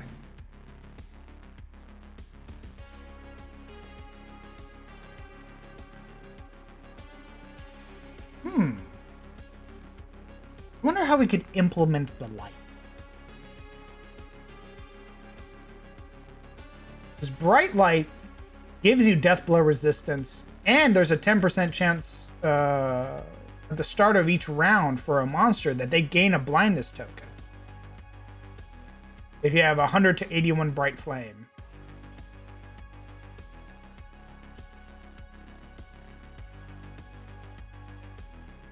How the fuck would you... How would you track? Yeah, that's one of those minor systems that's gonna be a little harder to transition. Oh! Oh! Oh! How much did a torch do in DD1?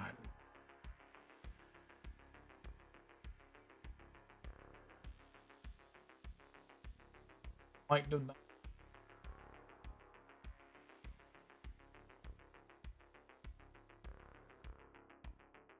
$25.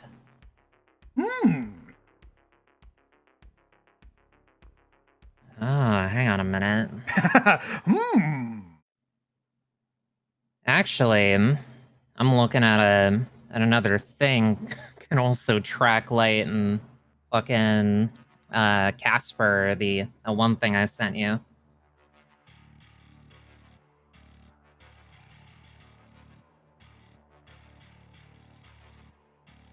Oh.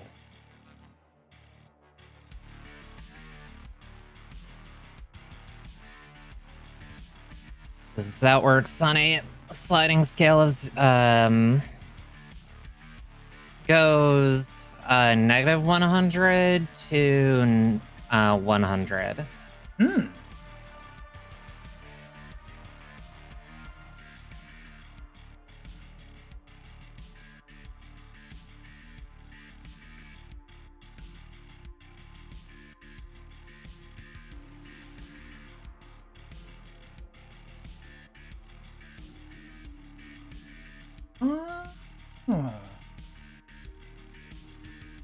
Strength of the flame is measured on a scale from 0 to 100. The flame waxes and wanes during the journey, altering the difficulty of battles. Flame starts at 100 when entering a new region, and decreases naturally when traveling. There are other number of factors like loathing that will affect this rate, stalling too long in a fight, and a number of enemies like ghouls have attacks that decrease the flame. The easiest way to increase the flame is through assistance encounters. However, there are more selfish options that decrease the flame while granting larger rewards.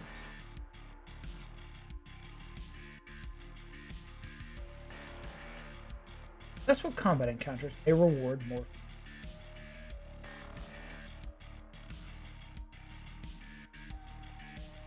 Very curious. I think it would take a little bit of working, but I think we could make a light mechanic. Go.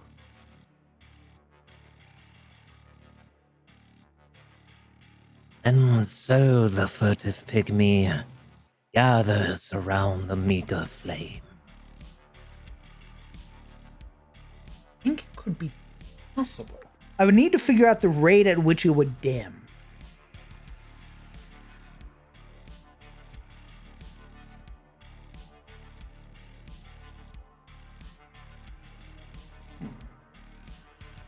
Well, I mean, I guess would the dimming be tied to like your hex crawls, or like moving around on a battle map. I think it might be both.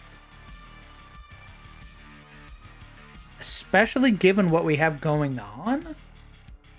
I think you would track the light for both. You track the light to the dungeon. And then go from there. Because along the way, you could potentially be jumped by cultists. Good. Torches could be given a certain number round timer once combat is initiated. And I mean, Foundry does have timers for stuff like that. Actually, I borrowed the Lancer clocks for my stuff that requires that. Interesting.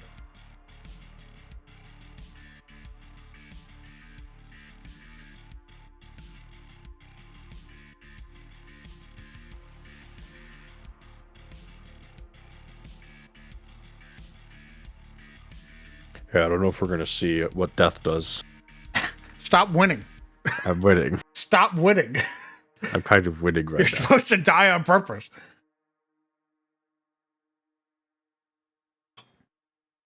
Are the cultists afraid of light in your setting? Oh, my fucking OBS just dropped to 0. Okay. Yeah, stream's buffering. I did hear a slight uptick for just a second. Man, I love Twitch getting me to like high concurrent viewers and then dropping me. It's so cool. I love it. Right? I'm glad you do. So Anytime. fun.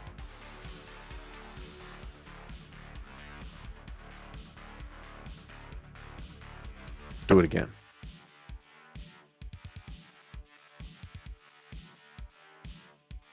We'll keep the darkness thing on the prospect that we might make a light system. I think that'd be pretty cool to track. Where the party could like feed torches or light and try to make their light last longer. Ooh. Fear. I mean, it's like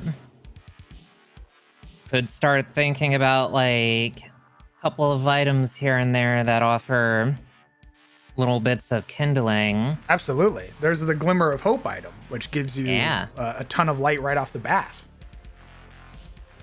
All you would just keep hearing though, the loathing festers. Shut up! The loathing whispers. I swear to God. Loathing howls.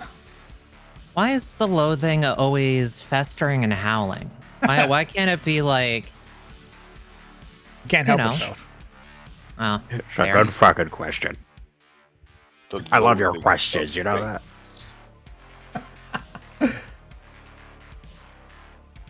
It's like, why does it always have to be negative? It's a real good fucking question. Oh, I've been doing hit dice stress wrong. Oh, fuck. You're supposed to choose to spend hit dice to either reduce stress or heal. You don't get both. That'll need to be reworked anyway. But Prick. Have been too good for too long. It's these days. Said the party that's lost how many people? What? only one so far. Only one so far. Only one. Okay.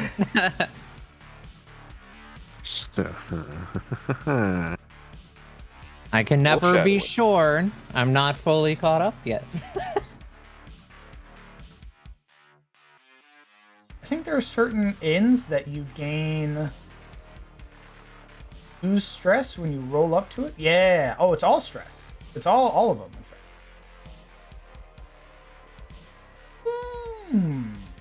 Oh, it's stress all the way down? Aside from the tempting goblet, that one gives you stress. The Good. tempting goblet gives you stress, but you heal for 25%. Actually, I lied. It's the worst one. It's the only one. Yeah, the goblet is the only one with a penalty. Nice. At least all of them heal you for like 50%, 25%. No. The tempting goblet just gives you like gives you stress and heals you the bare fucking minimum.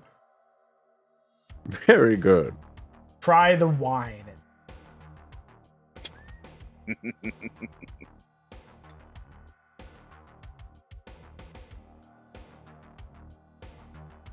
Jesus. Okay. So we could we should definitely make it that when you rest, when you short rest, you lose stress. That should be something.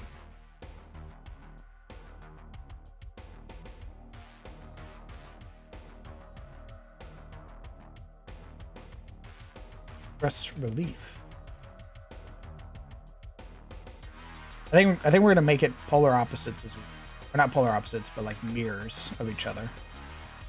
So if you get crit, you gain stress. If you crit a creature, you lose stress.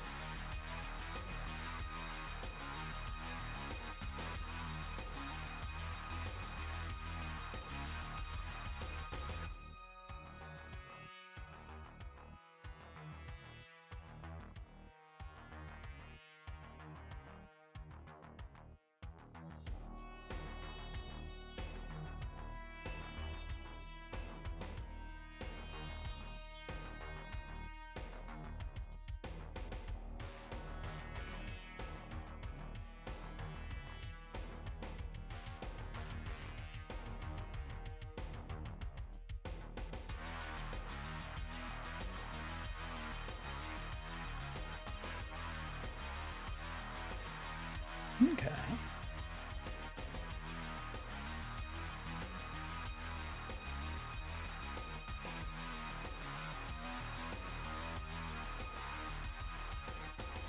I guess we could keep it the same way.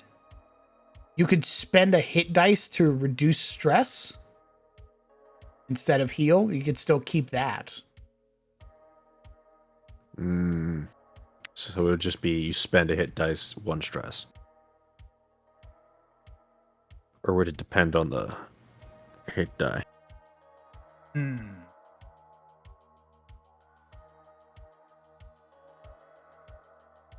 How doth it work? Also, does everyone now have this? Would everyone have the same stress? Yes. Okay, so it's all 10. Everybody has 10. Well, time to go to the boss lair and die. I'm thinking... Fish time. Oh my god, the fish. Maybe there should be a short resting mechanic to recover some resources, like a limited number of times. It's something to help players in their struggle against the dungeon. The skill checks also apply for stress gain relief. That's what I'm thinking of right now. Is things to reduce stress by. I want to say that. Ooh, you know what? You know what? How about if you short rest outside of the dungeon, what have you? Okay. It's only you spend a hit dice, you lose 1 stress. If you short rest in the dungeon using a campfire kit, you lose 2 stress per hit die.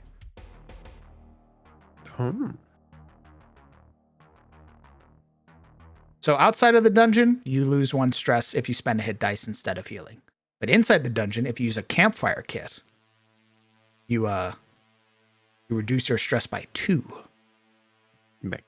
God, why do you lose more stress inside the dungeon where the enemies are than out of it? I think it would more so be using the campfire kit. I think the campfire kit is what's going to do it.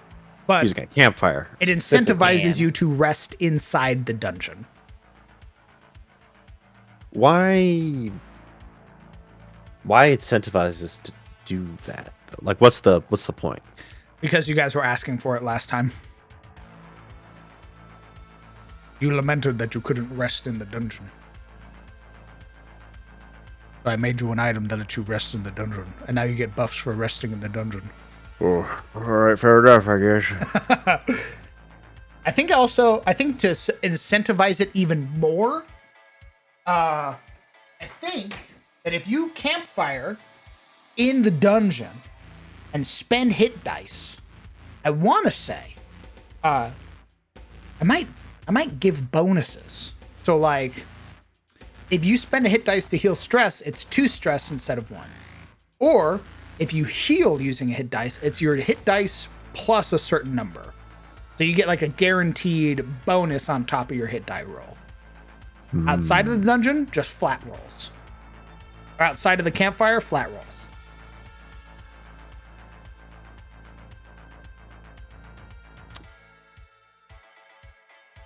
So for example, Fenra and Hyjal go outside of the dungeon. They leave the Weald. They go back out into the Goldwood and they rest. They short rest. They heal up. They spend their hit dice. Fenra's like, you know what? I'm going to spend one of my 6 hit dice to heal my stress. I roll. I spend it. Now my stress goes from 2 to 1. I spend another one. Goes from 1 to 0. And then I roll my hit dice. And I roll my D8 and I get like a 2.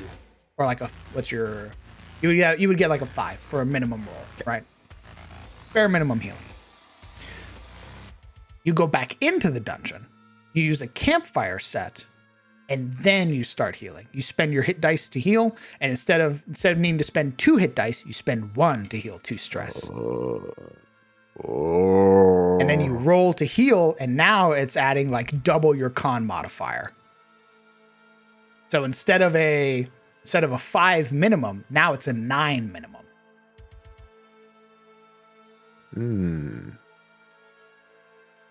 I have no idea what you're talking about. What the fuck do you... What?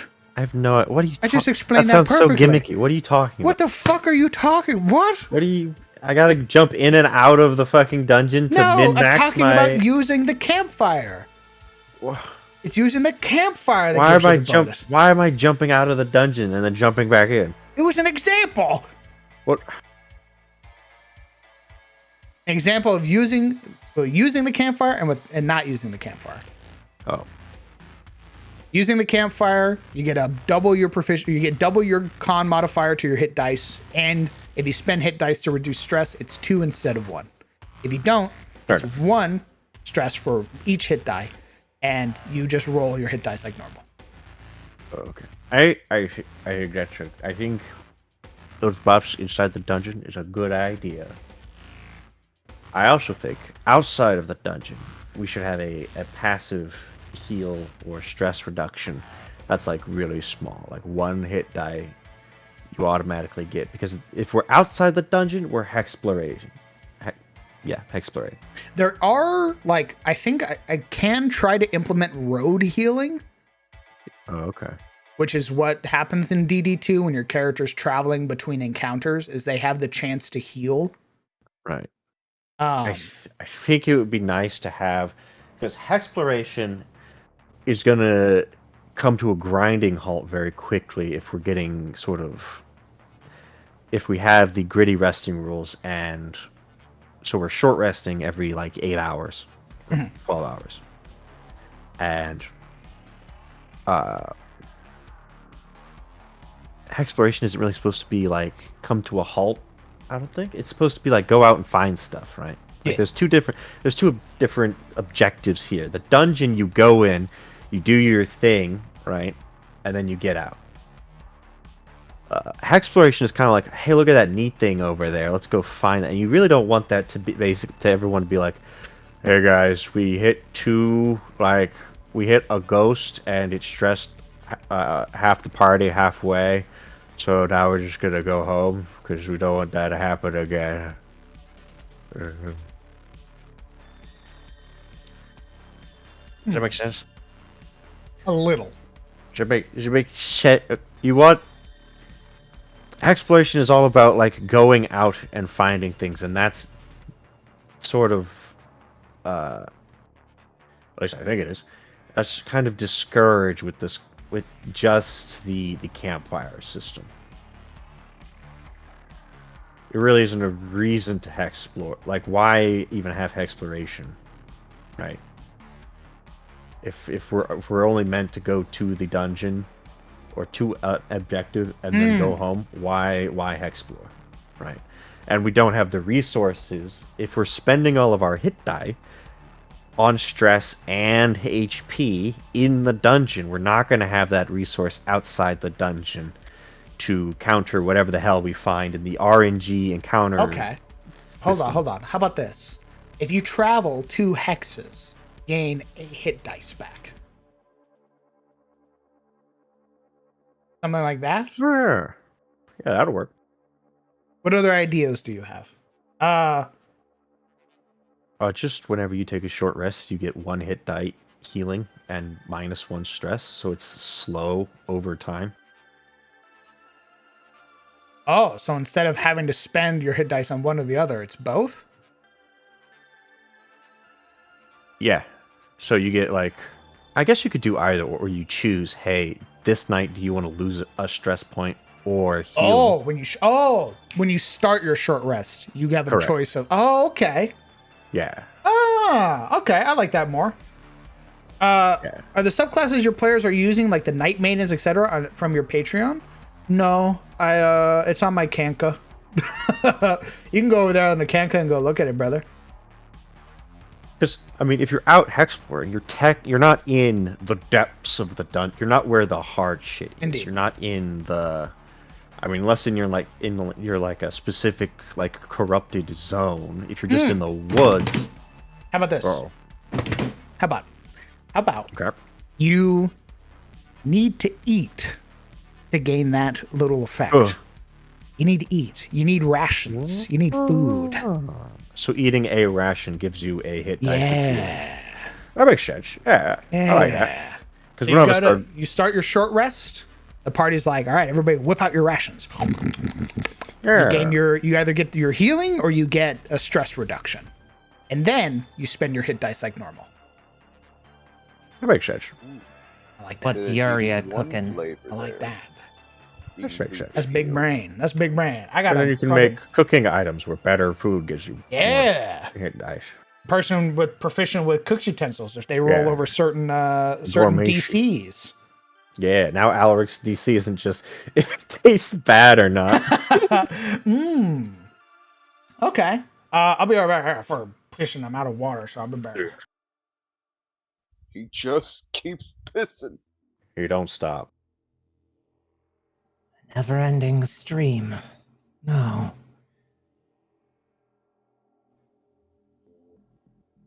But I'm liking this cooking idea. Yeah, that's pretty. Yeah. That is pretty good. Let him cook. Actually, let him him cook. That should be the mechanic should be called. Yes, it should. Actually, just call it let him cook. That'd be great.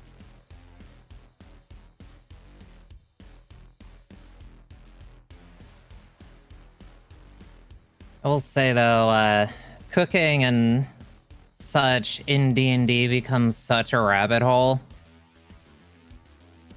How so? Because certain monsters definitely can be cooked. Should they be? Oh, well, okay, so this isn't like Monster Hunter cooking. I don't think. We did do that a little bit early on when we ate a basilisk, but that was mostly because of a lucky roll. No, this would be specifically using like cook's utensils. Yeah. Which has like charges to it. And you got to go pay to refill those charges specifically. I don't know if DM's adding like gourmet supplement. Oh yeah. No, I wouldn't have assumed. I was mostly just on that thought process of Haha. Yep. Because I run the Monster Hunter gourmet stuff, and oh boy. Yeah. I have a funky little goblin player whose DNA is as malleable as Eevee from Pokemon. Oh God. Oh. Why would you do that to him? Oh no, Poor they chose man. that. Why do they do that to themselves? I don't know. Oh, They were shrink. just like, I want to be what I eat. I was like, okay. Why?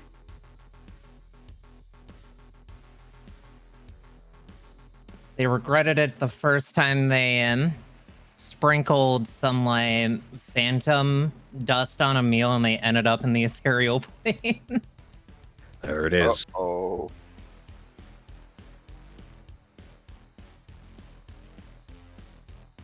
Not the barnacles. Please, no, not the barnacles.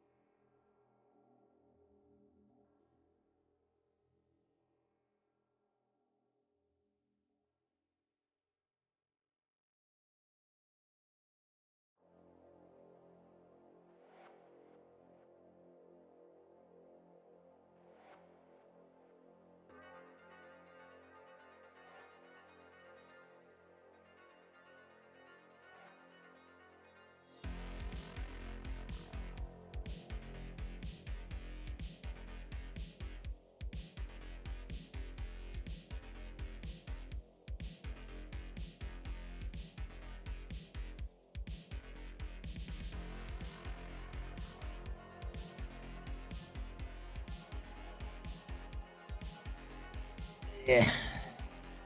Shoot, I just remember that I need to prep for a Pokemon D&D session I'm running this week. Fuck. Yeah. It really has been.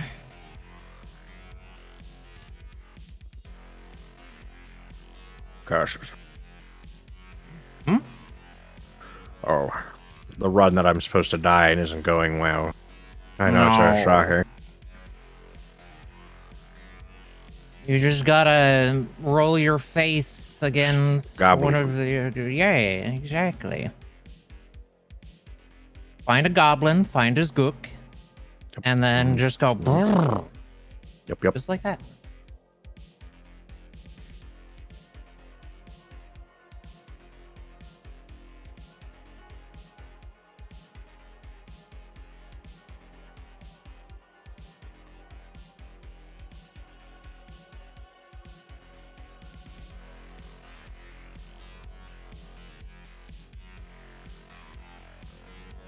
Advance.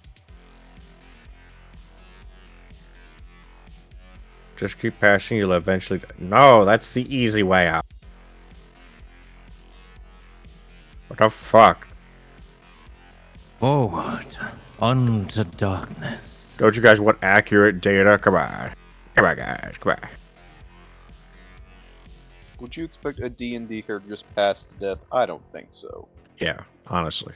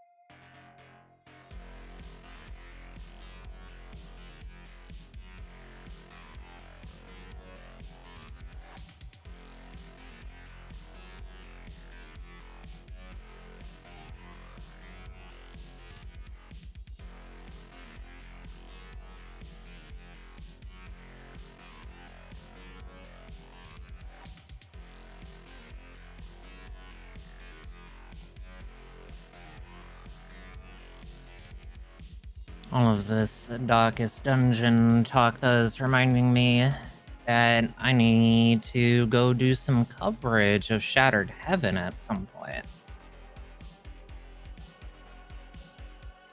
Because that game is like another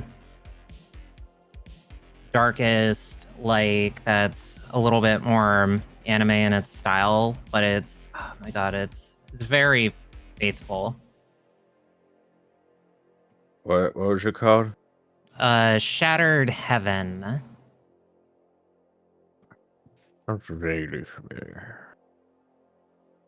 Also, note, Issa, I've not completed Act 5. I'm still struggling on Act 2. Smile.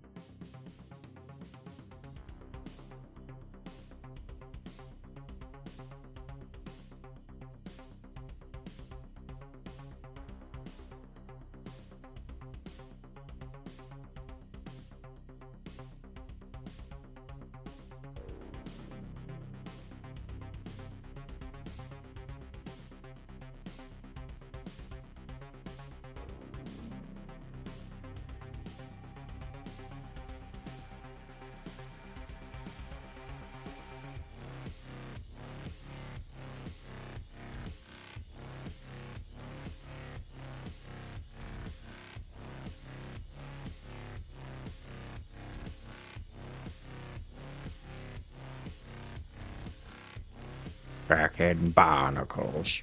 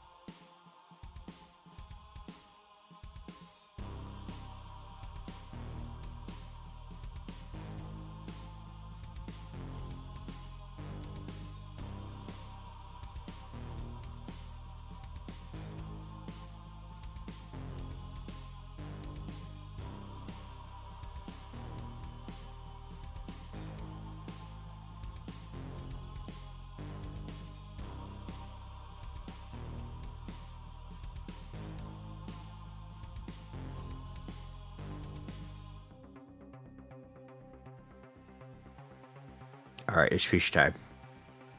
Big fish time. Fish. Kraken boy. Thank you, guy. Fish. Nice.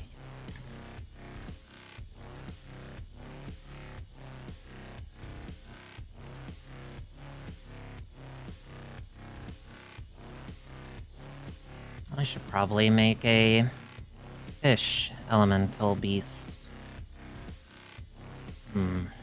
My god.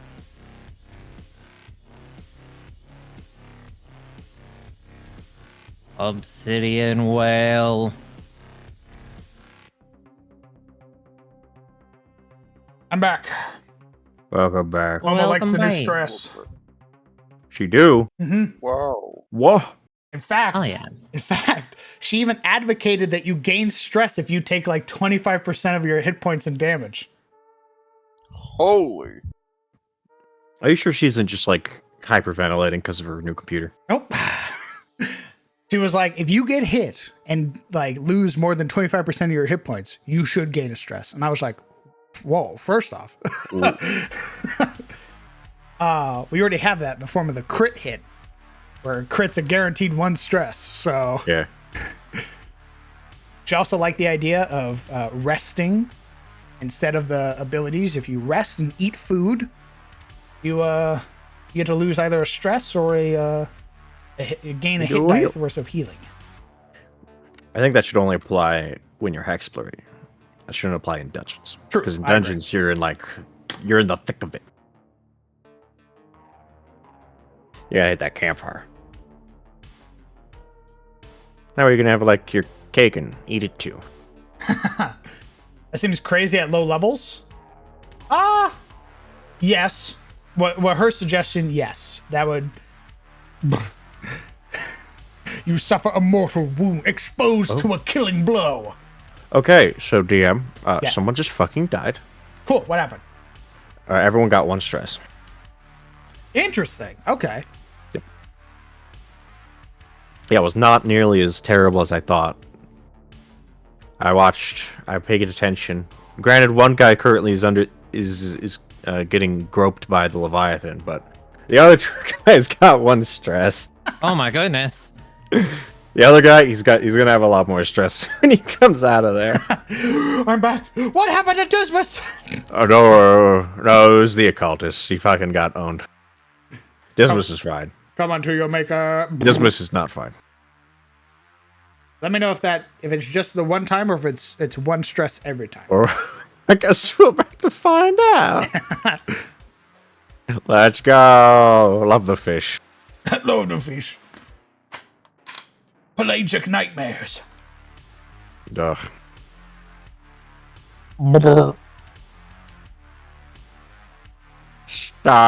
Okay. Alright, Dismas, it was nice knowing you.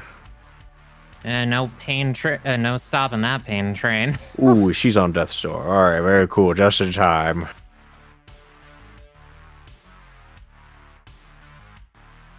The game froze. Oh, there we go. Go. Meltdown. Very cool.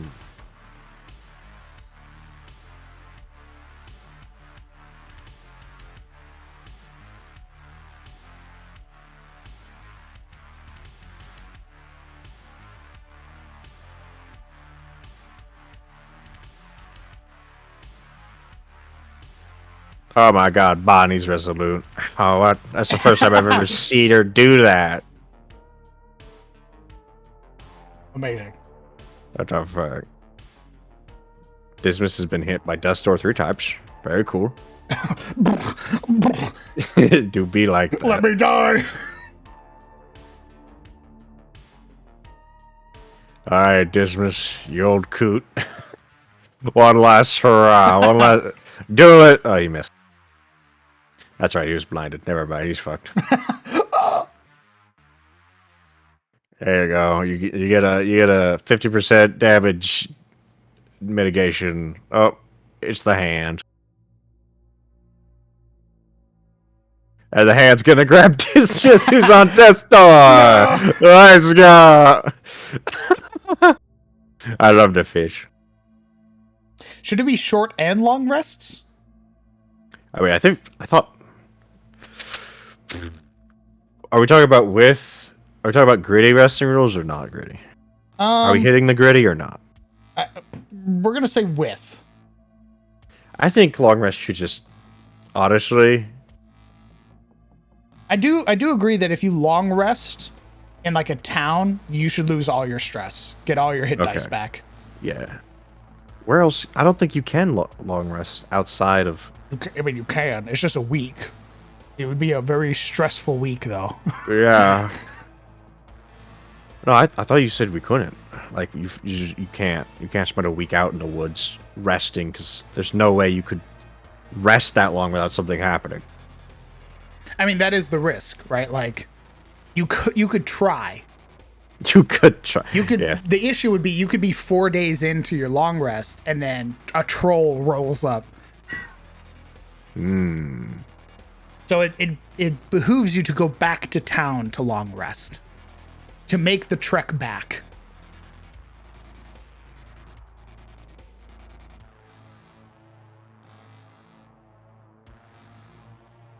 I can When hex tell. crawling. Oh, go on. Yeah. No, you go. You go. When hex crawling, if a creature consumes a ration during their short rest, they can choose to either lose 1 stress or heal for a hit dice worth of healing. This effect can only happen once. Death. Oh, fuck. What the fuck? Wah. So the runaway died. Fucking exploded. Gripped, popped like a pimple. The cleric, our Vestal, resisted the stress. Oh, shit. She was just like, creatures do have stress resistance. yeah, she was just like, yeah, I don't care that they died, Lamau. What determines their... I mean, she's fucked now, but you know. all by myself. Dismas is under the water on death's door. I'm sure he's fine. What determines her stress Ooh. resistance? It's just a flesh wound. It's a little oomphy ouchy. Yeah. Does she have like a trinket on her or something? Ooh, she's fucking dead. No, she didn't have any trinkets on her. Oh my god, I didn't even see Dismas die. She fucking died. He's just under the water forever now. You probably could start to a fish. Like an aboleth. That's fucked up. Anyway, so Fucking Alice, man. I don't know if there's a range or if it's just 1 stress when a character dies. I I want only to saw know how she resisted. she did it. She didn't have an item on her. It was just base Vestal. Oh, did she become resolute? No, the runaway did. Who died? Oh, She had several meltdowns. the Vestal? Yeah. That's why. So when you get a meltdown, you get 40% stress resistance. Oh. So you get a new modifier added to you. Oh, there you go. That's why. Okay. She resisted the death, but the only stress I saw when someone died, I wish it wasn't the fish, honestly, because one of your party members is god, so I can't compare. But when one person died, everyone got 1 stress. And the next time the Vestal resisted. And then the Vestal exploded, so it didn't matter. Interesting. So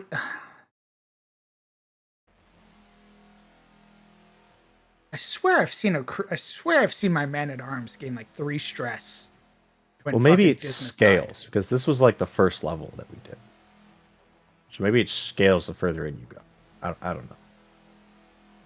Or maybe it's just RNG, and I rolled well. Ish. What would we make that? When a creature becomes aware that an ally is killed.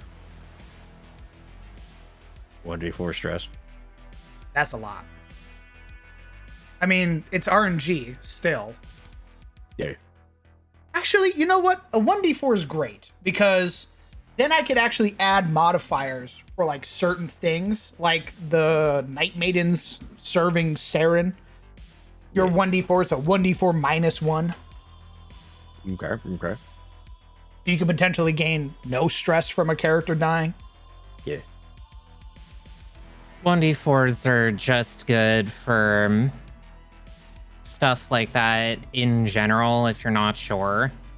Now, am I rolling a wisdom save and then hitting the 1d4, or is it just straight 1d4? I think it's a straight 1d4. Okay. Big. I think because of how monumental a character's death is, I think it is a 1d4. But with situational modifiers, like being a Night Maiden. Like Okay. being an Aaron-Yar. Gotcha. But if you're like a normie, if you're a half giant, you're rolling that 1d4. No bonuses, no penalties.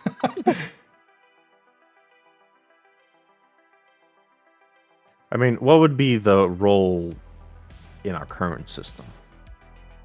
You would roll for Snapjaw, you would roll 2d12 plus a 1d6. That's a lot more, actually, than a 1d4, because that would be... But the max of that is 24, 30. So a minimum roll, I just got a really low roll that was 8 stress. But that could be 30 stress straight to your fucking head. Right. Out of a 76 total. Yeah. So that's You'd be pushed well beyond your midpoint. yeah. Because you're already at like 24. Yeah. That honestly makes that's pretty much comparable because that's around 50%, I think. What are we working on now? 76. We're reworking the stress system, Hale. Yeah, so 38 is my halfway marker as Fenra. I think I have 76 stress cap. So 36 is just under that. Could potentially roll just under half of my cap if I was abysmally unlucky. And 1d4 is between 10 and 40% of your stress. Along with, I added the caveat, situational bonuses and penalties can be determined by the D. Right. It is a lot easier to just add those kinds of modifiers to a 1d4 rather than a 2d12 plus 1d6. Yeah, because when a creature becomes aware that an ally is killed, they immediately roll a number of hit dice equal to half of that ally's hit dice of the same type, then gains a number of stress points equal to the result. Versus when a creature becomes aware that an ally is killed, that creature rolls a 1d4 and gains stress equal to that amount. Situational bonuses and penalties can be determined by the DM.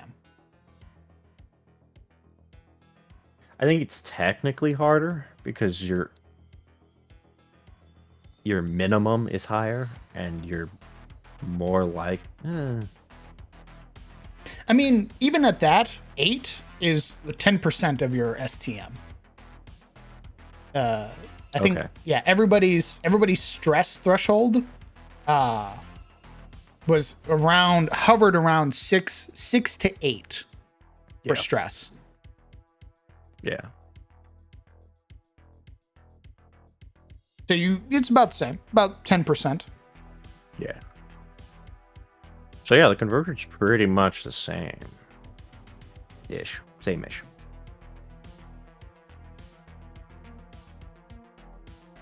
I'm sure there's some fucky like percentile mathematics that makes them different, but no one cares.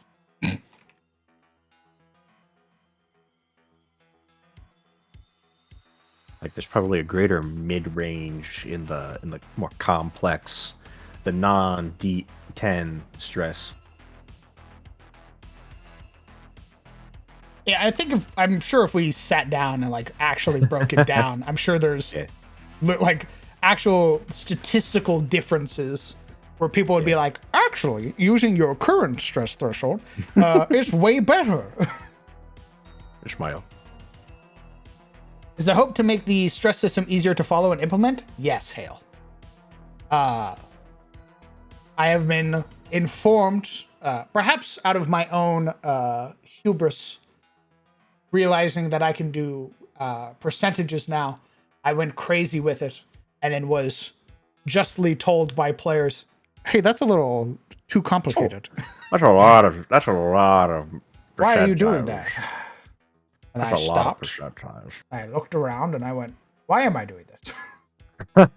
I mean, if you look at all of your stress like items now, like a 20% is now just a -2 to stress. Indeed.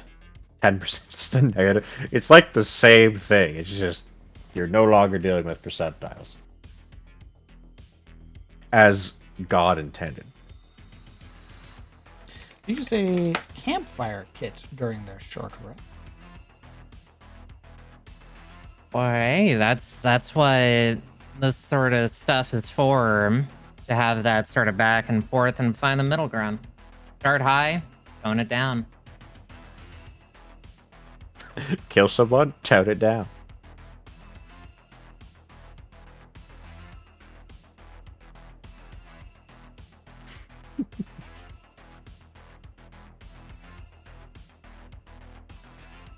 Okay. During a short rest, a creature can choose to spend a hit dice to either lose 1 stress or heal. If they use a campfire kit during their short rest, The bonuses increase. A hit dice can be spent to lose 2 stress or gain a bonus to their healing equal to double their con modifier.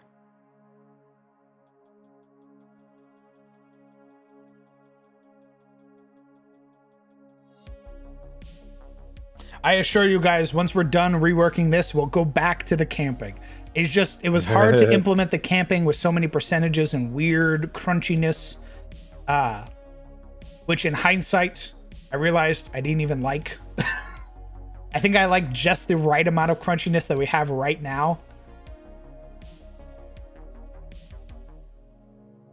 And it should be tokens shit. It should be like Hyjal does Revelry and everybody gains strength tokens. Or everybody has like a percentage chance at the start of their turn to get strength tokens and shit like that. Nodders. Use the thing that you made. Exactly. It shouldn't be like, hey, I cram the square block into the circle. Why isn't it working? As I add 15 new systems. Yeah, use the system you already made. You already got these tokens. That's the nice thing about D&D 5e. That's like why it's so popular. It's cyclical. Everything rolls around advantages and disadvantages. The moment when things started going into 33% was when I realized, oh no, this is about to get crunchy. Yeah. Shadowrun called, and no. Yeah, I know. Wait.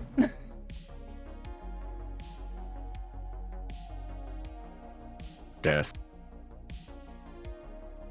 Died of death disease. Terrible fate.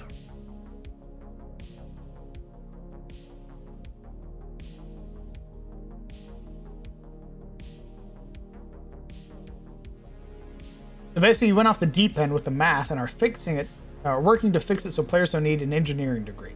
Exactly, hey. Let's see.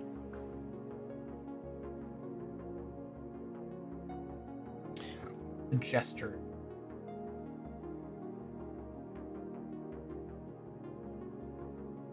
Now he can stress heal. What's his stress heal? Inspiring Tune.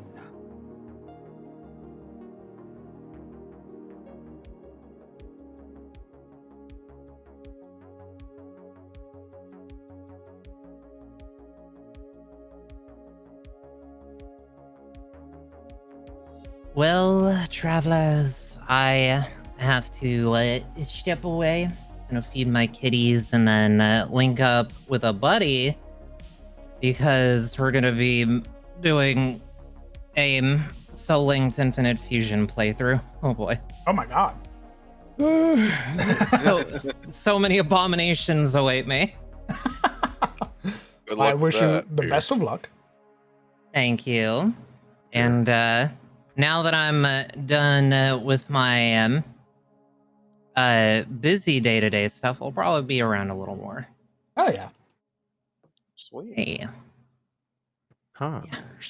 Bye-bye. Bye-bye. Bye.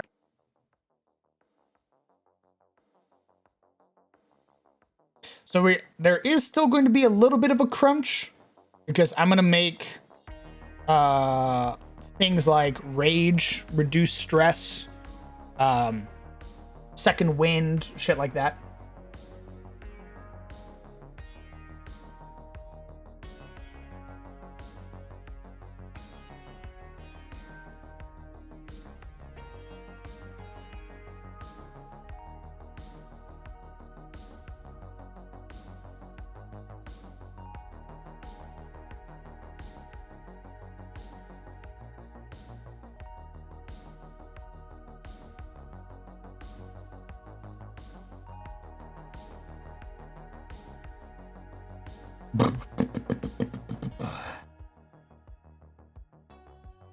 You know, Momo said she'd have her computer done by 8. I'm starting to wonder.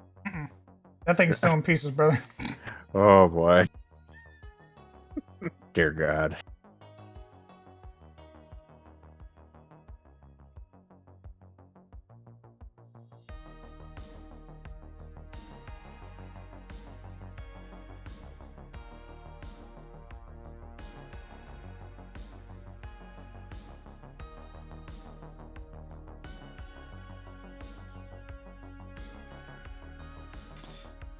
It's Barbarian Bard, Beast Heart.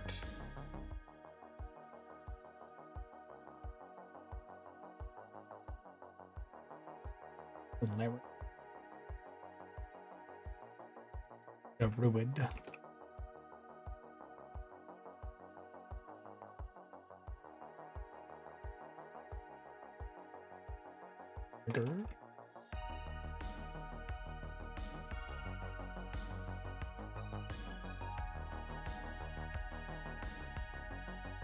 Paladin.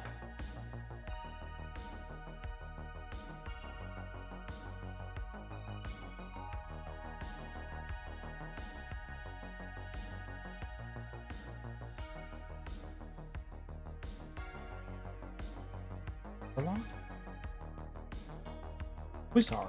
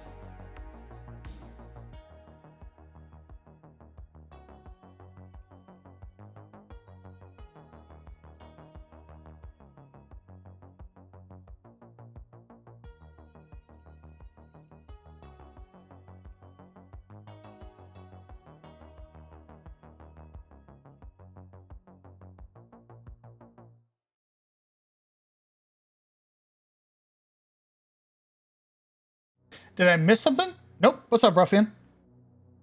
We're currently reworking the stress system. You know, because I'm a psychopath.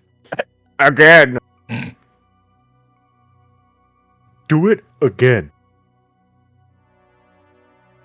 Discipline.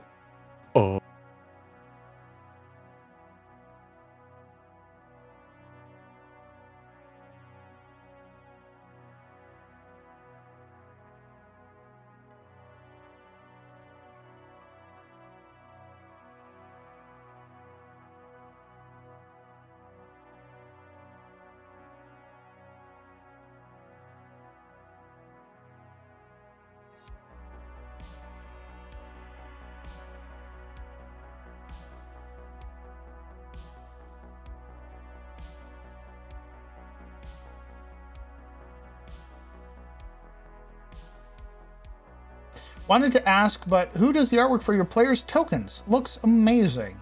If you're talking about our first one, our first group for CTF, that was done by Niku Senpai. All of that art was done, and then Momo customized and made the tokens herself. And then the second group was made by Joe. I believe it's Joe Kama.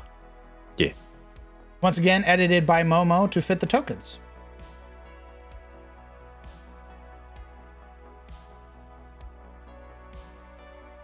So we have Barbarian Rage. Whenever you enter Rage, you lose 1 stress. Bardic Inspiration. Whenever you inspire another creature and they use their Bardic die, they lose 1 stress. The amount increases to 2 if the creature has 5+ stress.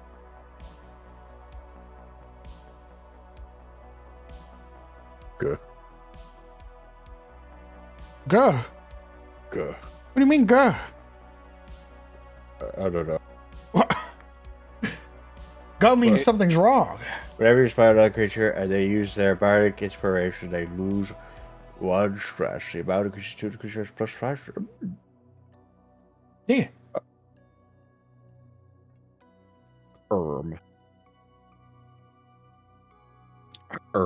What the deuce?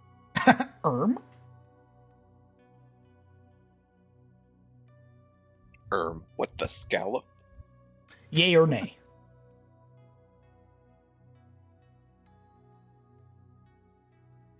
I think that makes sense. That's really good for a bard.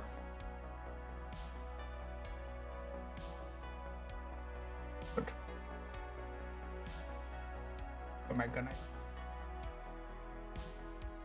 Very good.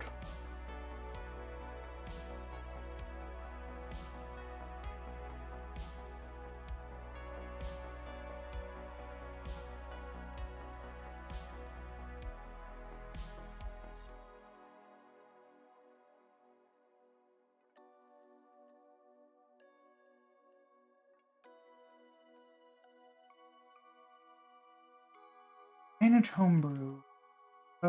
Get homebrew.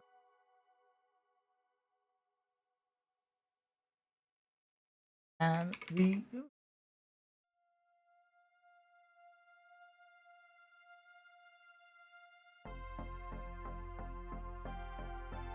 okay, what can I give the beast heart?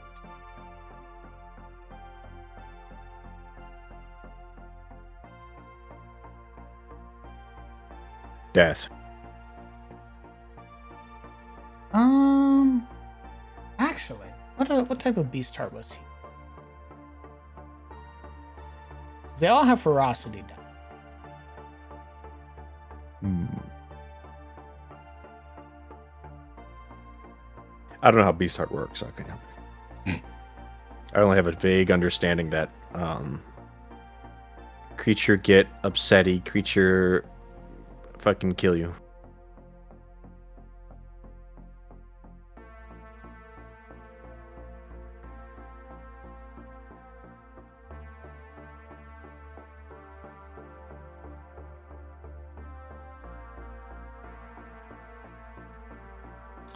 Hunter's instinct. Oh, what is? I want to make sure it's not.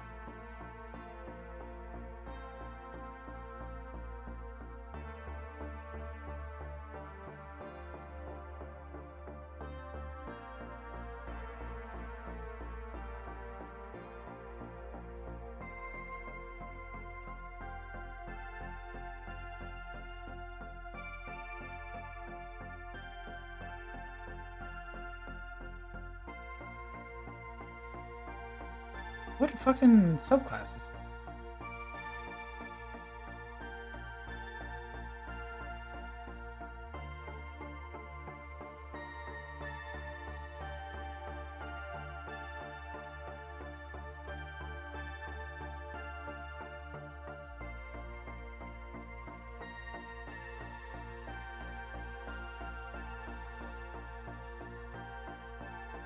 Ah, okay, so he was a hunter. That seems to be the level 6 ability for hunter. Oh. Oh no, everybody gets rejuvenate ferocity. Okay, so this would need to be a low level thing because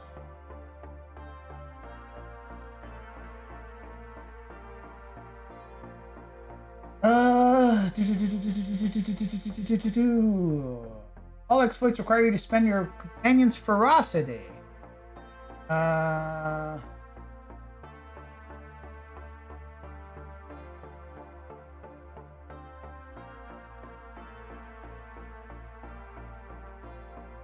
Fuck, hold on. I need to let this motherfucker.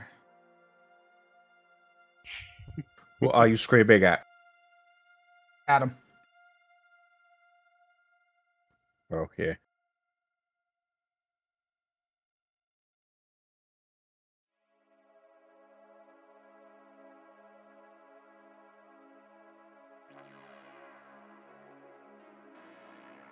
Now we wait to see if he joins.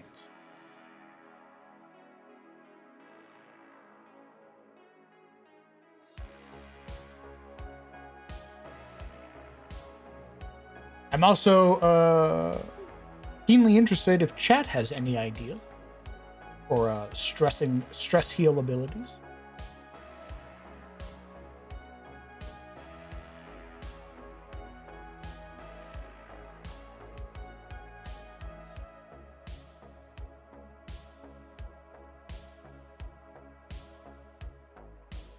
I think I might make clerics based on their like that might I mean, it's going to be around channel divinity, right? I wasn't sure if it was channel divinity or healing a creature. Not all clerics are necessarily going to heal a creature. I mean, most of them will, let's be honest. But...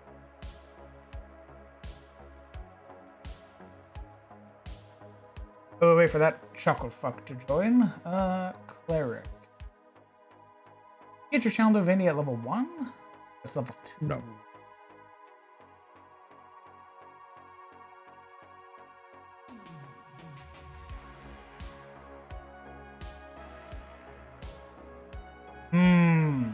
think I might have to make it healing because for a level 1 character to be able to resist stress, they need to be able to heal because they don't get Channel Divinity until level 2, and Rage and Bardic Inspiration are both level 1. Remember, look at this stinky cleric.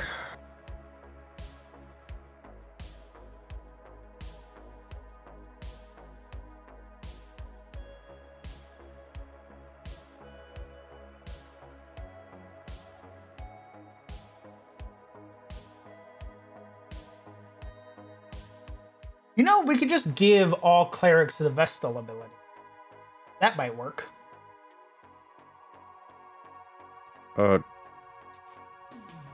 Does the vessel have a stress reduction ability? It does. It's called Sanctuary.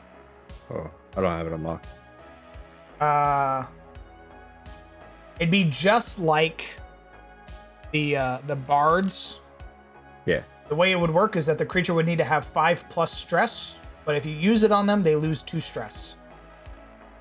Oh, okay.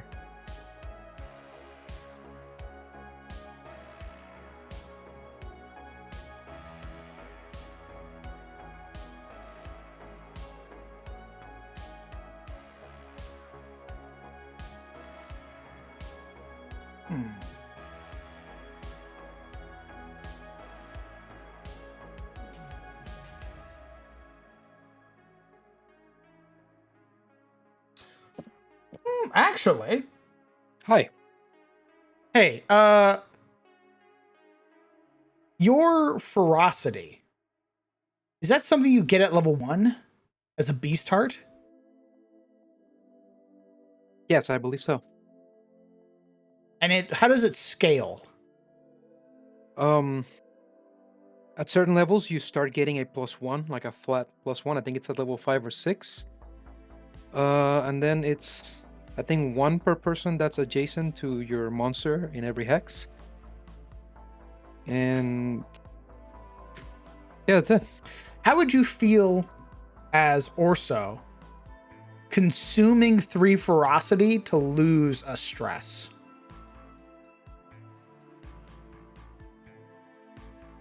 But Tunon doesn't have stress. It'd be you consuming his ferocity to lose stress. I mean, it sounds good on paper, but at the same time, you get so little ferocity that you kind of want to use it either to heal him or to do damage. So I'd say it's kind of niche. Especially if you're going to cut it down to 1 stress for 3 ferocity. When already 3 ferocity is one of his signature attacks. Well, the reason it's 1 stress is because I'm changing the stress system. You have your stress threshold is 10 now, like DD2. Oh. So no longer based on wisdom and stuff? Okay. I'm trying to give a class ability for the beast heart that would lose stress. So like barbarians, whenever they enter rage, you lose 1 stress. Whenever a bard inspires another creature and they use that dice, they lose 1 stress. The amount increases to 2 if the creature has 5+ stress.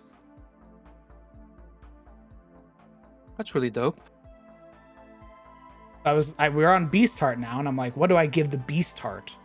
And my thought was, because you get ferocity, and you can get a lot of ferocity really fast if like Tunon is surrounded, then spending 3 of that on yourself to lose 1 stress would be a trade-off. Kind of like that, but I think it'd be way cooler if they lost stress, if they managed to calm the beast down from a rampage. Is a rampage a level 1 thing? Yes, rampage is always. The moment they go past 10 ferocity, you risk a rampage. Then minimum DC is a 15 from animal handling.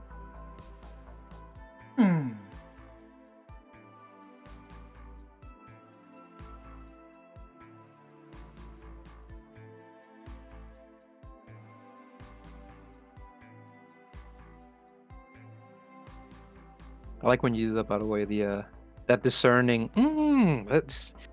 It has an effect on me. It makes me proud, you know. Like I did good.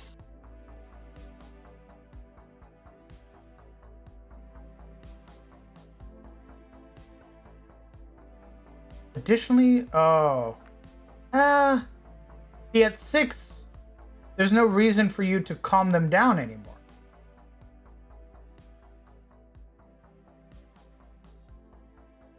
Additionally, when your companion enters a rampage, when you are not incapacitated and they can see or hear you, they do not automatically move towards and attack the nearest creature. You instead choose where the companion moves on your turn and which creature they attack with their signature.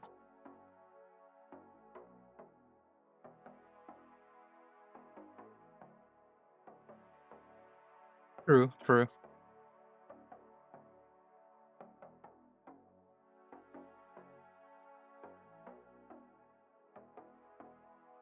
But anyway, is that all, DM?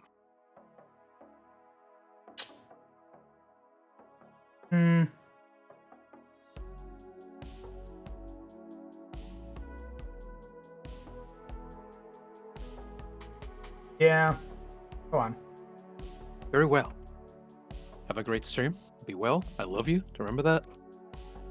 You can pin that on your chest, Mr. Beardman. Thank you. Bye, chat. Goodbye. Yo, what was that? You know all what? about? We'll make it so that way they benefit from their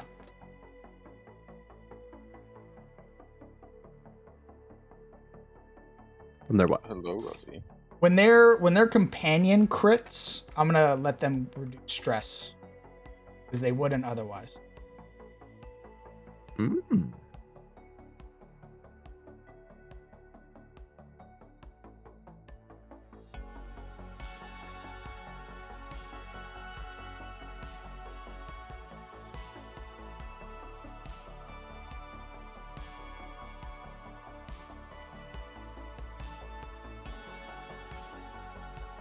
Okay. Alright. Something applicable at level 1.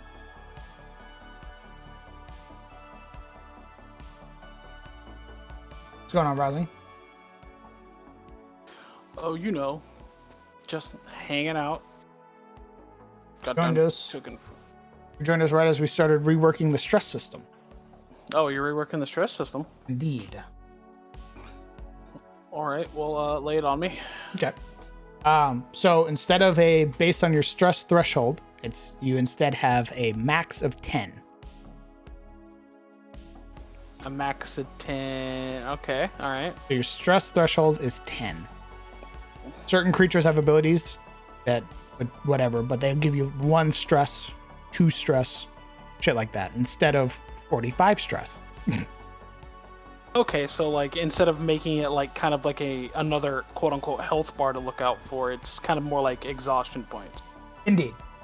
Okay. So the way you can gain stress is whenever you suffer damage from a critical hit, you gain 1 stress.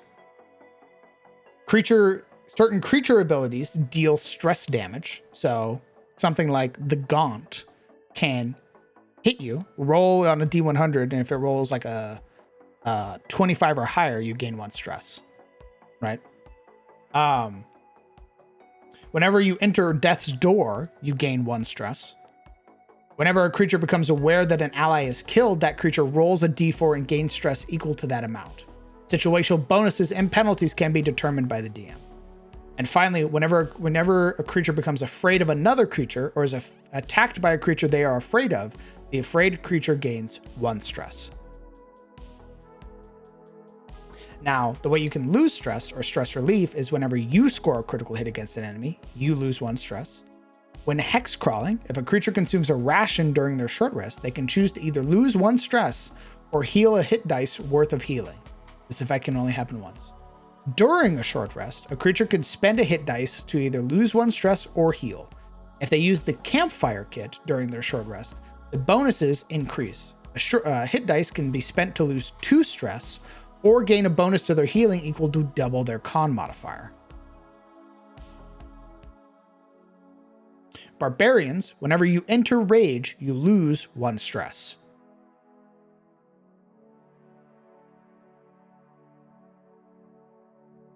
Makes sense? Yeah, it sounds like you've just simplified it all more so. Less number crunchy.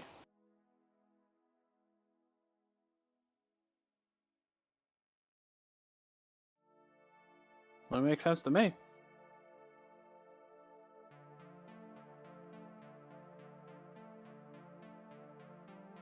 Good, you live.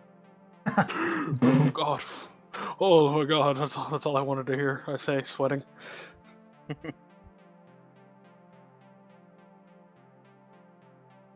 Bards get bardic inspiration whenever you inspire another creature and they use their bardic die. They lose 1 stress. The amount increases to 2 if the creature has 5+ stress.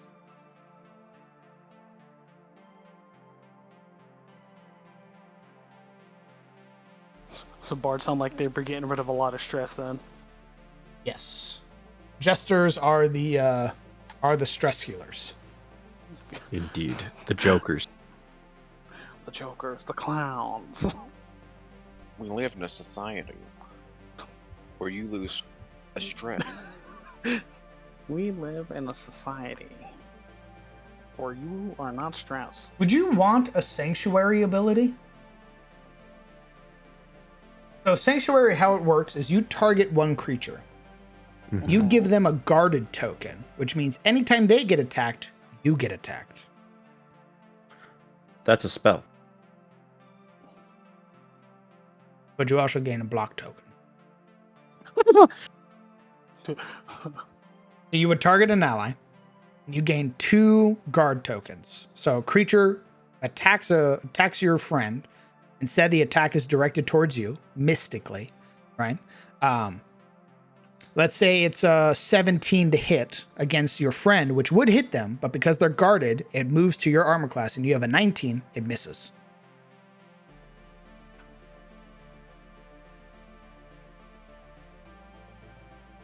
Yeah, I'm pretty sure that's a spell. I think there's actual sanctuary, which it redirects the attack to another creature if they fail a wisdom save.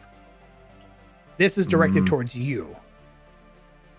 No, I think there's one where, or maybe I'm thinking of. I think there's one where you like link life. Oh, and you get an AC bonus, but you're like sharing damage. I think it was warding bond. Yeah. Now I think about it, it probably isn't that great.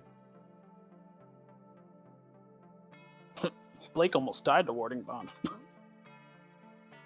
You did almost fucking explode. Let's be honest, no one was expecting Blake to take literally 90 fucking damage worth of his health.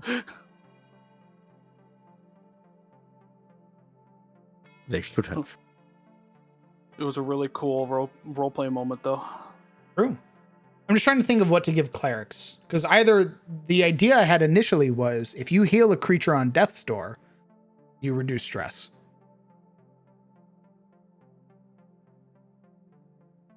That was my initial idea. Because the stress heal for Sanctuary is the upgraded version. All right. How about this? Maybe this might be too powerful, but if you cast a boon on your friend, when you cast a spell on an ally, a heal or like an increase to AC, whatever have you, a buff, if you will, you get a stress reduction equal to the level's spell. So if I cast Cure Wounds on a motherfucker at level 1, I get -1 stress. If I cast, what's the one that increases AC? I think it's level 2 spell. If I cast Sanctuary at level, I think it's at level 2. It doesn't matter. Yeah. If I cast Sanctuary and it's a level 2 spell, then I get -2 stress.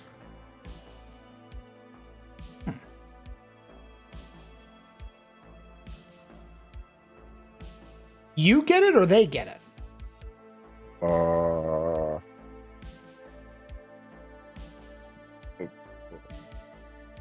Both. Smile. Yes. The bard doesn't get both.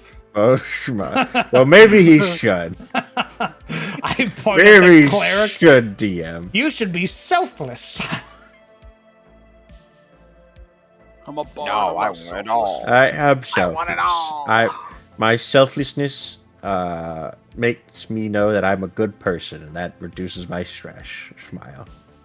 How about if you heal a creature and their stress is over, whatever, you reduce their stress by 2. But they have to be over a certain stress threshold.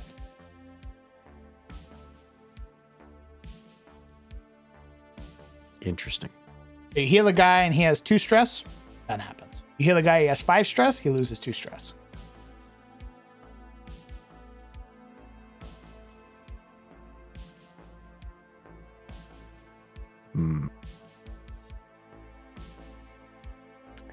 I kind of like mine better, just because it encompasses more than just healing, like bless, and other things which are a boon to your friends, but aren't necessarily healing. But what about AOE heals? Like, does it just target? Do they all get reduced stress? It would be all heals, but the creature would still need to be at a certain stress threshold.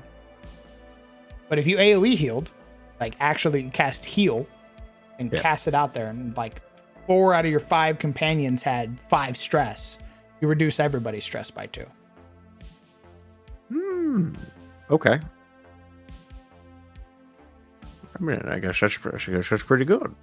Okay.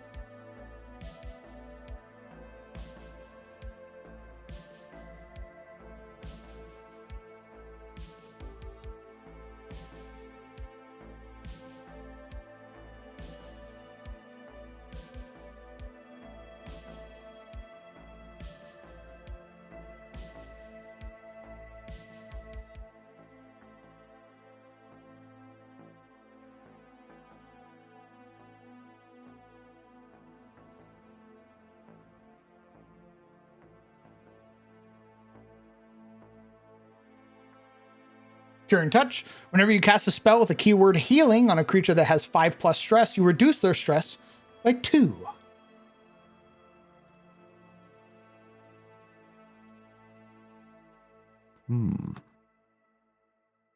Have you looked at the Fizbin's extended books and the GM's Guild?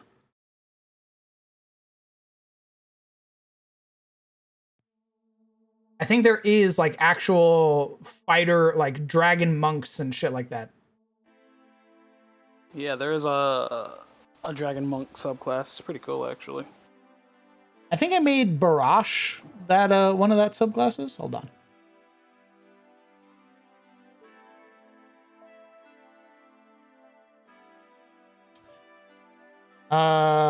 Yeah, he had chromatic strikes. No. It was strikes. So you had like a number of charges that you based off of like a dragon, and it did certain abilities when you hit them with that strike as a fighter.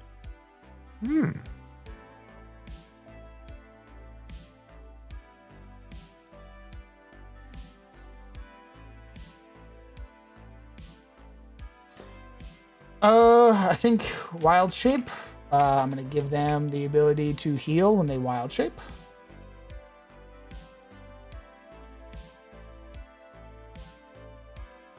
Go wild. You ever just want to go crazy? You ever want to fuck a bear? You ever want to go ape shit? Just turn into one. Just go crazy. Real simple. Whenever you Wild Shape, you lose 1 stress. Oh. That's crazy. And because we're redoing Second Wind for fighters, whenever you use Second Wind, you lose 1 stress.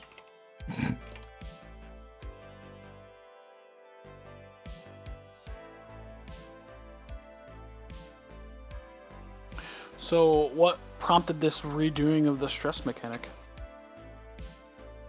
Conflict. Okay. Your untimely demise. I mean, like, yeah. We have fighters. Whenever you second wind, you lose 1 stress. Druids, whenever you wild shape, you lose 1 stress. Whenever clerics heal somebody with 5+ stress, they reduce their stress by 2. Whenever their Beast Heart companion scores a critical hit with a signature attack, they lose 1 stress. Whenever a bard inspires another creature and they use that bardic inspiration, they lose 1 stress. And if the creature has 5+ stress, they lose 2. And barbarians, whenever they enter a range, they lose 1 stress. What do Illriggers get? Fired. Infernal Conduit. What did I have? What you gave us was when we sappy someone's HP, because like assholes, we reduce our stress, and when we transfer HP, I think we suck up stress. That's interesting. I think because all of them have the evil lay on hands, where they can heal their friends from their own HP, and then they can also use a charge to suck HP from the enemy. Is it like is it just like lay on hands, like it's 5 charges, or is it like I use Infernal Conduit and I can do it for like 1 point of damage? I think it's charges. When you roll, you say I'm going to spend this many charges, and then you roll a certain number of dice. If I remember correctly. Oh yeah, it is. Okay. I'd be interested in letting you like stress manipulate. Or like if you choose to heal, you can reduce stress, your own stress by 1. Or if you choose to heal another creature, you can take their stress. What do you think of that? Yeah, it's basically the flagellant.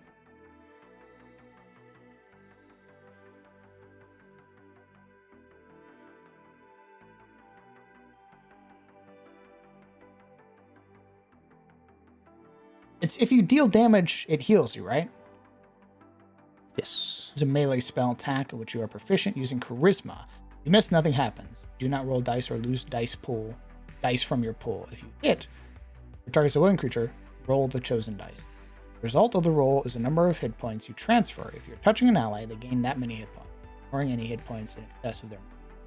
You lose hit points equal to the number of the. If you're touching an enemy, they take necrotic damage equal to your roll, and you gain that many hit points. Okay, so whenever you deal damage using Infernal Conduit against a creature, you lose 1 stress. You target a willing creature, transfer life to them. You gain 1 of their.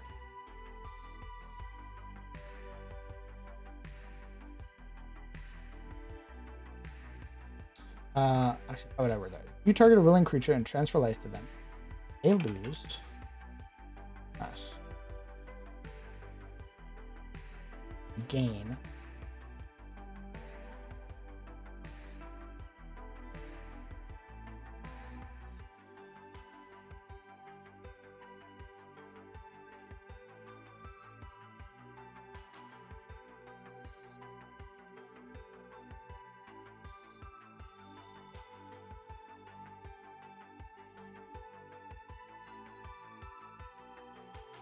Okay, a little bit of hot potato. If you spend a charge of Infernal Conduit and deal damage, you lose 1 stress.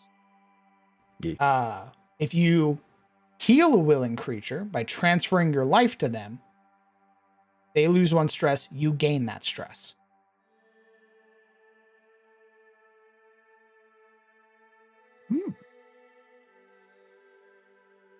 Hello, Gamer Gal. Yes, we are building the stress system from Darkest Dungeon 2 into D&D.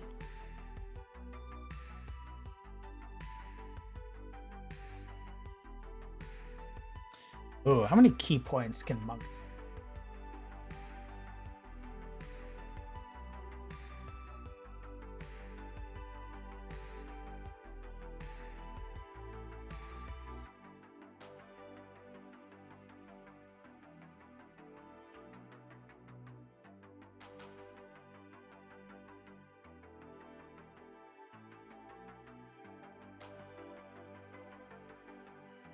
Oh, I mean, I can just make it whenever you spend a key point, you lose stress.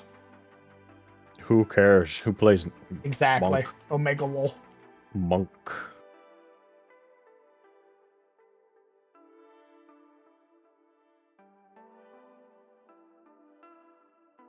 Omega lol unk. It's without Shrimple. Whenever you expend a key point, you lose 1 stress. Lamal. Or you could reduce a lot of stress by just not playing Monk. Owned. Play a fighter Epic. with the unarmed fighting style. You're literally better. Epic burn. Oh my god, all the monk mains out there. You kill them, guys. They're fucking dead. Who?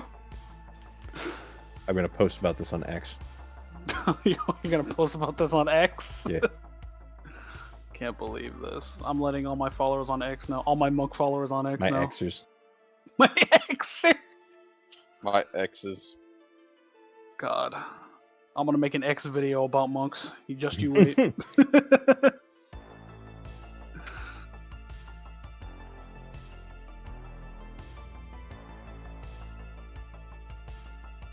Ooh, you know what? That's perfect. Lay on hands.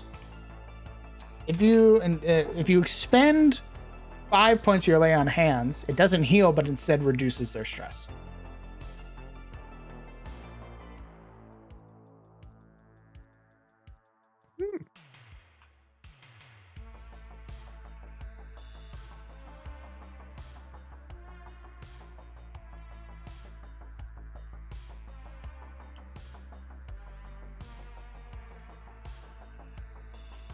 You don't heal them, but you do reduce their stress. Epic. Play epic. Extremely based.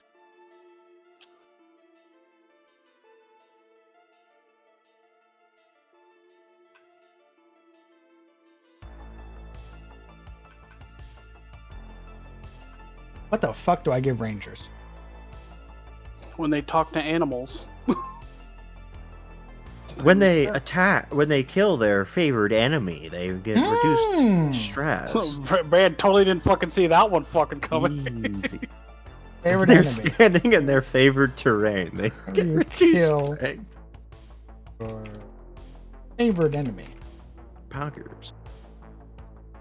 That is Lose pretty 1 cool. stress. Not gonna lie. Easy. Making them even more situational. Also, don't play Rangers. Just play Fighter, idiot. What's wrong with Ranger? You're stinky. Why? Because they are. They're just bad, okay? Believe me. I trust me, I Source, played a do Ranger. trust me. I played a Bro, trust Ranger me. for a little bit. I was like, dude, I can't wait to do stuff with my animal companion. Oh, it costs an action to do stuff with your animal companion. Oh. Oh. You know that spirit dog of yours? Yeah. It costs an action to do Lamau. something with that. Oh, man. I was like, man, Rangers really are bad, huh? Don't worry, Yeah. Rozzy. You gave us more action economy. I fucking did. We dominated the action economy. We had 3. We had Shadow Amira. We had fucking Spirit Dog. And we had Robot Dog. Like I just was gonna get a tumor if we had more companion.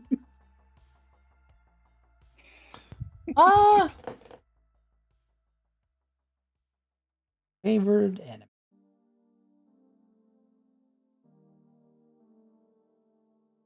You can actually probably milk that.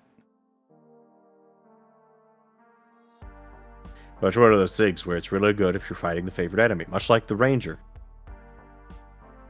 But if you're not, well, That's fair. Omega Lol. Get owned. Get ratioed. What if I were doing for Rogue? Ooh, sorry. You thought that was a beast? Actually, a monstrosity. Ooh, idiot. Stupid idiot. You thought that was an abomination? Actually. Stupid piece of You shit. fucking dork. It's on him. You idiot. You know what? You get more stress for killing that one. Yeah. You're so dumb. Fuck you. Jesus. I see we're out for blood for the Rangers and Monks today. Always. Always. Never let them have anything. What the hell do we give rogues? When you they- steal something, you reduce I was stress. gonna say when you steal, when you sneak away.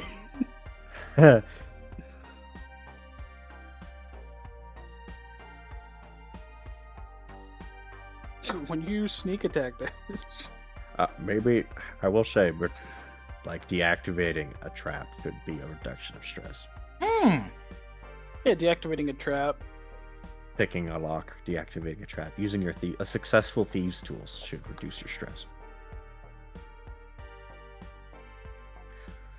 Or if you want something more combat oriented. What about like now? Maybe this could like fucking be for Rangers or Rogues, but like, like doing an ambush could reduce stress. Like I know you got to plan for that sort of thing, but I feel like something that's both they could benefit from. I got it. You add so cunning action, you can dash, disengage, or hide, right? Yeah. But if you could use your bonus action, if your cunning action could reduce your stress by 1. I cunning action to give myself a pep talk, DM. Use my cutting action every turn to reduce my stress. What did I have before? I had uncanny dodge. That's a high level thing. Yeah. I mean, I like that. I like cunning action. Whenever you successfully cunning action to dash, disengage, or hide. Actually, it should be its own thing. If you expend your cunning action. Come on. Every turn. If you got nothing else to do, if you don't got to hide, you don't got to disengage, you don't got to dash, you can reduce your stress by 1. Stress. You know, stay in the fight, coward. Yeah, pussy. You'll get a -1 to your stress before they whirl around and beat the shit out of you. Crit. Because you didn't take the disengage action. Crit. Ooh. Crit. Didn't dodge, did you? Well, Fucking punches him down like Thanos. You probably thought you were gonna die today. now I've got you right where I want you. Or the one thing that they get at like level 1 is expertise in sneak attack. So I considered the whole like every time you successfully sneak attack, but yeah. you might Don't you always sneak attack? you as a pretty much fucking always rogue? sneak attack. I mean, there are very few Alright. parameters. What where you about don't. expertise? What about expertise when you are successful in a skill that you have expertise in? You reduce your stress by 1.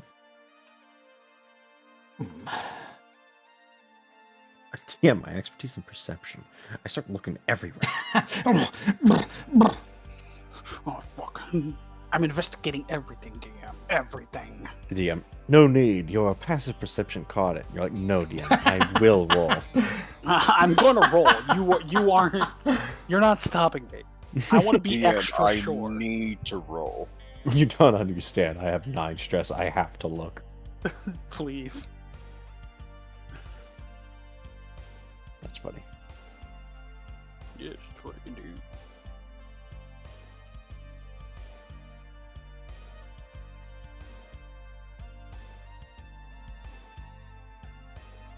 I kind of like if they are successful with their thieves tool, they reduce their stress.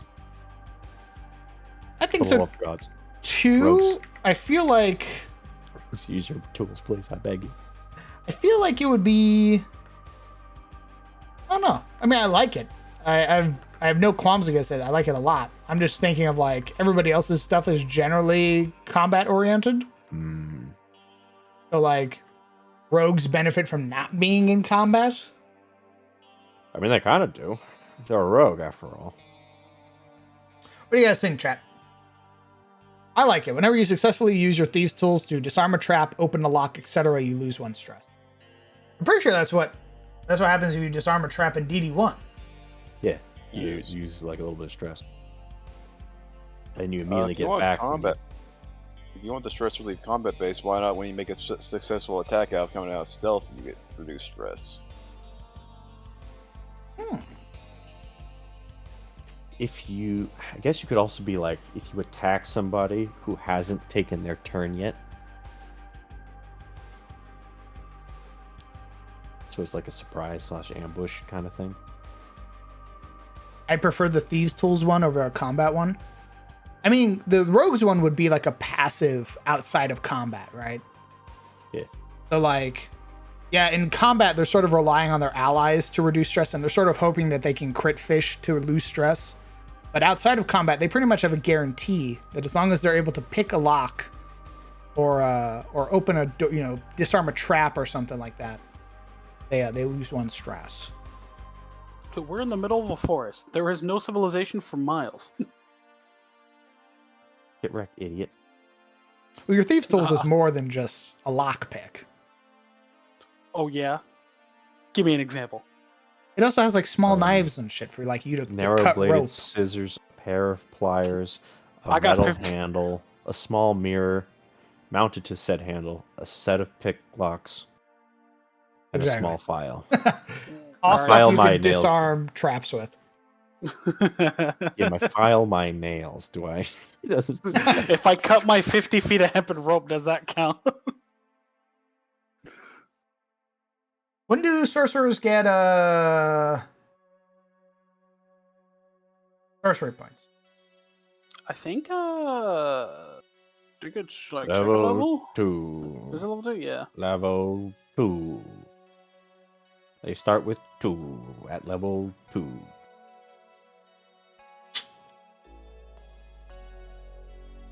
Good luck with sorcerers, man. They don't do anything until like level 3 when they get meta magic. Fuck. This is true. Omega lol. Can't use them till 3? Oh yeah, because then you get your meta magic. What the fuck? Yeah, dude, I'm telling you, man, sorcerers, L. Huge L. You can't get more spells. You have the least amount of selection. You get the least spells known. Your meta magic, you don't get till level 3. You only pick 2. Actually, I think in 1D&D they changed that so that you can change out your meta magic on a long rest, which thank the Lord.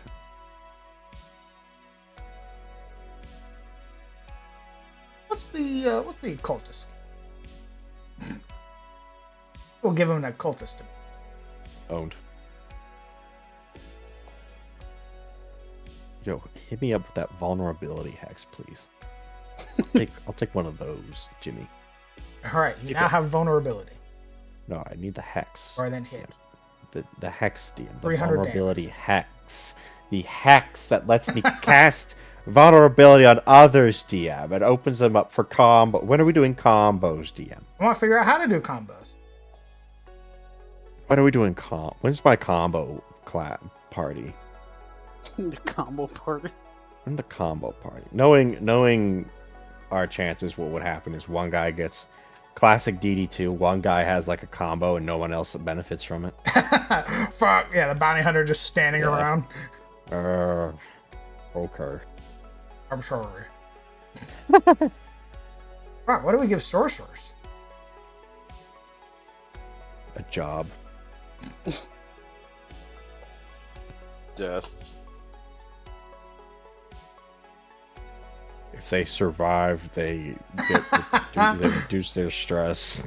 If they survive the If they live, wizards. If you cast a spell, not giving if you cast a spell. Whoa, What the let's fuck? go. I'll Boo pull that it. man. Boo that man. Boo him. If you cast a spell and it actually does something, and your party likes you because of it, A you're lot of reduced parameters stress. to meet. If you don't waste the party's time, you get reduced stress. Wizard, don't commit a war crime. Challenge impossible. How about if you you cast a leveled spell that successfully, like the creature fails, you gain a stress. Or you gain stress. You gain stress. You lose a stress. Very good. Ah, fuck your shit. Fuck your shit. This is what you do.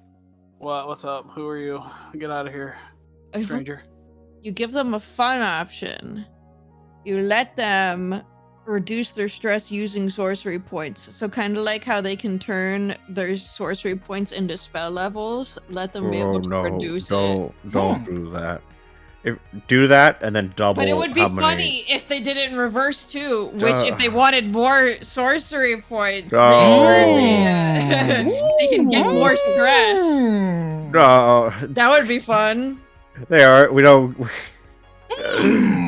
Why? Let the sorcerers go wild, so they can use the sorcery points to reduce their stress. But if they want more sorcery points, they can gain stress.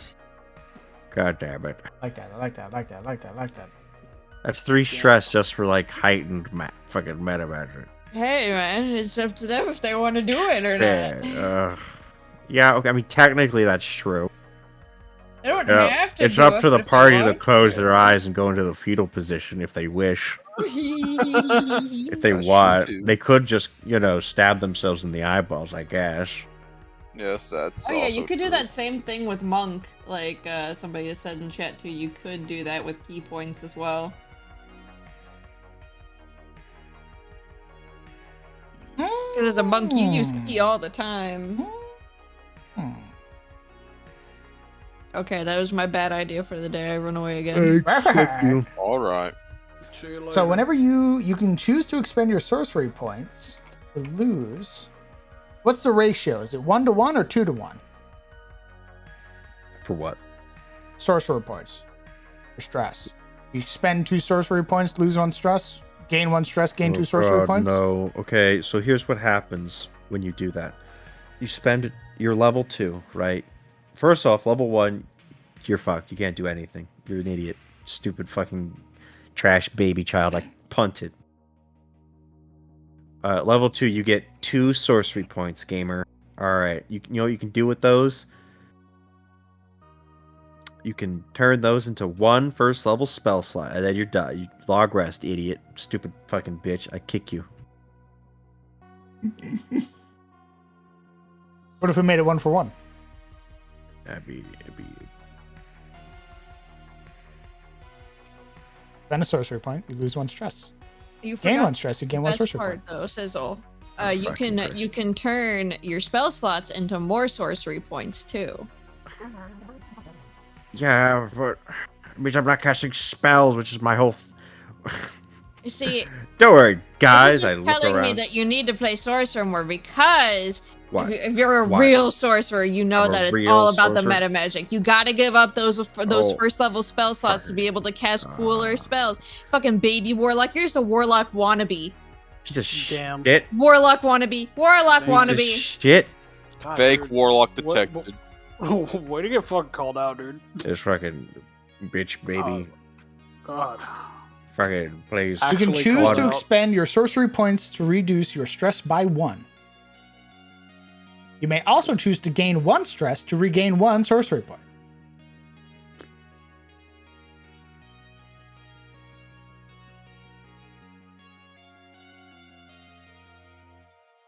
What do you think? I mean, sounds good to me. It's not the worst idea ever in the world. Claire's this summer. Unless we can think of something better. Yeah, buffing sorcerers. Ew, why would we do that? I don't. At least yeah, new good buff question. sorcerers. I Good want fucking Blake to be question. stronger. Yeah, why would you pick sorcerer? You fucking stupid man child. Because Fucking I thought it idiot. was I'll cool kick you. roleplay wise. Fuck you. I don't give a shit about meta. I just like doing cool stuff.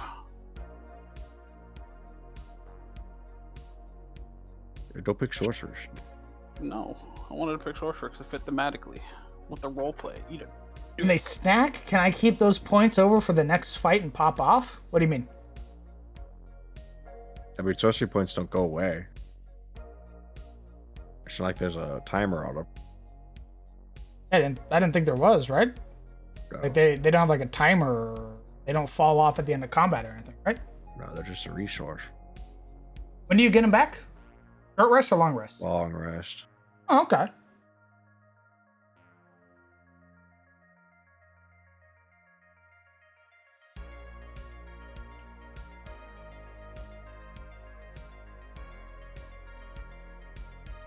Ooh, I could see it being real desperate for a sorcerer, needing a spell slot, giving themselves like 4 stress to consume those sorcery points into a spell slot that they can cast.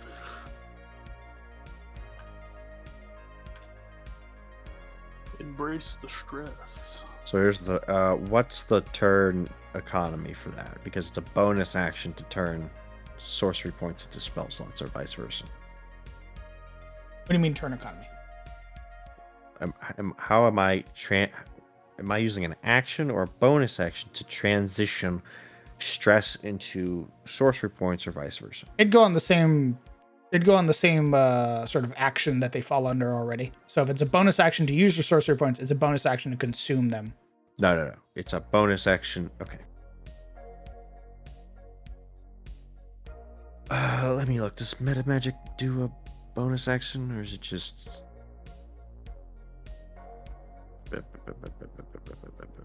No. So meta magic doesn't have a turn economy. You just spend the points, and the spell you cast as an action gets its weird secondary effect. But for flexible casting, which is the thing that lets you turn sorcery points into spell slots, that's a bonus action. I was just about to come in here and say, I was like, you're wrong. It's a bonus action. Yeah, we'll just make it a bonus action then. No, meta magic's not a bonus action. Flexible casting's a bonus action. Well, yeah, that's what I'm saying. You can came in transform. here. You transform sorcery Oh my points fucking into God. spell slots as a bonus action. Just So come just here, make say it a the bonus same action. thing and try to sound smart doing it. Yeah, we'll make it a bonus action. Get owned. What? Warlock wannabe. Why are you saying get out? I was literally explaining it. I don't know. What I are you- hate you. Why are you not 3 levels into Warlock? Stupid ass. What? Aren't Okay. you? You're only 2 levels into Warlock on Uria, right? Yes. Take your 3rd. Why? Because you're actually good if you take your 3rd. No, I'm not. I'm behind in spells. Oh my god. Why do I need what do I get at 3rd level? Explain. You get your fucking pact. Why do I need the pact? What pact do I take? Why do I need that? You could literally. Okay, you have a sword. Yep. Take Pact of the Blade. Use your charisma for it. Done. It already takes charisma. Then get Pact of the Chain and do way better healing, because I know you have your weird thing What? where you heal. Yeah. What does Pact of the Chain have to do with healing? So you take Pact of the Chain, and then there's an invocation that's oh god, I have to get the actual wording for it. One sec, it's actually very good. Gift of the Ever Living Ones. Whenever you regain hit points while your familiar is within 100 feet of you, you treat any dice rolled to determine the hit points as a regen as having rolled their maximum value for you. You heal maximum all the time as long as your familiar is within 100 feet of you. Okay, fantastic. What am I doing for the party though? How does this help me in combat? Be in combat more. I have enough survivability. I have a fucking 19 AC. I need to do something, Summer. I need to Use be your able to weapon. do things. Stop What? casting spells and fight. What? Cast haste on yourself Yes. like a fucking Cast Get Hey, the melee, cast Yuria. haste on. Yeah, with what fucking spell slot? Omega-lol. With what fucking spell slot do I cast haste on myself? Also, okay, you could also do investment of the Chain Master, which is very good. Your Yeah. familiar gains a flying speed or swimming speed. As a bonus action, you can command the familiar to attack. The familiar's weapons attacks are considered magical for overcoming resistance and immunity. if the familiar forces a creature to make a saving throw, it uses your spell save DC, and whenever the familiar takes damage, you can use your reaction to grant it resistance against that damage. How much It's just an extra free attack. How much HP does the follower have? It depends on which one you pick. What's the maximum amount of HP your follower can have? I don't know. You can pick the fucking Quaza. You can pick one to have higher, but you can pick a fucking imp. You can pick a fucking pseudo dragon. You can impress fucking Silverell and get a fucking pseudo dragon. You bitch. Not getting a pseudo. We've had this conversation. Strawberry, I was not born yesterday. I've had this conversation with DM. The pseudo dragon bit lasted for months. Okay. Then pick fucking Pact of the Talisman then. What the fuck is Pact of the Talisman? You get an amulet that can aid the wearer whenever fucking you need it. That's not even a thing. It is. From what book? It's from Tasha's. When the wearer fails an ability check, they can add a D4 to the roll, potentially turning it. It's like a fucking permanent guidance. And what good does that do me? It's a permanent guidance. Okay. Does any of that... Alright, is any of that worth the cost in a sorcerer level? So I switched right now from a 2/4 to a 3/3. I would lose a second level spell slot and my ASI. Okay, there are also some really good invocations that relate to Pact of the Talisman. Like, you can get a boon for it that is... Oh, never mind. That's a level 7 prerequisite. Fucking just get Eldritch Smites then, you dumb shit. Fucking, you're dumb shit. You know what? Ignore all that shit. You know what? If I want, I'm just gonna get Agonizing Blast. That's what I'm just gonna get that. Yeah, motherfucker. Fucking, yeah, just Eldritch Blast. What level are you? What level? You're 6? You're level 6? I'm 6. Eldritch Blast. Blah blah blah. How many raids of Eldritch Blast are you doing during combat right now, huh? Who? Good. You're not stupid as stupid as I fucking thought you were, bitch. What? Some people are like, oh my god, I only get a number of Eldritch Blast beams equal to my Warlock level. No, you motherfucker. No, it's a cantrip. I know that. I know. I said you were smart because you did know that. Eldritch Damnation. Whenever a creature fails on its saving throw against one of your Warlock spells, you lose 1 stress. What? Mom, That's Dad, so are you cool. getting a divorce? Yes. It's your fault. Eldritch Damnation. Whenever a creature fails on its saving throw against one of your Warlock spells, you lose 1 stress. One of my Warlock spells? Yeah, when you cast one of your Warlock spells, and they fail against it, you lose 1 stress. Every time I Eldritch Fails on its saving throw. Fails on its saving Crit throw. on Eldritch Blast. Warlock spells, not cantrips. Warlock spells. Yeah. No. I throw that out. Cringe. Wizard gets Arcane Recovery whenever you use this feature to regain spell slots. You lose 1 stress. Amazing. What are you? What? Are you a caster or are you a fighter? I don't know Pick, anymore. bitch, I keep trying to pick caster, and then God says, "Why aren't you fighting in melee?" I'm disappointed in you. All right, hear me out. And I'm like, hear me out. What about all those melee? I point at the Tarosians. He's like, you sweet sticky soul. You sweet soul. Hear me out. Fuck your whole build and go 6 into Eldritch Knight. Oh fuck! So true, bestie. Fuck your build. I fucking stand up next to Sarah. Hey, bitch, look what I can do.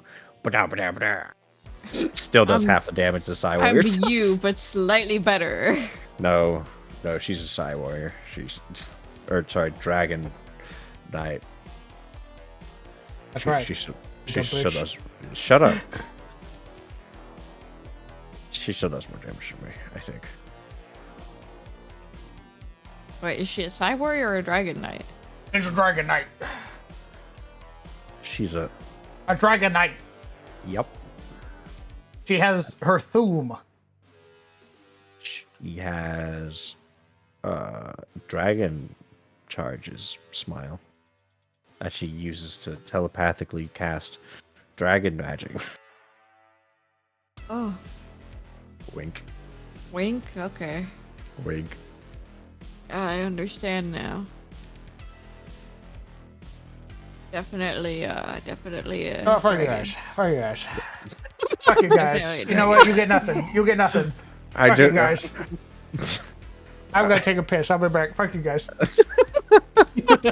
I'm leaving. I hate it here. What a.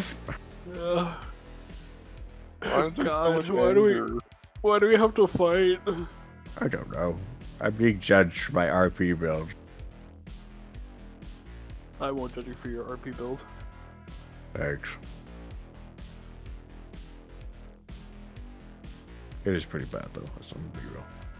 I mean, My husband went to the store without telling me. Welcome back, idiot. Welcome to the lonely zone, the solo. Lonely zone. Are you single? Ready to mingle?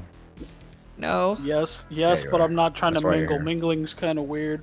I ain't trying to mingle with you, fish. Got him. Alright. Yeah. Mingling is awkward. It kind of do be though.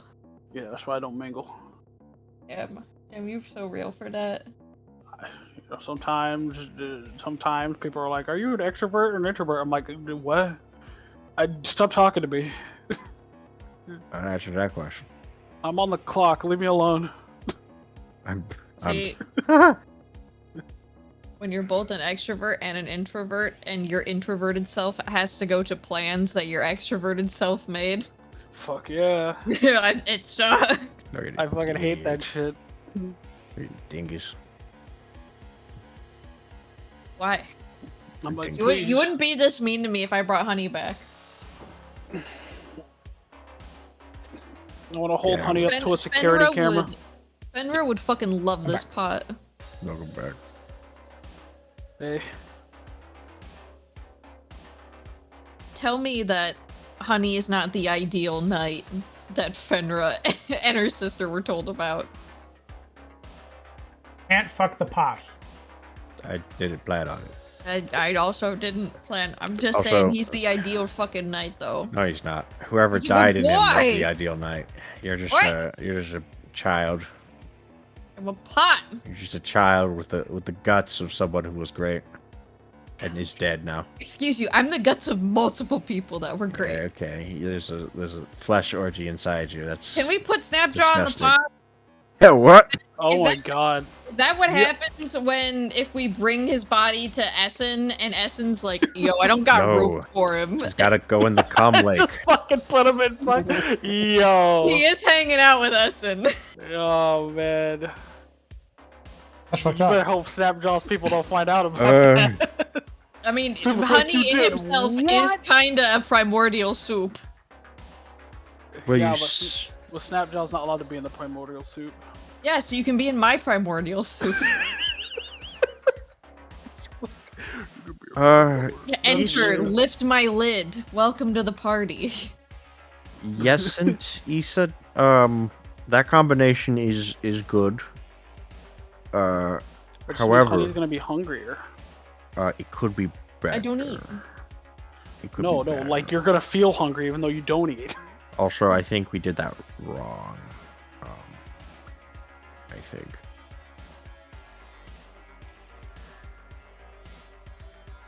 Honey wants to get big.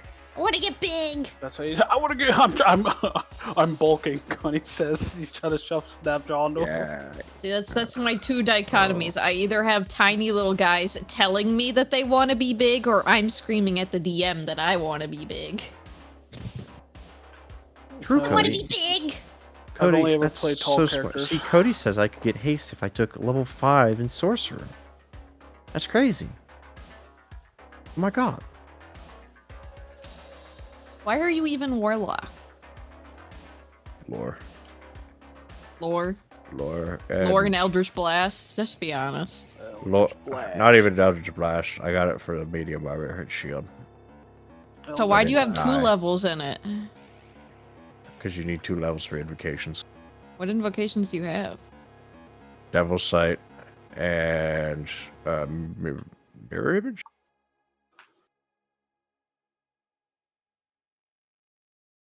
There's a mirror image one? Yes, there's one that lets you cast mirror image for free at will. It's just flavor. I just thought it was neat, so I grabbed it.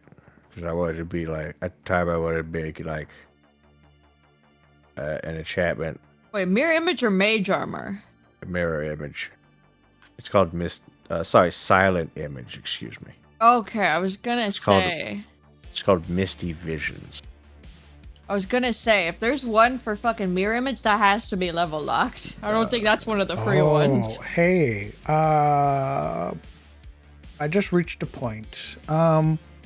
If we're using DD2, there are no more afflictions and virtues. It's meltdown or resolute. Oh, yeah.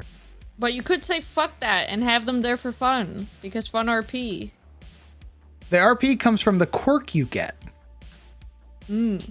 So if you get in Foundry real quick. I just took my medicine. Cool. Get in Foundry real quick. Oh, hurry. I gotta find a fucking... You never pinned the goddamn link in any of our chats, so I gotta go find it the hard way. I like people that hunted down like, where's Waldo? No, I just went into my private Discord and I pinned it there because I hate you. What the fuck? That's cheating. You're cheating! That's like circling where's Waldo. Hey. I don't like the Where's Waldo. I want to punch you in the face. Now I'm gonna take 5 years to load into Foundry. Also, I might have posted an idea. You can make stress 0 to 20, and at 10, that's when you roll affliction virtue, and at 20, heart attack. No, they reset though once you have a meltdown. Well, What if they you want to go looked that at. route, yeah. I'm saying if you want to be like, you want to keep virtues and afflictions. Wah, wah, wah. I'm just saying that when you have a meltdown, you could get a quirk and an affliction. Or you can just ask the player which table they want to roll on. Maybe they want to roll on the quirk table, or maybe they want to roll on the afflictions table. And if they roll on the afflictions table, they also have the chance of getting a virtue. So what happens in DD2? If your character reaches 10 stress and is in combat, there is an 80% base chance that the hero will suffer a meltdown.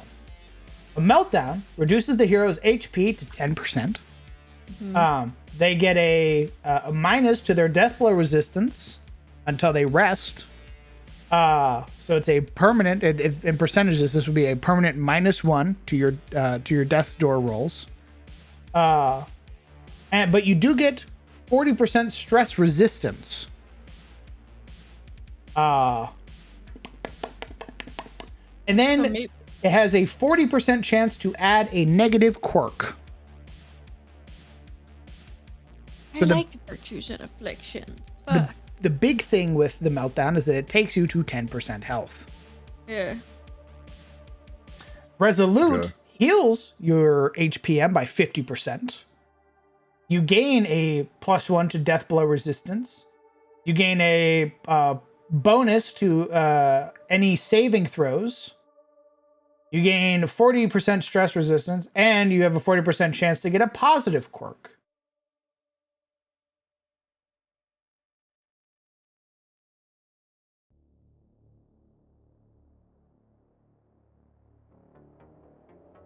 Also, I'm in Foundry. Roll a D100 for me. Okay. Nice! So if we were doing afflictions and virtues, you would get masochistic. God, that's so fitting. Oh. I rolled 69. You may not attempt to disengage from combat. Attacks made against you may reroll 1 damage die. That's so hot.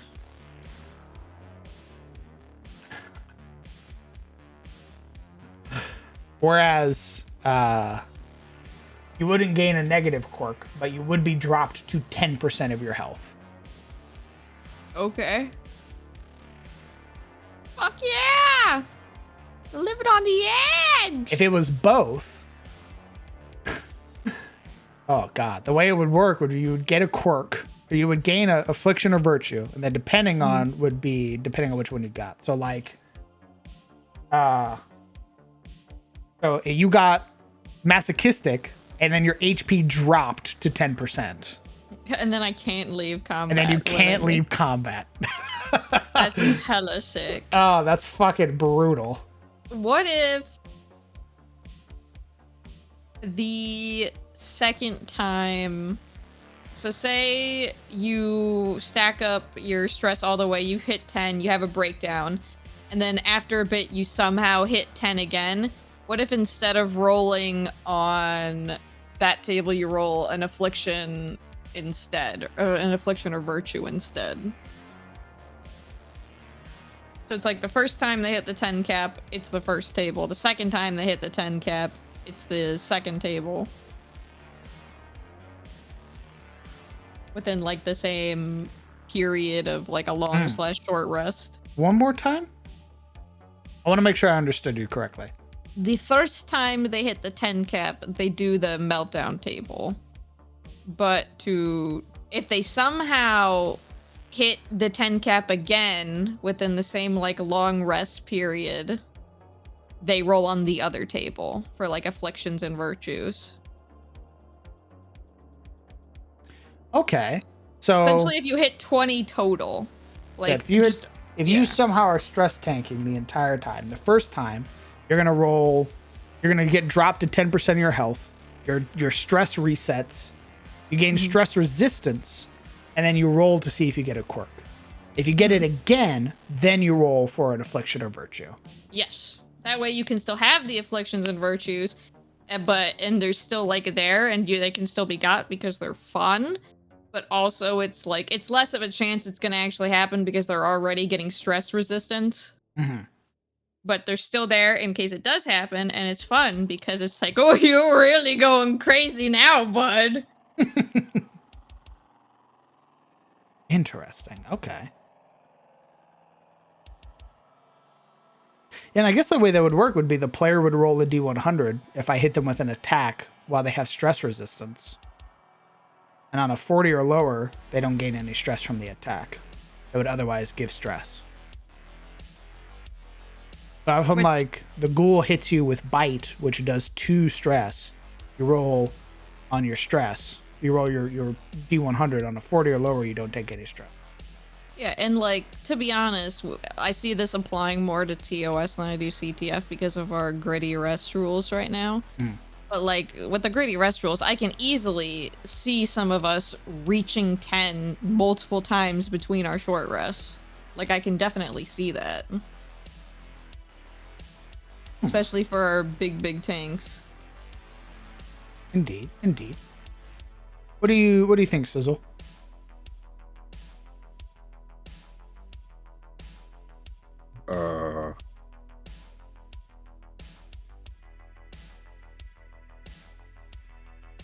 So first one is meltdown or resolute, and the second one's the actual Afflictions and virtues.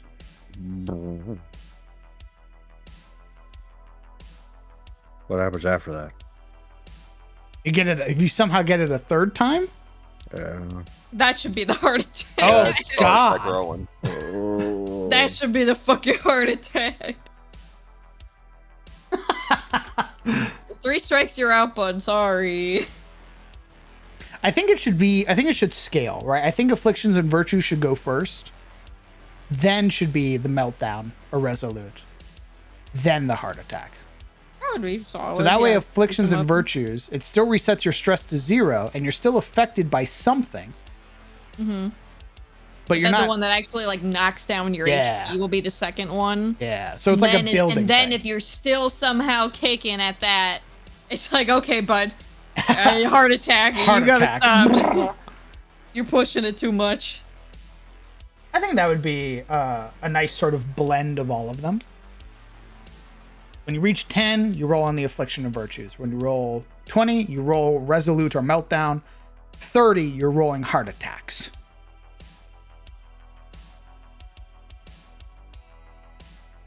You get the best of both worlds. You get to keep the afflictions, virtues, and heart attacks, and then you get to do the new stuff too.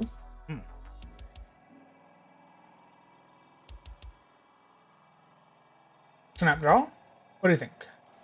What do I think? Yeah. I mean, that sounds good to me because it gives plenty of chance to, one, not only like fucking get yourself out of that situation, but two, like it resets. So it's like, all right, you know, this time around you can do a better job of just like, all right, what can I do to get or you know, mitigate the stress I take while also, you know, hey, it's building up again. Like, how can I?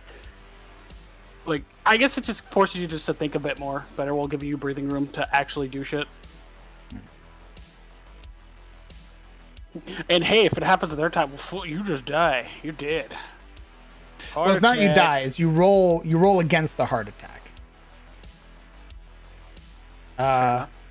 Forget what the DC was, but you roll. You would roll against the heart attack instead of fucking exploding. Fair enough. All right, fair. It's definitely like it. Once again, it adds the stress, but without necessarily being something that's just like unavoidable.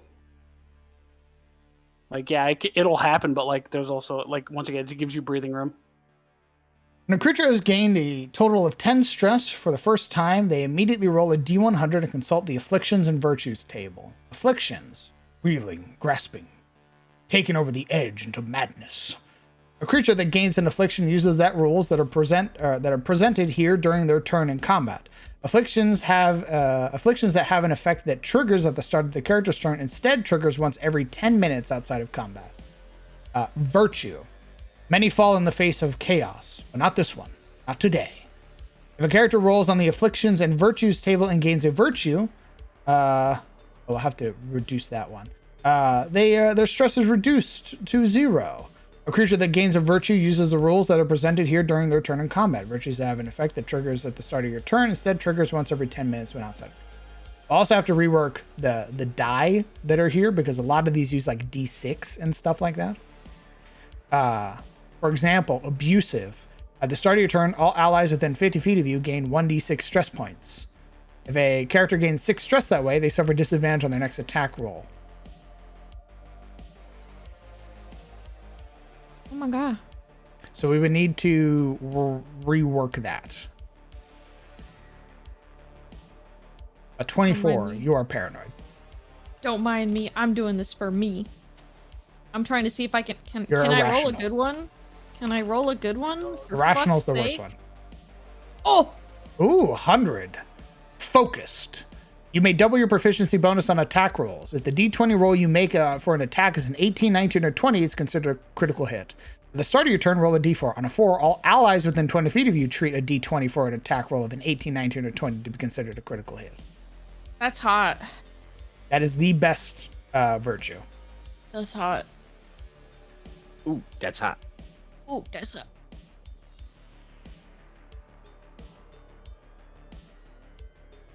My husband has a flat tire. I am so proud of him. Oh, Jesus. Uh-oh. It's a bike, too. Oh. Ooh. How do we rework abusive? Because it's a D6. That's a lot of stress with a 10.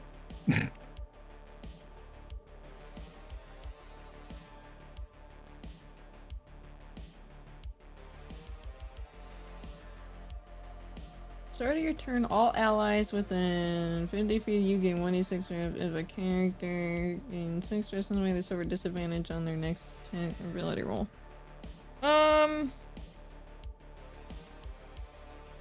This is at the start of your turn. So yeah, you could make it the same thing. It's just like 1 stress, but give them a save attached to it. Yeah. Like a save with a DC equal to something involving the character's level, probably, I want to guess. That could work. Okay, I'll be right back. I gotta carry my tiny rat man up to bed. Very good. I mean, they're being abusive shit, so 2 stress is possible. I think 1 stress is good, and then we tag a wisdom save to it, right?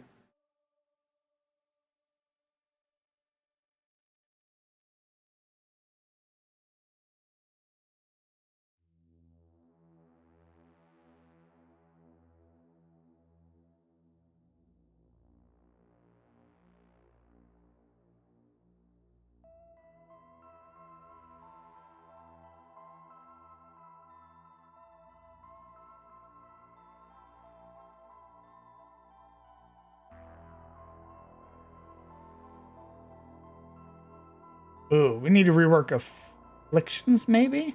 Because the way you would get rid of afflictions originally is if you dropped your hit point or your stress threshold to 0. But with this, if it already is resetting your stress to 0, then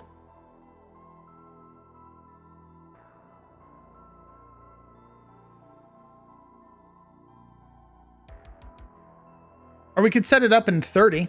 So it's 30, but at 10, you roll affliction and virtue.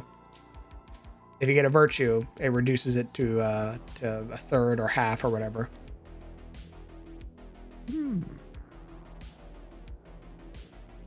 That way you're still always gaining stress. But there are abilities that reduce it. Reduce this. The way it would work would be, let's say Fenra has a 30, right? She has 30. Her stress is 30, right? She reaches 10. So now she rolls on the afflictions or virtues table. She gets paranoid. And then let's say she gets 20. Now she rolls on meltdown or resolute. She has a meltdown. Her HPM drops to 10. Then she rolls for her quirk. She gains a quirk. 12. Roll D12. 1, 2, 3, 4, 5, 6, 7. Weak hold on life. You have a -1 to your death blow resistance. You have a 15% meltdown chance. I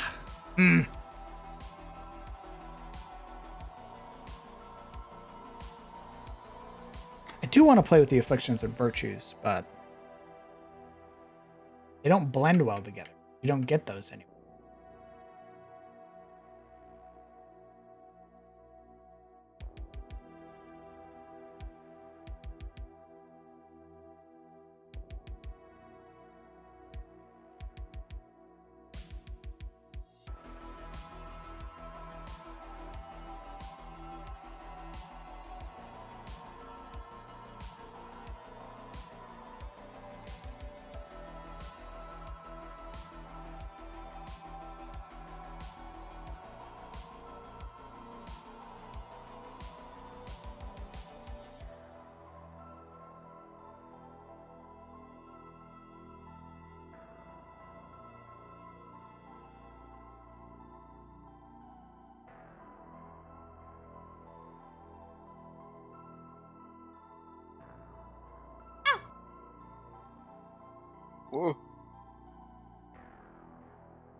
Whoa. Wake the fuck up. I'm trying to get the systems to blend together. Because when you melt down and you get a quirk, there are quirks that affect your next meltdown chance. Hmm.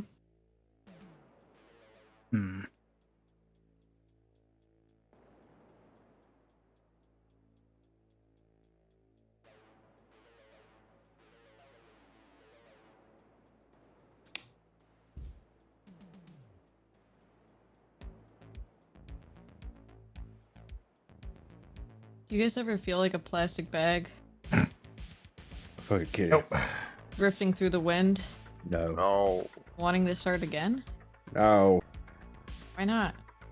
Because I don't believe in microplastics. You better start not. believing, son. You're made of them.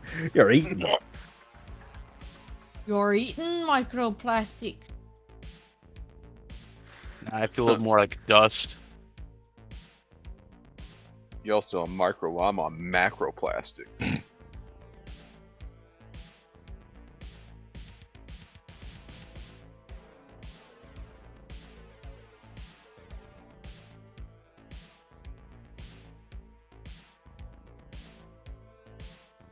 Fuck, how do we get this to blend together?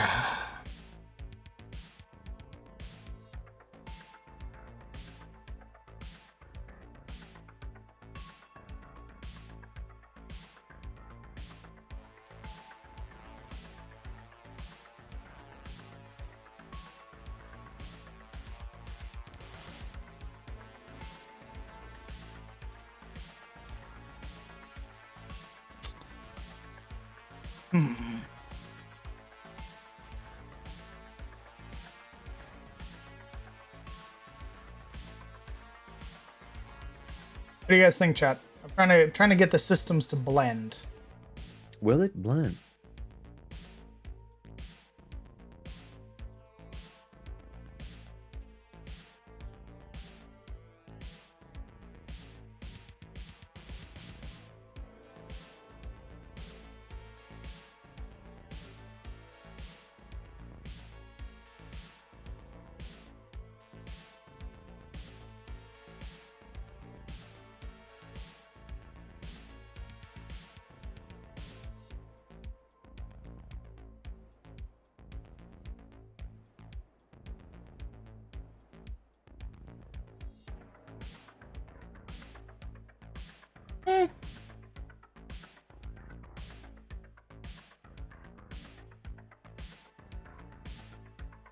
Hold on.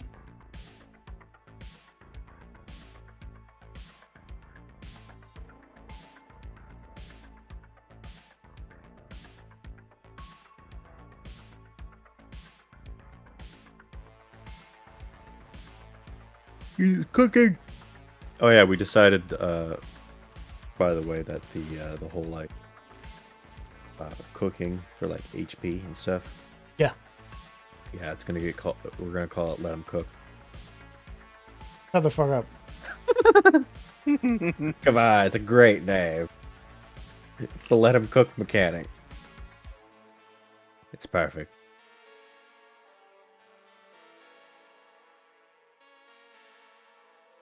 Doesn't appreciate my genius.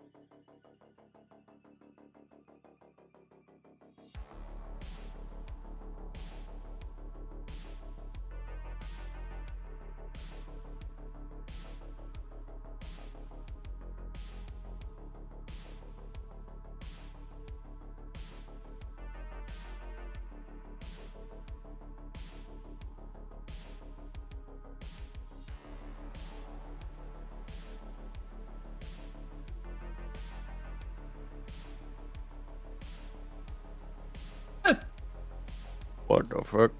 Huh? Huh? Oh. Wait, what are you still doing there? I thought you left. Again. My husband has a flat tire. I'm waiting for him to get home. Oh my god, unflatten it. I can't. Have you? Oh wait, I would say, have you seen my arms? But you probably haven't. I am No. what we call a weak little baby. My strength score IRL is a 6. Oh my god. Yikes. My constitution is even lower. It's a 4. You should get out of that. You should fix that. I can't. It's called immuno disorders.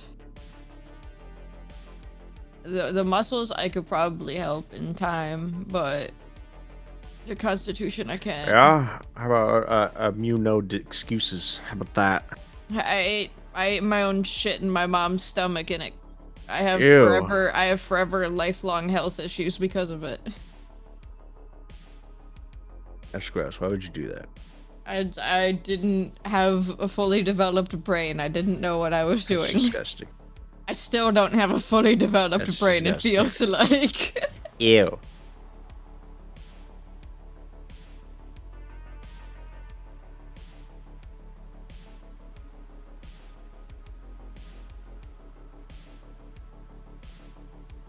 My brain is made of microplastics. Flowing through the wind, wanting to start again. Nodders. We all have a little bit of microplastic. Our microplastics are the old generation's lead poisoning. Nice.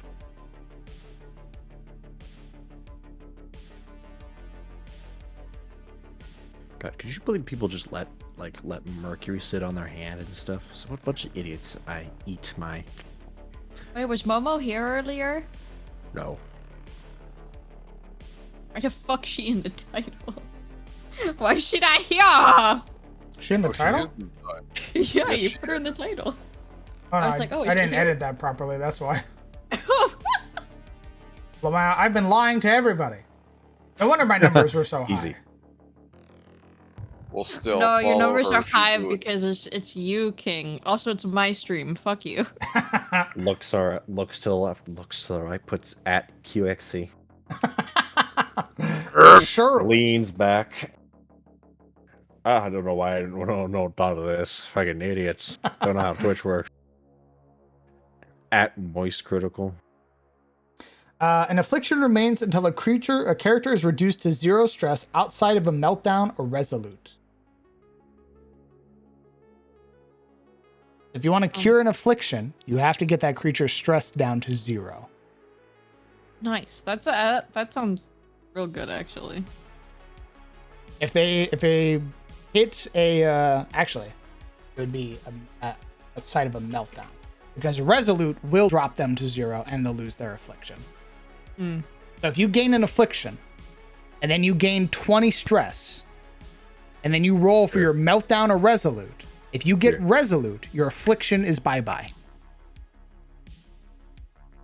So you have 2 chances. You have the chance for your teammates to heal you down to 0 stress, or you have your chance by rolling the dice when you get 20 stress. Whoa. Also, small thing. I was just looking at X.com. Fucking new HoloLive gen shit just dropped. 2 of them are twins, and they're sharing a fucking channel and Twitter. And I'm just saying, I would hate myself if I had to share my fucking Twitter account for my job with my sister. I would hate everything.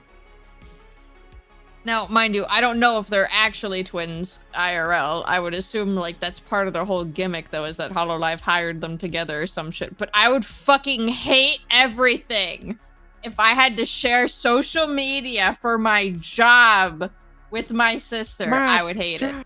I would fucking hate everything. Yeah.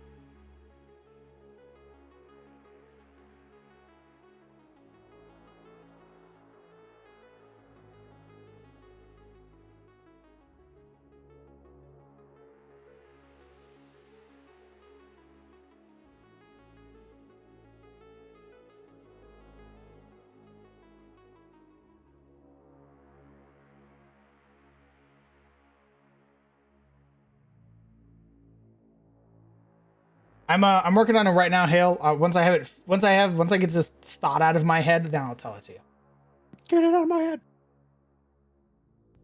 Get out of my head, get out of my head, get out of my head, get out of my head. Coming out of my head, and I've been doing just fine. Thank you.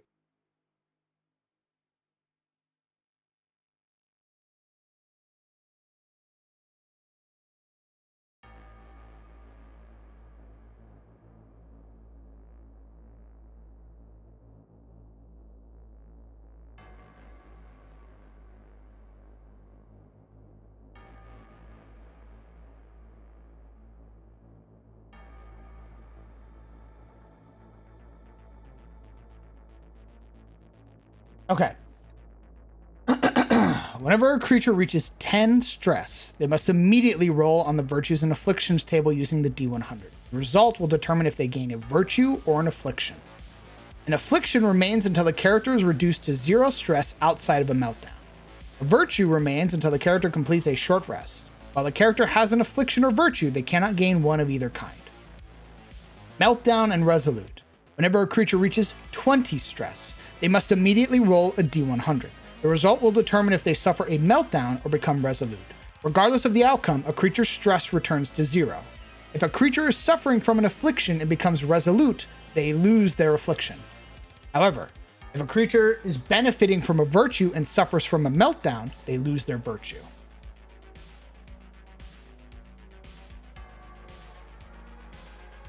Thoughts?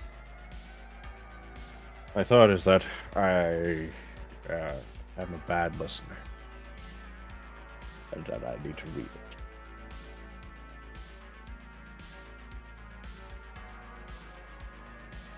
I think it's good.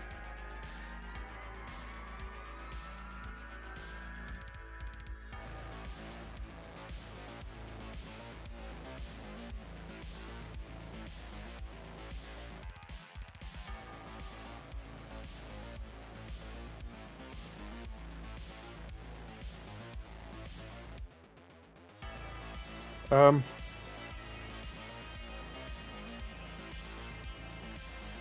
see. How's a meltdown? A meltdown drops you to 10% of your HPM. You gain in terms of percentages, you gain a -1 to your death blow resistance until you finish a next rest.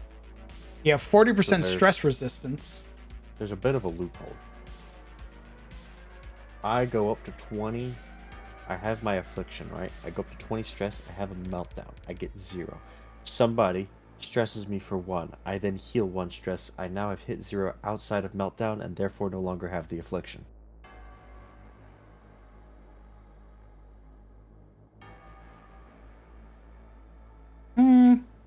Smile.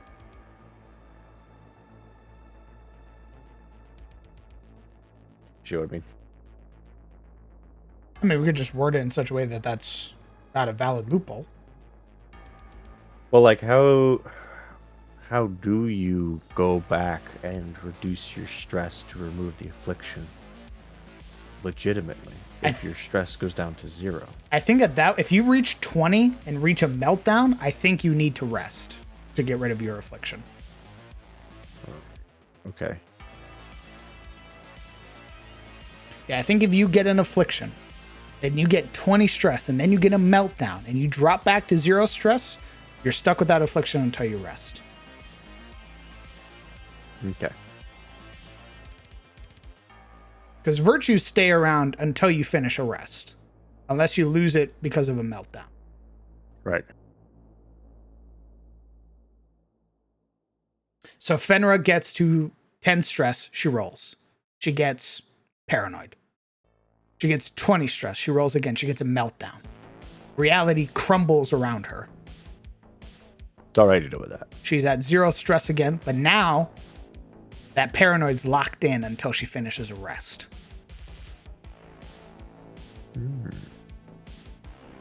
Now, the opposite. Hyjal gets a virtue. She gets focused. She gets 20 stress again because she's fucking tanking. At 20, she gets resolute. She heals, all that stuff. That's locked. That virtue's locked in until she finishes a rest.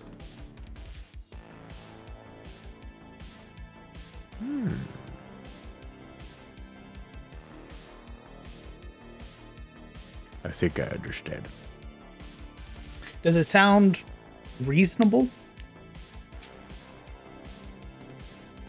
We're beyond reason, brother. I think so. I'd have to fuck around with it to actually, like, understand if it was reasonable or not. I think at this point, we'd have to play with it.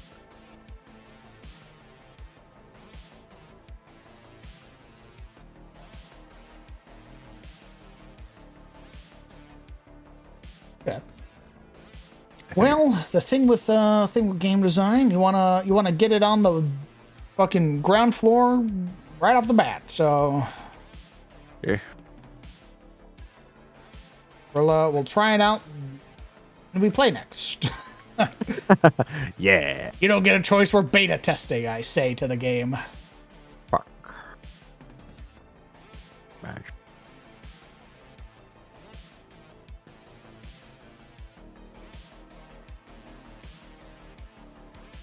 Okay, so your stress threshold is actually 20.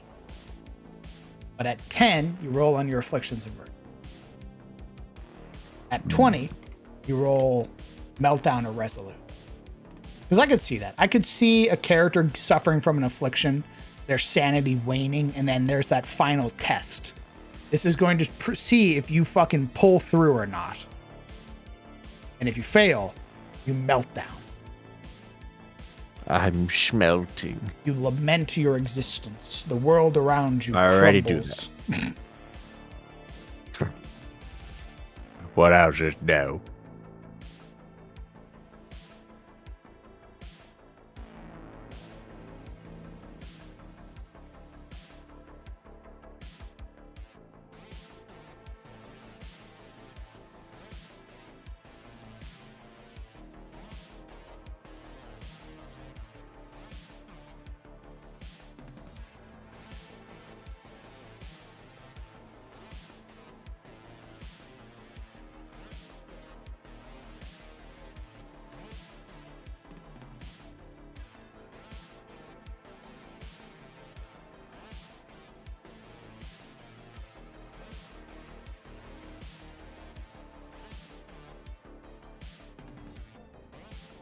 I mean, it sounded okay. You might need the actual test run to know for sure. World of 8 is 0.2.8. You'll get to build one eventually.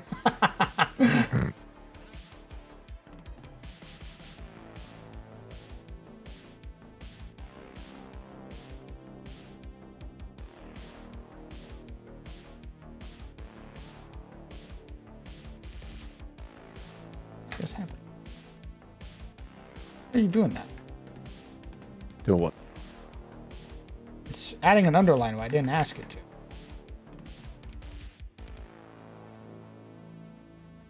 Smile. Why not?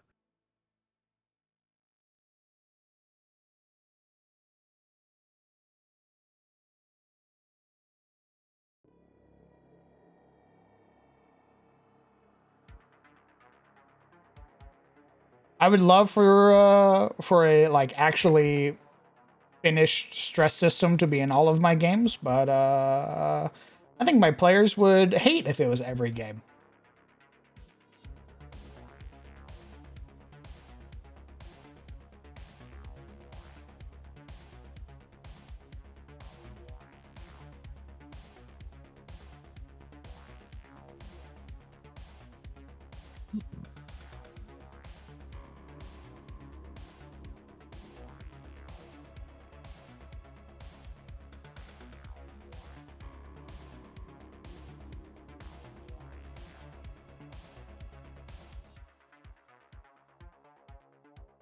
It's a go.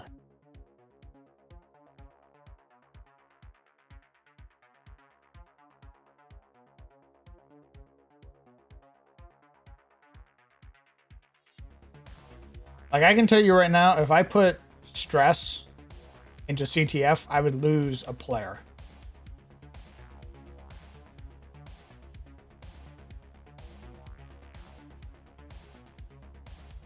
There is a character in that game who is staunchly against mechanics like this.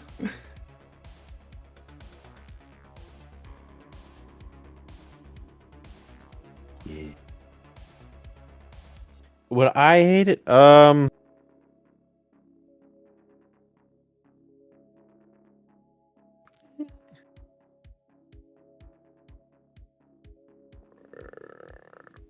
Untested, probably.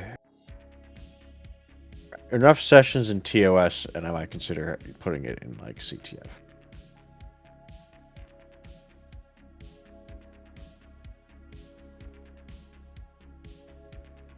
But I don't want like beta mechanics in CTF, because that's kind of what TOS is for. So for now, I would have went in CTF until we're like, yeah, this is great. I feel like that would make the most sense. Is me being like, all right, I finally have it down. Yeah. Guys, behold. The I stress vomit. mechanic. Right. Root of all beers. Welcome. This D&D prep, technically, it is in a similar vein. Currently, I am reworking my stress mechanic.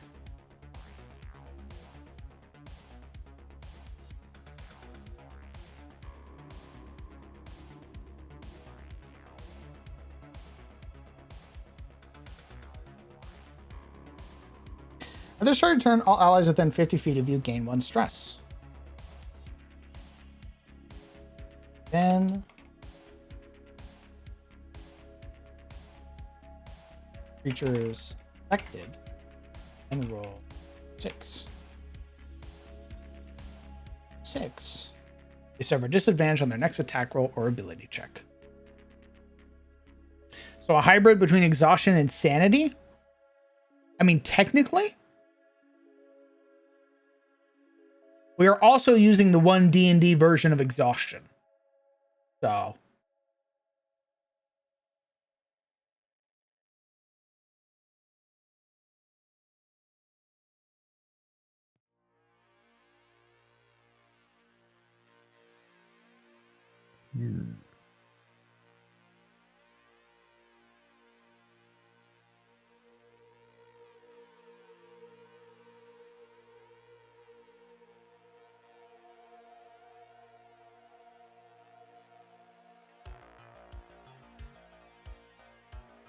ooh. Cannot gain advantage on any rolls. When you gain stress, you gain additional. When you lose stress points, reduce the amount lost. How do I...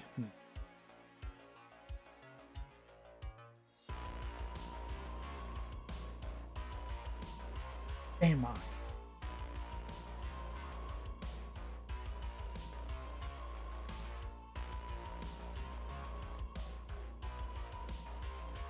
Standing.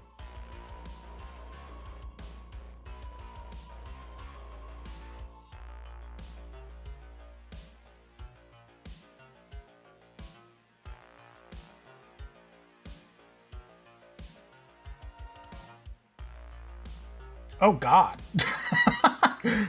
Hopeless has some crazy shit in DD1. What? Hopeless in DD1's wild. You roll a D100 and then it determines a random result. So you can either cause a party member stress, you can move around, you can pass your turn, you could use a random skill, you can attack yourself, or you can mark yourself for 2 rounds. Blech. Blech. I'm not liking 1DD, to be honest. The power separation between martial and mages is getting too thick. I haven't looked at it beyond, like, the exhaustion.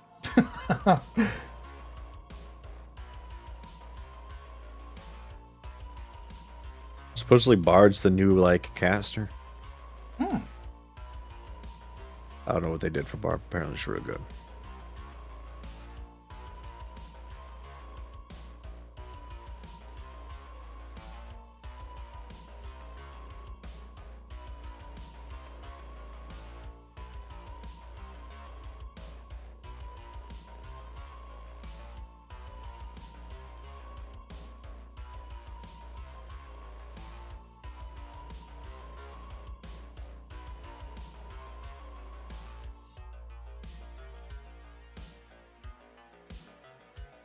Oh, here we go, actually. When you lose stress points, roll a d4. On anything other than a 4, do not stress.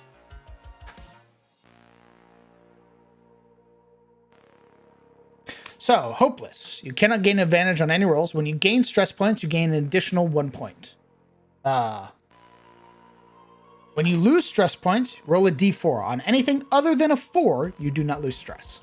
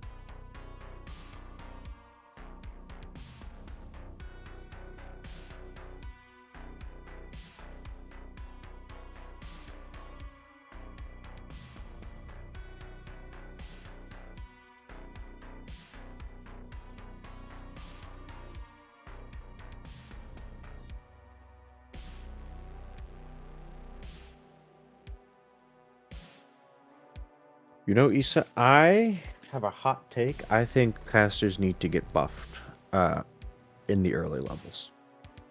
It's not that hot a take.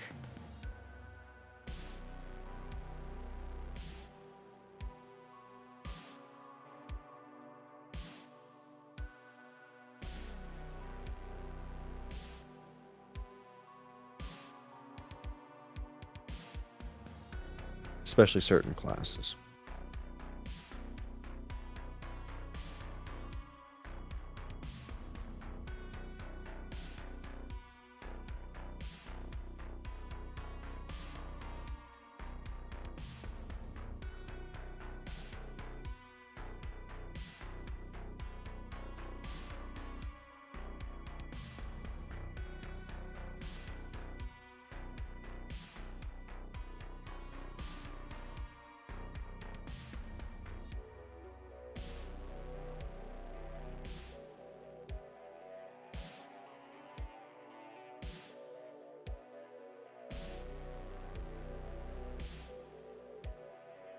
Hmm.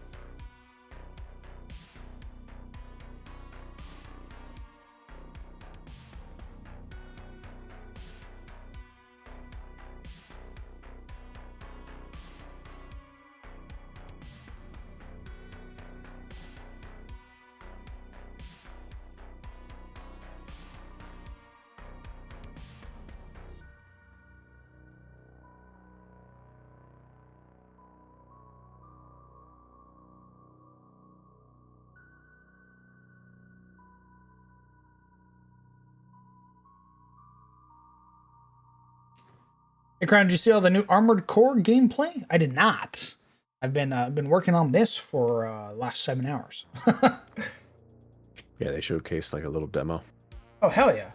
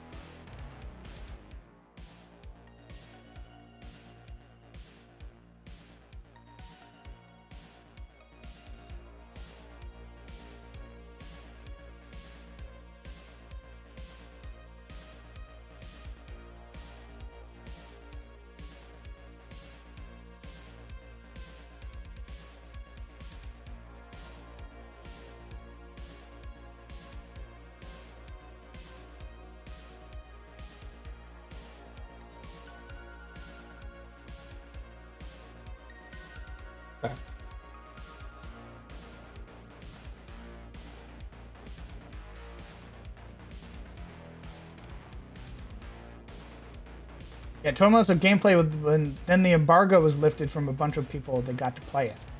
Most of them have like 20-ish minutes of video. Oh, nice. That sounds dope.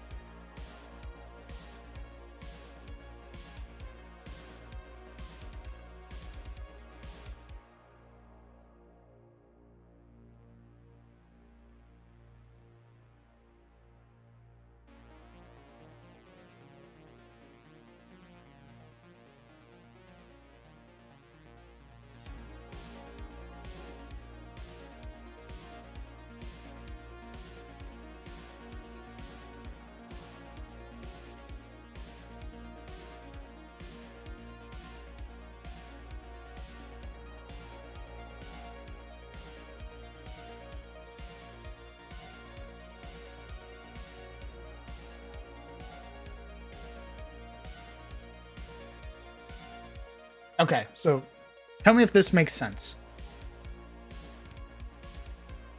Courageous. You and all allies within 20 feet of you immediately lose 3 stress when you gain this virtue. Your movement speed increases by 10 feet. As well, on the start of your turn, roll a d4. On a 4, you can select one friendly creature other than yourself within 20 feet of you and reduce their stress by 1.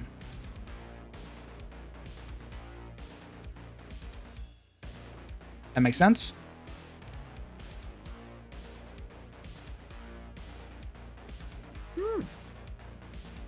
Yeah, it makes sense.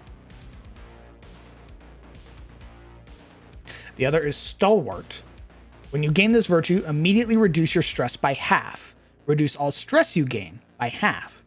At the start of your turn, roll a d4. On a 4, you lose 1 stress.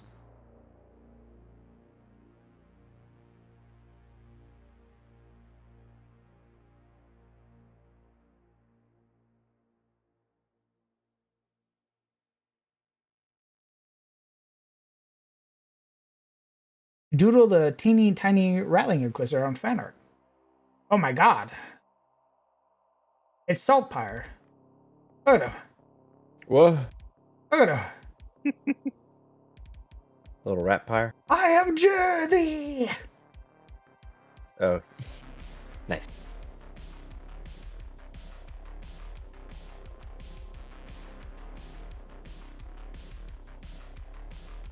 That's pretty cool.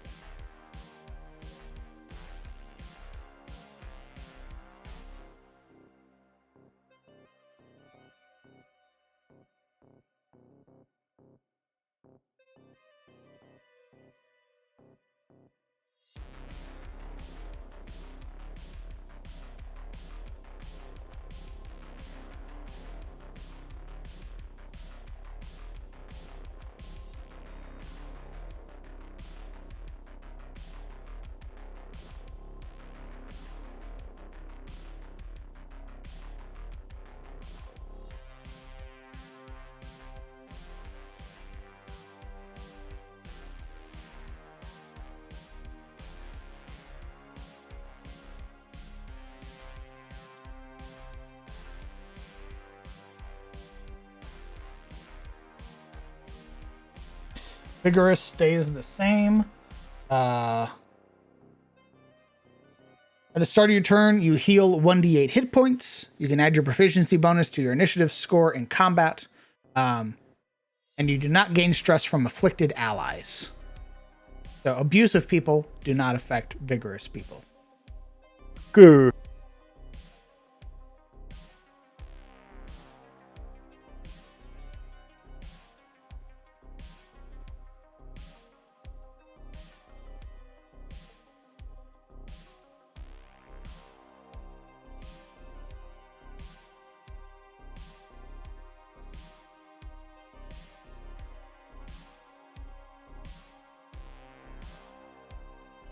I hope someday somebody plays a mouse folk. I also hope so too. I think it'd be cute. Now. Never.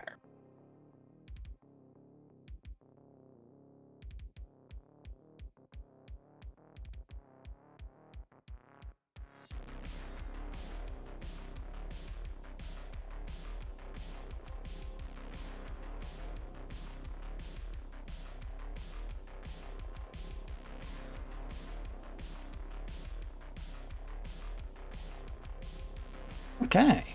Then I make the other table. Yeah. The other tape. Yeah, it's not really another table. It's just the percentage for meltdown and resolute, which is the same for the afflictions and virtues table.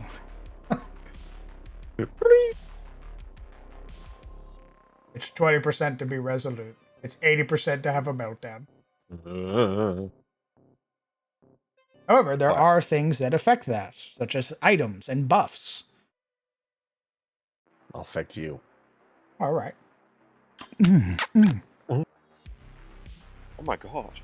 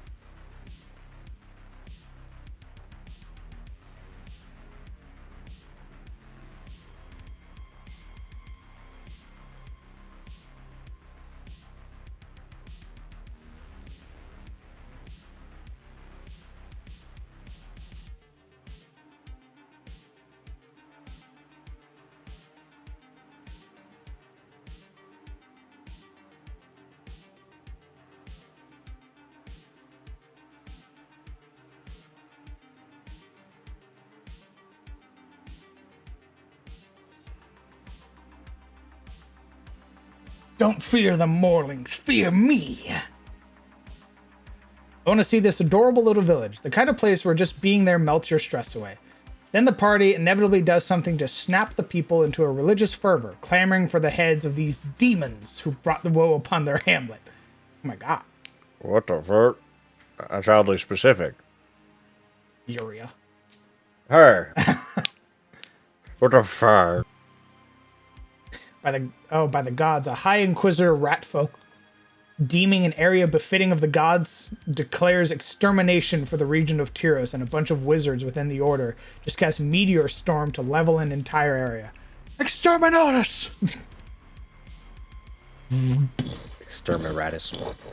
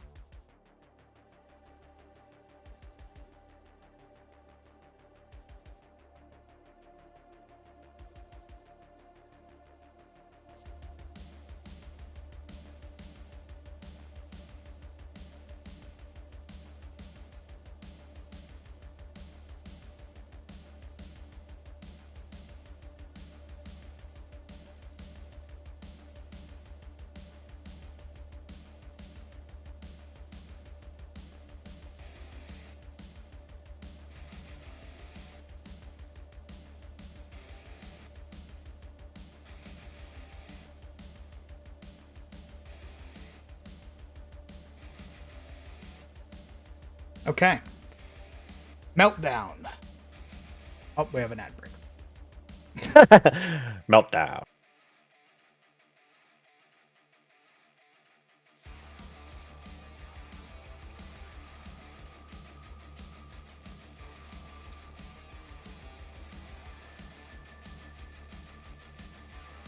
Extermiratus. Shut up. Shut up. Okay. Meltdown. 1 through 80. A creature's health is reduced to 10% of their HPM. A creature suffers a -1 to all death saving throws until they camp.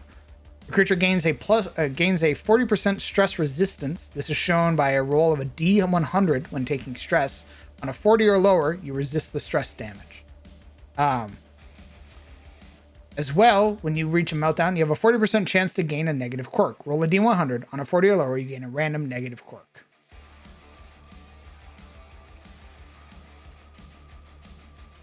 Monkey. No. The Skaven are going to be their own thing, Staltron. We're going to make the Skaven eventually.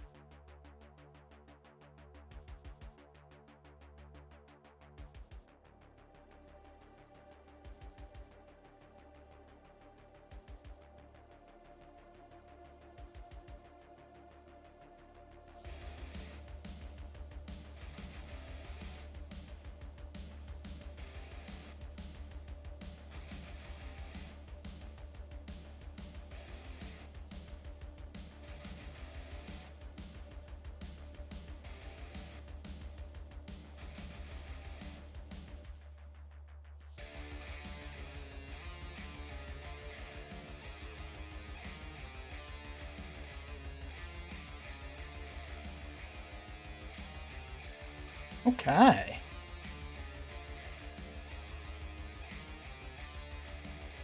Guys, I think we did it. Woo.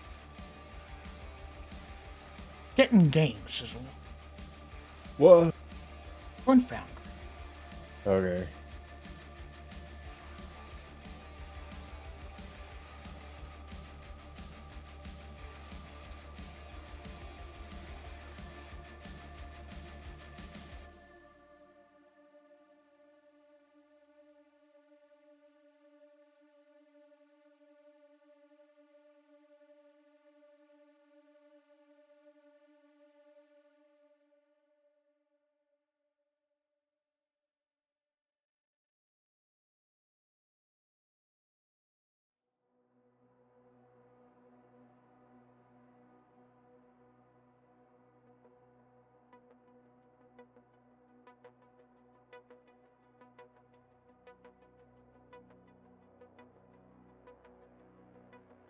Oh. Oh. Oh. Let me know when you're. Oh. Okay.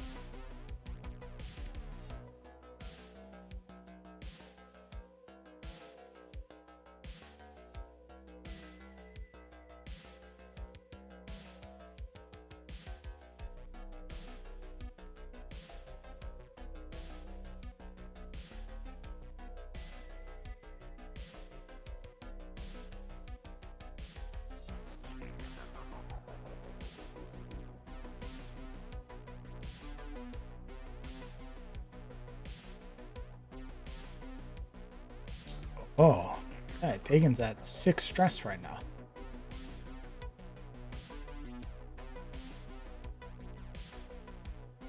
I mean, Okay. Let's say Fenrir over here let's see. Yeah. reaches her stress threshold, or stress maximum. Oh boy. Yeah. Say the foreman comes up, bunch of husk workers come up. They start throwing hands, saying, "What the fuck? You owe us money." Let's say you reach your 10 stress.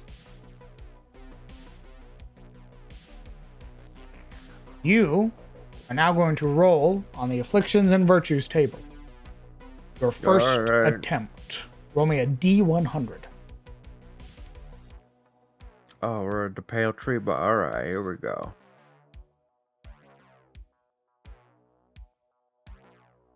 Brr. You are irrational. I love that one. My Let's favorite say one. That's the one where I go home because I hate it. it's the start of your turn again. You need to roll another D100.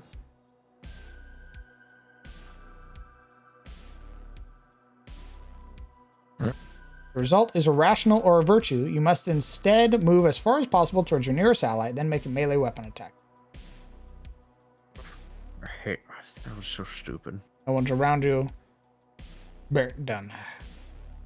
Let's say you get to 20 stress. You're just getting your ass beat. Yep. Now you roll on the meltdown and resolute table. Alright. D100. Wow. Resolute. Wow. You immediately heal. Your stress goes back down to 0. You lose your affliction. You heal for 50% of your HPM. You get a +1 bonus to all death saving throws until you camp. You have stress resistance. And I need you to roll me another D100.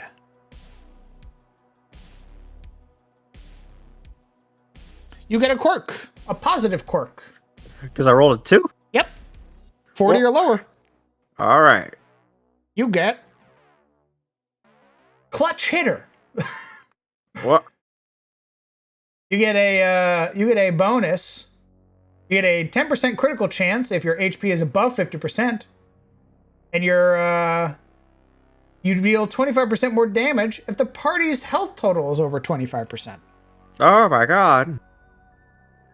God damn. That's crazy. Wow. You're no longer irrational. Instead, you are resolute. God damn.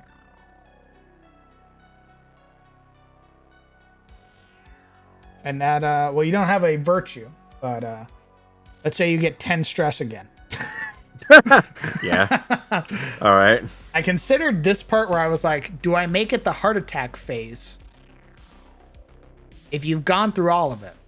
But then I was like, fuck it, you'll just reset it. I think it would just be, what do you think? What should happen when you reach 30 stress?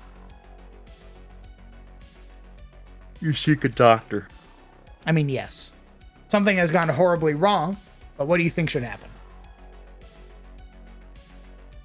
Well, I mean, you wouldn't though, because your stress gets reset to 0 on a meltdown or a resolution. What I'm saying is if you reach 10 again. Oh, okay. Oh.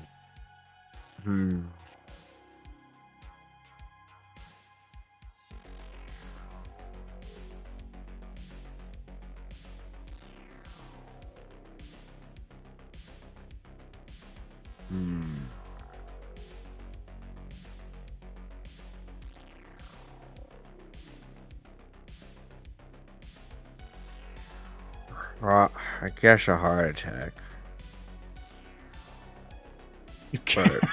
You guess a heart attack? It just seems weird to me to get like a virtue and then resolute and then heart attack.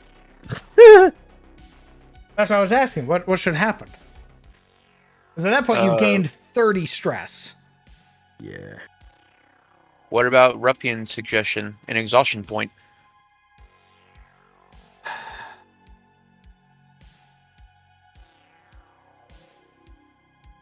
Exhaustion point?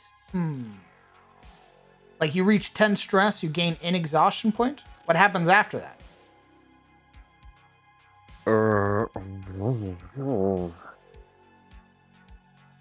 What if you get 5 exhaustion? 5 exhaustion. Yeah. Ooh. Holy shit. You get 30 stress. You get to your stress threshold again. You get 5 points of exhaustion. You get put on death's door. You spend your action. Now you're at 8 points of exhaustion. You're shitting your pants. Yeah. God's staring at you very intently, wondering what the fuck you're doing to yourself. Yeah. You now need to go. Now you definitely need to leave the dungeon. You need to get out. You need to go. Get the fuck You out gotta of get. there. You gotta go home, dog. You gotta go home. Gotta go. Don't you have a home? Yeah. You gotta go. Bruh. I like it. Labau. I don't see a party sticking around to the point that they gain 30 stress. Yeah. But it's a nice catch-all. Instead of it being a heart attack and you just fucking die, instead it's 5 stress. Or 5 exhaustion. Which is brutal because that's a -5 to every D20 roll. If you get put on death's door with a 5 exhaustion, you're coming into that shit haggard. Yeah. I like it. And then what you could do is, if by some chance they get to 40, then they get the heart attack. If my God, imagine you're literally keeping that person alive to stress tank for you is what's happening. You're keeping them alive. You stress tank. Let me for die. them. Let me die.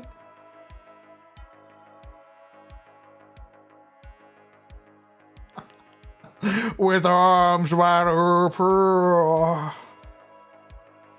You roll your heart attack save. You have a -8. Your heart fucking explodes. Let me see that actually. -8. Ooh, -3. Your heart fucking explodes. Oh. Oh. Your party looks at you one final time as you go, guys, I don't feel so. And then your fucking chest explodes. Your brain starts melting out of your ears. Hey guys, I think it's gonna be grippy. Not this one. Not today. Oh, fuck. Yeah, I think that's good. Wonderful. Glad I know. Hell yeah, brother. Good job. You hit 30 stress, your heart's just tired, brother. 5 exhaustion. Fuck me. Yeah. What are you doing to me? Get heart palpitations. You're like, I just sit down. Oh, hide. Oh, hide. I need to sit.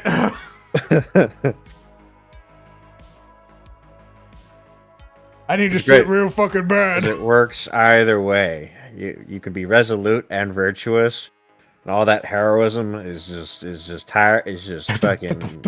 Yeah. You don't know your own strengths.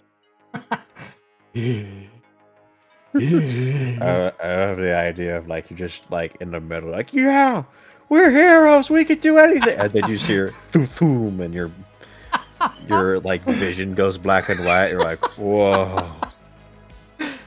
You get the Saving Private Ryan. Yeah. Oh no. Oh god. Oh. Guys, I think we're just people. Mortality understood. I am but flesh and bone.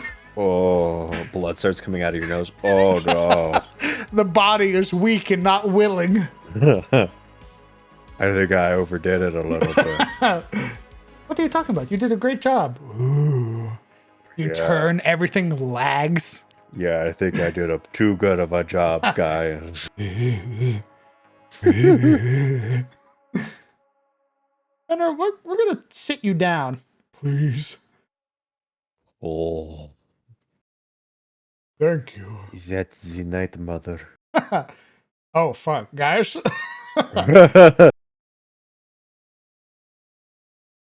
All right, we're gonna go through and adjust everybody's abilities.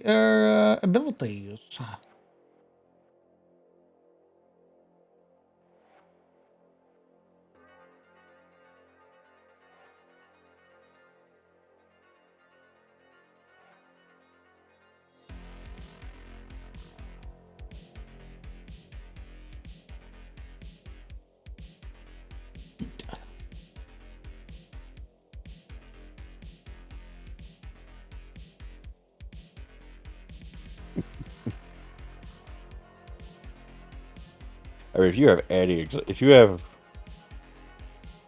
have a chunk of exhaustion, and you hit 30 stress. Oh. If you've been on death's door like twice, even just twice. Ooh, yeah. If you've spent one action on death's door and even a bonus action, you have 4. You get 30 stress, you're at 9. You're rough, buddy. You're at 9 fucking stress. Oh. Oh no. Let's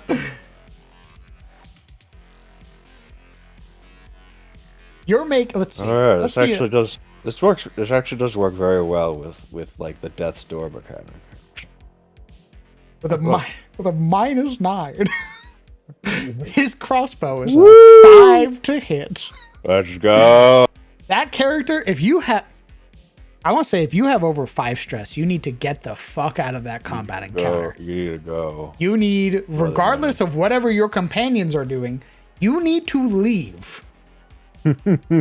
If your friends are fighting still and you have 5 stress, you're gonna go wait in the camp. Go sit down. Go wait outside. I use my action to dash. Alright, guys. I'll see you later.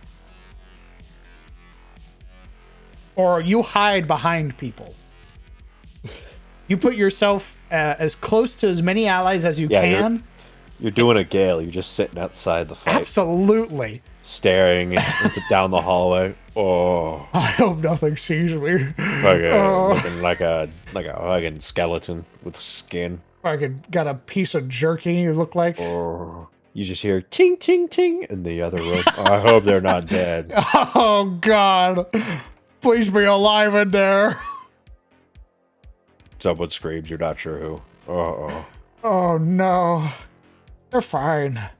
They're fine. They're heroes. There's crack open a beer. Yeah, you're drinking the whiskey outside. All right, Gale, it's your turn. What are you doing? I used the hour that they're in the combat to drink the whiskey. Just one hand has a whiskey bottle, the other has laudanum. You just fucking blitzed out of your mind. If I have a shot glass, I can mix these. Help me.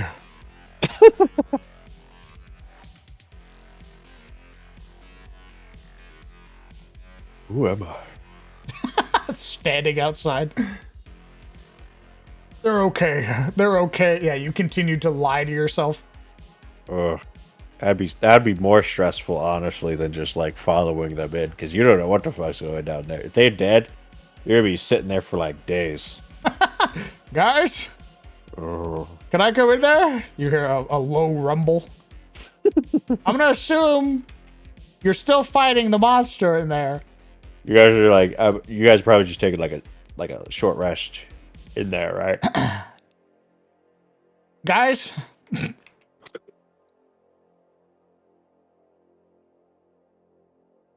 All right, guys. I'm We're just gonna keep sitting there. Gives you a thumbs up. Guys, I'm kind of getting low on rations. What's going on? Guys, it's been 7 days. It's What the fuck is happening, guys? a good fucking Why are we day. still here? Just to suffer?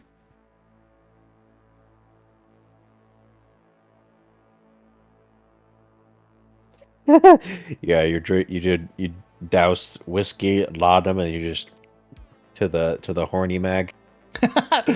Under the Allfather's gaze. You don't understand. I have to do this to survive.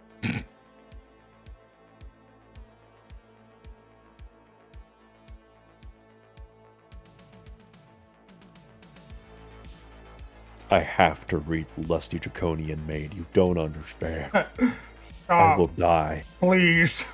I need that book to live. That's gross, you pervert. It's not like that. It heals me.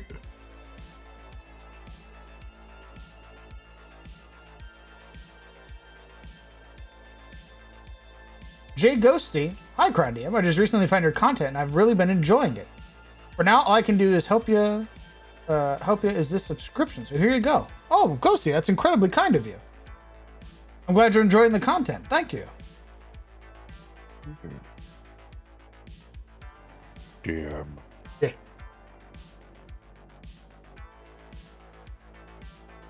What's up? It's that time again. What time?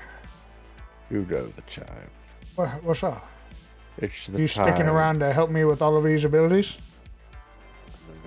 Yeah. Nice. I put Zebus where my What? I put Zebus in my chair. He doesn't know about D&D. What I are you walk doing? out of the back. Hey. What? Sorry, what? Hey. Huh? You can't hear you. Hey, That's me over there. I put Zebus in my chair. Look, he's got my name tag. there's a little rat. What? That's rude. I Look at think we should remove all the stress mechanics. That sounds bad. What the fuck? Who's this Yep. fucking guy? Well, all right. See you later. All right, so you have another ability now on your a passive ability Oh my On your god, sheet. another ability. called Curing Touch. Whenever you heal a creature or whenever you cast a spell that has the healing cure word or keyword, you reduce their stress by 2 if they have 5 stress. Oh my god. That's pretty that good. Does that work with mundane healing? No, it says spells. Oh, okay. Yeah. Mundane healing has its own stuff. Some of those items do stress reduction. Nice. Yeah, this fucking party's gonna be hooked on alcohol, crack, porn, everything you can imagine. I must get my hands on it. I've been eating up Cometh the Fall and Tales of Sunfall. Oh shit, nice. I'm glad you've been enjoying the games. That's awesome. Hey, You can't leave.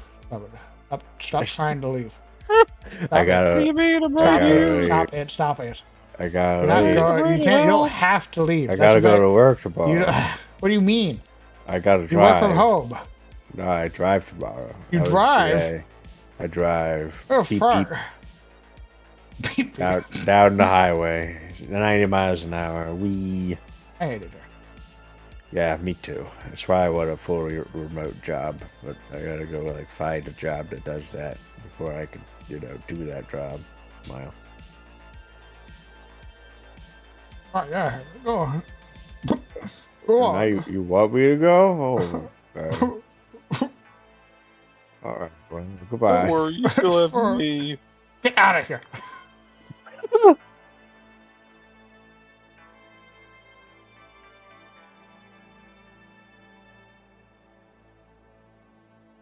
Register. Wow, that's a name. Registered Dex Offender.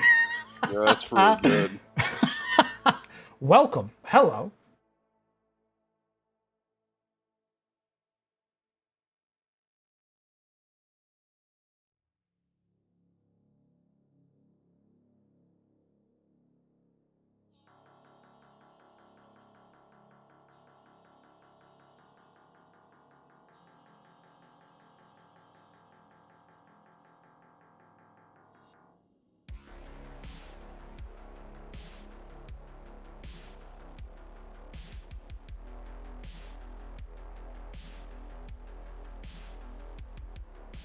Nice. All right, cool. This is actually working out fairly well. We're going to give him both because he's a multi-class. That fucking whore.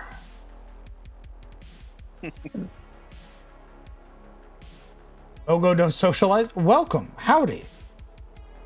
All these first-time chatters. Hello, people. We are currently working on stress mechanics and abilities.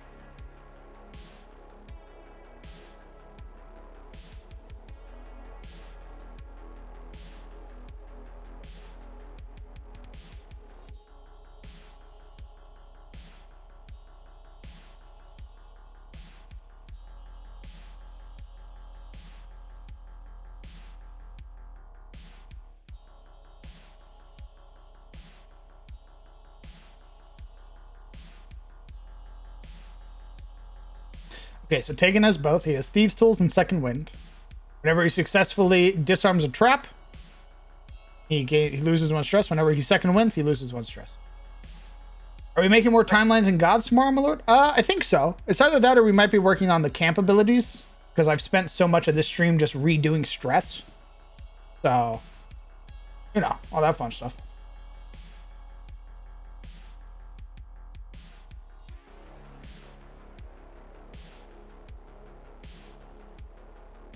Radiation exposure testing by elves on kidnapped gnomes. I mean, gnomes deserve it, so you have my seal of approval.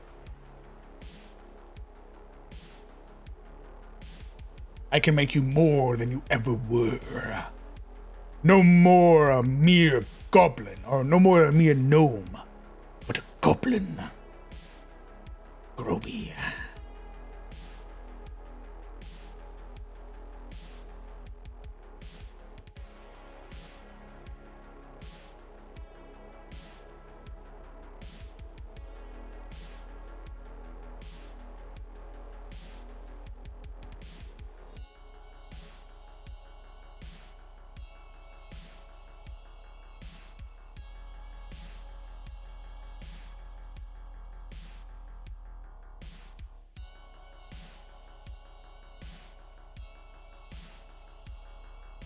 Gnomes over Kender. I think most species wouldn't mind any testing done on them that makes them less Kender. Ooh. Don't socialize. Welcome to the channel. We hate gnomes here. I despise them with my very being. They don't exist in my setting. I've removed them entirely.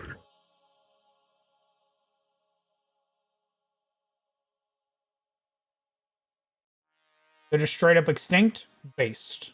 Very good.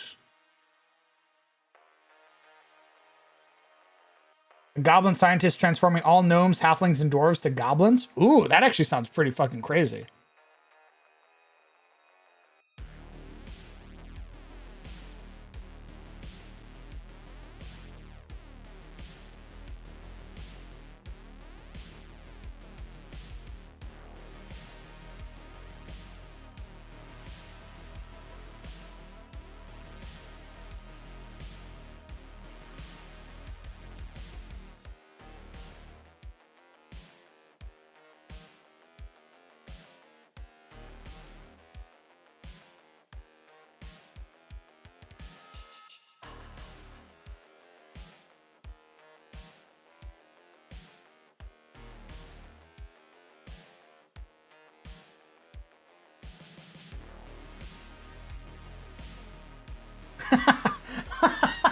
Someone asked about the G names again, huh?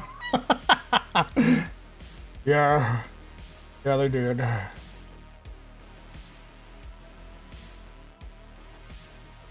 Makes my blood boil.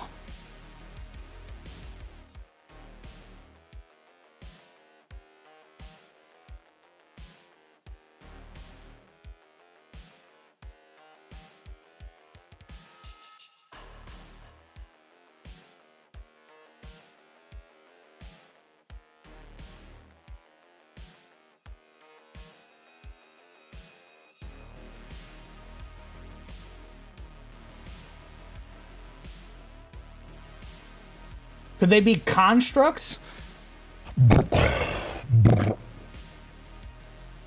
I don't even want them near my setting, Legion. I don't want them anywhere near me. I don't want to make them something cool made by the Wizard Kings.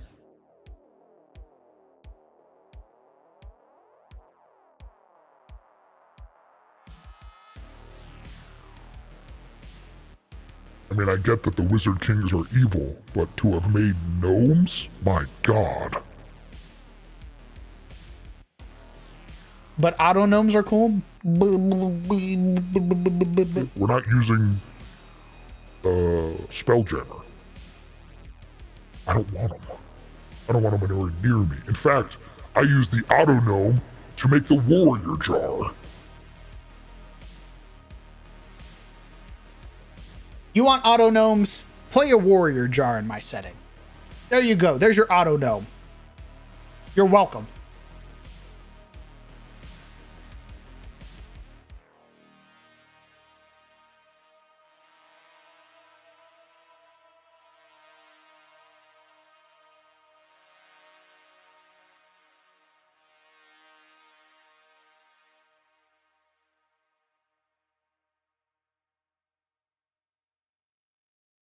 I'm sorry, I shouldn't have brought them up.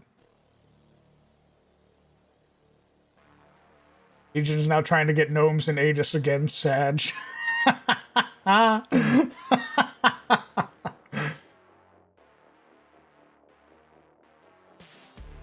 All the gnomes are trapped under a powerful petrification spell. So, okay. We do have gnomes, Legion. They're the Svirfneblin. Because they're them and the red caps. They are your gnomes. You have a Fey gnome and an Underdark gnome. That's it. That's all you get. The only cool ones. I don't want no fucking forest gnome. None of that. Gross. You want to play a person? You want to play a deep gnome who knows all about crystals and rocks? Who can traverse through the stone and sort of weave through it as if it were water? You play as Svirfneblin. You want to play an asshole? You play a red cap with your big old iron boots and your sickle.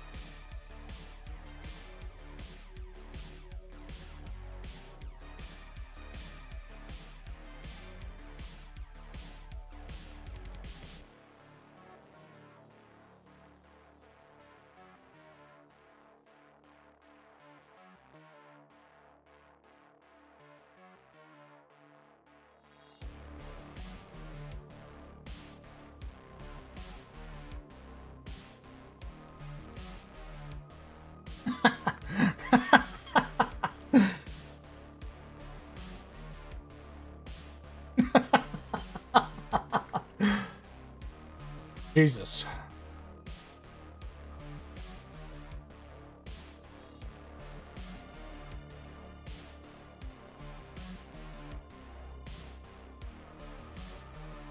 All right, we need to go through and adjust everybody's stress threshold maximums.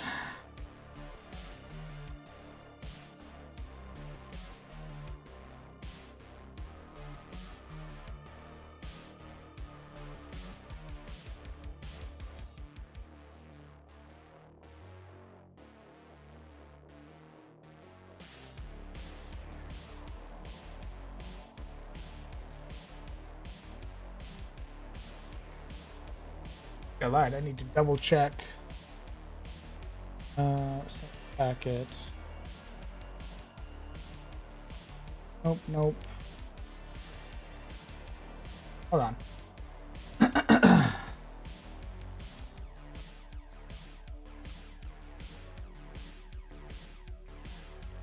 INEP. I'm going to bed. Your EP. Yes. Wow. Don't you wow me over there. Wow. Get out of here. Go on then. Go to bed. Sleep will leave us. Go on, get. I will. Thank you Banning very me in much. my time of need, you rat. I place Luna in the chair. Now it's your turn. Mm. I put the Sizzle name tag on him. There's your help. Go on, get.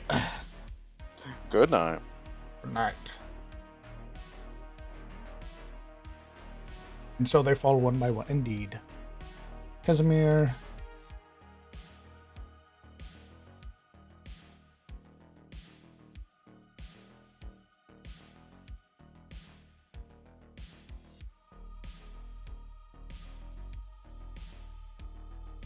Isn't this motherfucker ever trying to piss me off?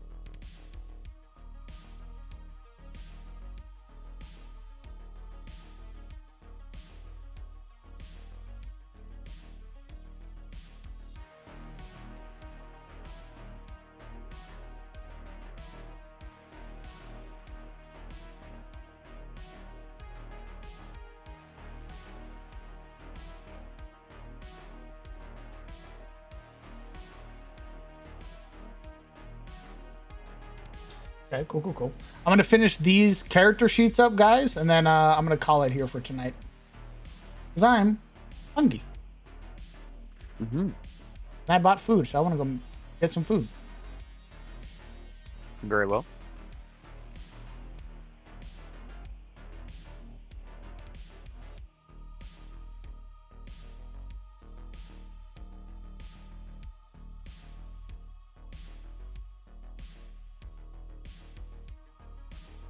What is 20?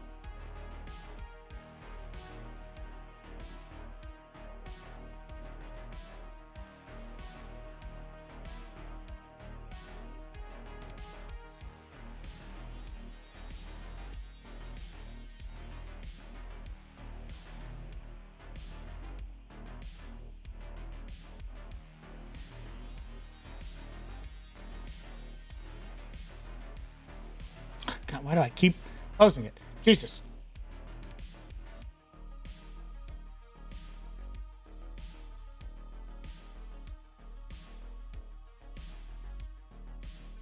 Perfect. Then we're at 3. LVL at 9.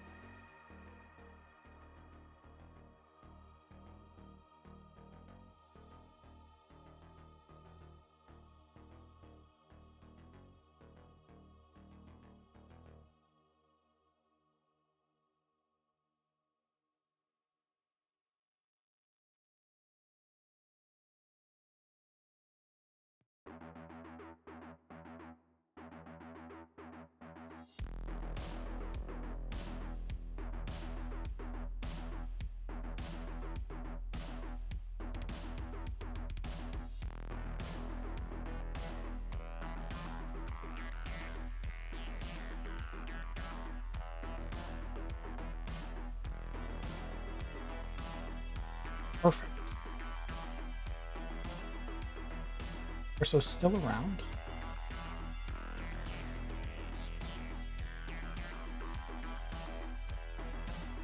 You strike.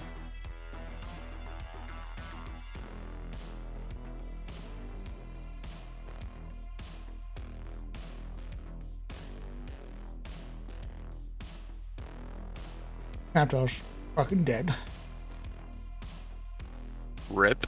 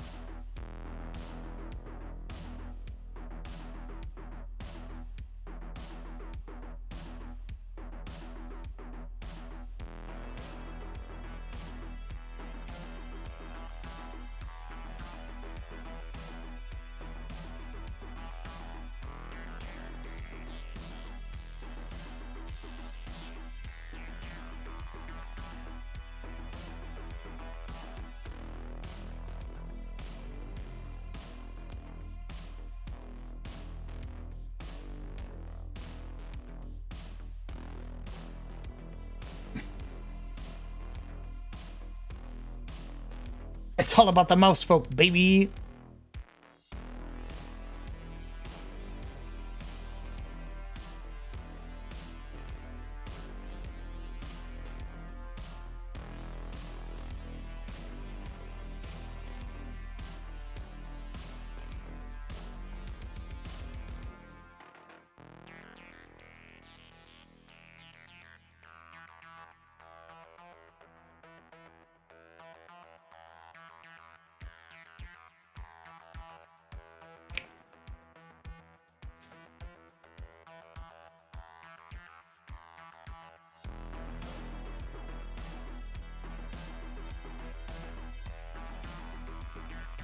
Oh, God. Okay, so that's all I need to do for right now, but tomorrow I realize we have to go through and adjust all the items. All the stress items, all that shit. So that's what we're gonna do tomorrow. Or today, technically. Later today. Because they're no longer percentage based, they are flat values again. Right. Yeah, Hale. So, like, laudanum. Laudanum isn't 10% of your STM anymore. It's just one stress.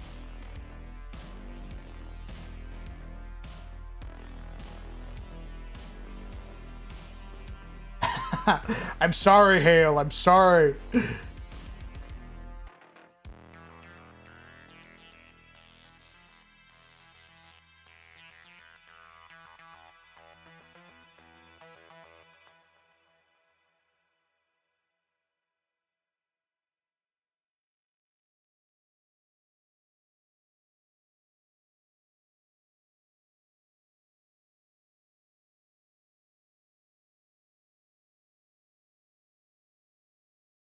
It is kind of.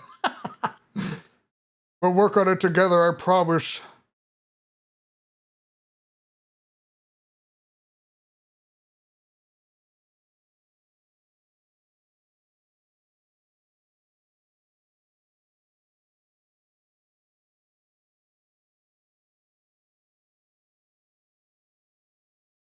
Okay. That's gonna be it for me tonight. We're gonna stream again later today.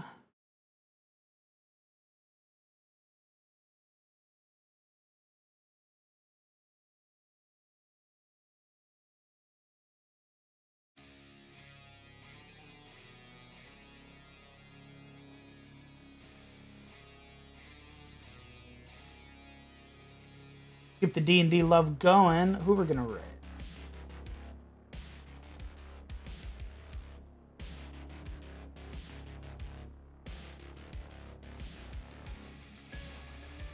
Oh, well, why don't we pass it down the line? There's another person. Number 4.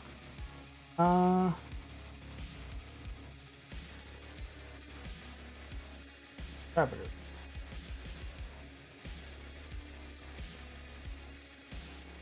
E20 Deathmatch.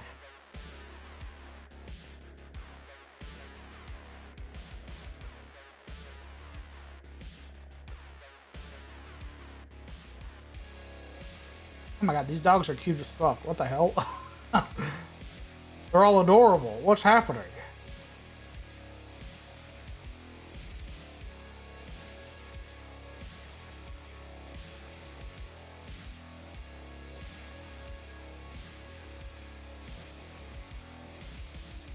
I can't tell if this is like an ad break. Oh, they've been going for 14 hours. Jesus Christ. Wow. I think we're gonna raid these guys. They're next in line. Smoke Dragon 710. They look to be a relatively new D&D streamer. Got about 372 followers. And they got 12 people watching, so we're gonna go raid them and pass on the D&D love. Okay, why don't you guys go ahead and say goodbye, chat? Goodbye, chat. I will not be coming back. Very well. Rush well. You too. Okay, chat. Thank you guys so much for coming out and supporting the stream. If you're new here, hello. Welcome. I'm the Crown DM. I'm a 5th edition Dungeon Master who runs games in his own homebrew setting, the world of Adis. What you just saw was TPK Tuesday, also known as our system and supplement day. We make a lot of homebrew systems and weird, quirky ideas here. So if you are interested in that, why not consider tuning in for more as we stream later today for World Building Wednesday, doing some adjustments, maybe some world building, some timelines, maybe some working on some races. Who knows? And if you're interested in any of our games that we run, every Friday at 7 p.m. CST, except for this Friday, we run Cometh the Fall. It's a high fantasy, high magic game. Lots of mythical creatures, magical items, and the like. Very powerful party, dripped out with magical items. And then we have our Sunday game at 11 a.m. CST, which is our Tales of Sunfall, which is where you'll see the stress mechanic and all of the other Darkest Dungeon items. So if you're interested in all of that, you should also tune in there. There will be no D&D this week. There will not be a game on Friday, and there will not be a game on Sunday. The only time you will see me doing D&D stuff this weekend is on Saturday, where I will be helping Zentrea run her Guilds and Geckos game. So that'll be fun. And then Lost Mines of Phandelver with Brett, where I'll be playing Veldrin, my level 1 Drow rogue. So yeah, if you're interested in that, join the Discord. You'll get notifications of when I go and do that stuff. As well, you can see all the amazing fan art and see all the amazing artists and creations that people have posted while there. And hey, maybe you're considering supporting the stream. You like the cut of my jib that much? Well, hey, I'd direct you towards the Patreon. The Patreon, you get benefits for subscribing, aside from random ad breaks. You would get map packs made by yours truly, using Incarnate. We have currently 2 map packs available for June and July. One of them is a 6-part dungeon map called The Corrupted Grove. It is a fungal and swamp-infested map, as well as our Cities and Towns map pack that came out just recently. If you're interested in any of that, you should give it a look. It's our Tier 2, also known as Knights of the Realm. We also have our Tier 3, where you get homebrew content. So all of the stuff you just watched me make, you'll get your hands on it first before the public, before I eventually put it on the Kanka page. And you'll get to tweak it and adjust it all you want. Consider it more of a support tier than anything else, with the caveat that you get homebrew content. That is going to be it for me tonight, everybody. I hope you have a fantastic night. I hope you take care of yourselves. Hug your loved ones. Tell them that you love them. Remember, our raid message is we pass the crown to you. Good night, everybody.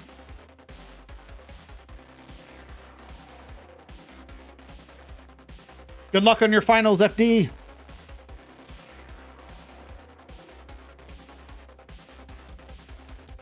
Oh god, especially if it's your masters. Holy shit, brother. Best of luck.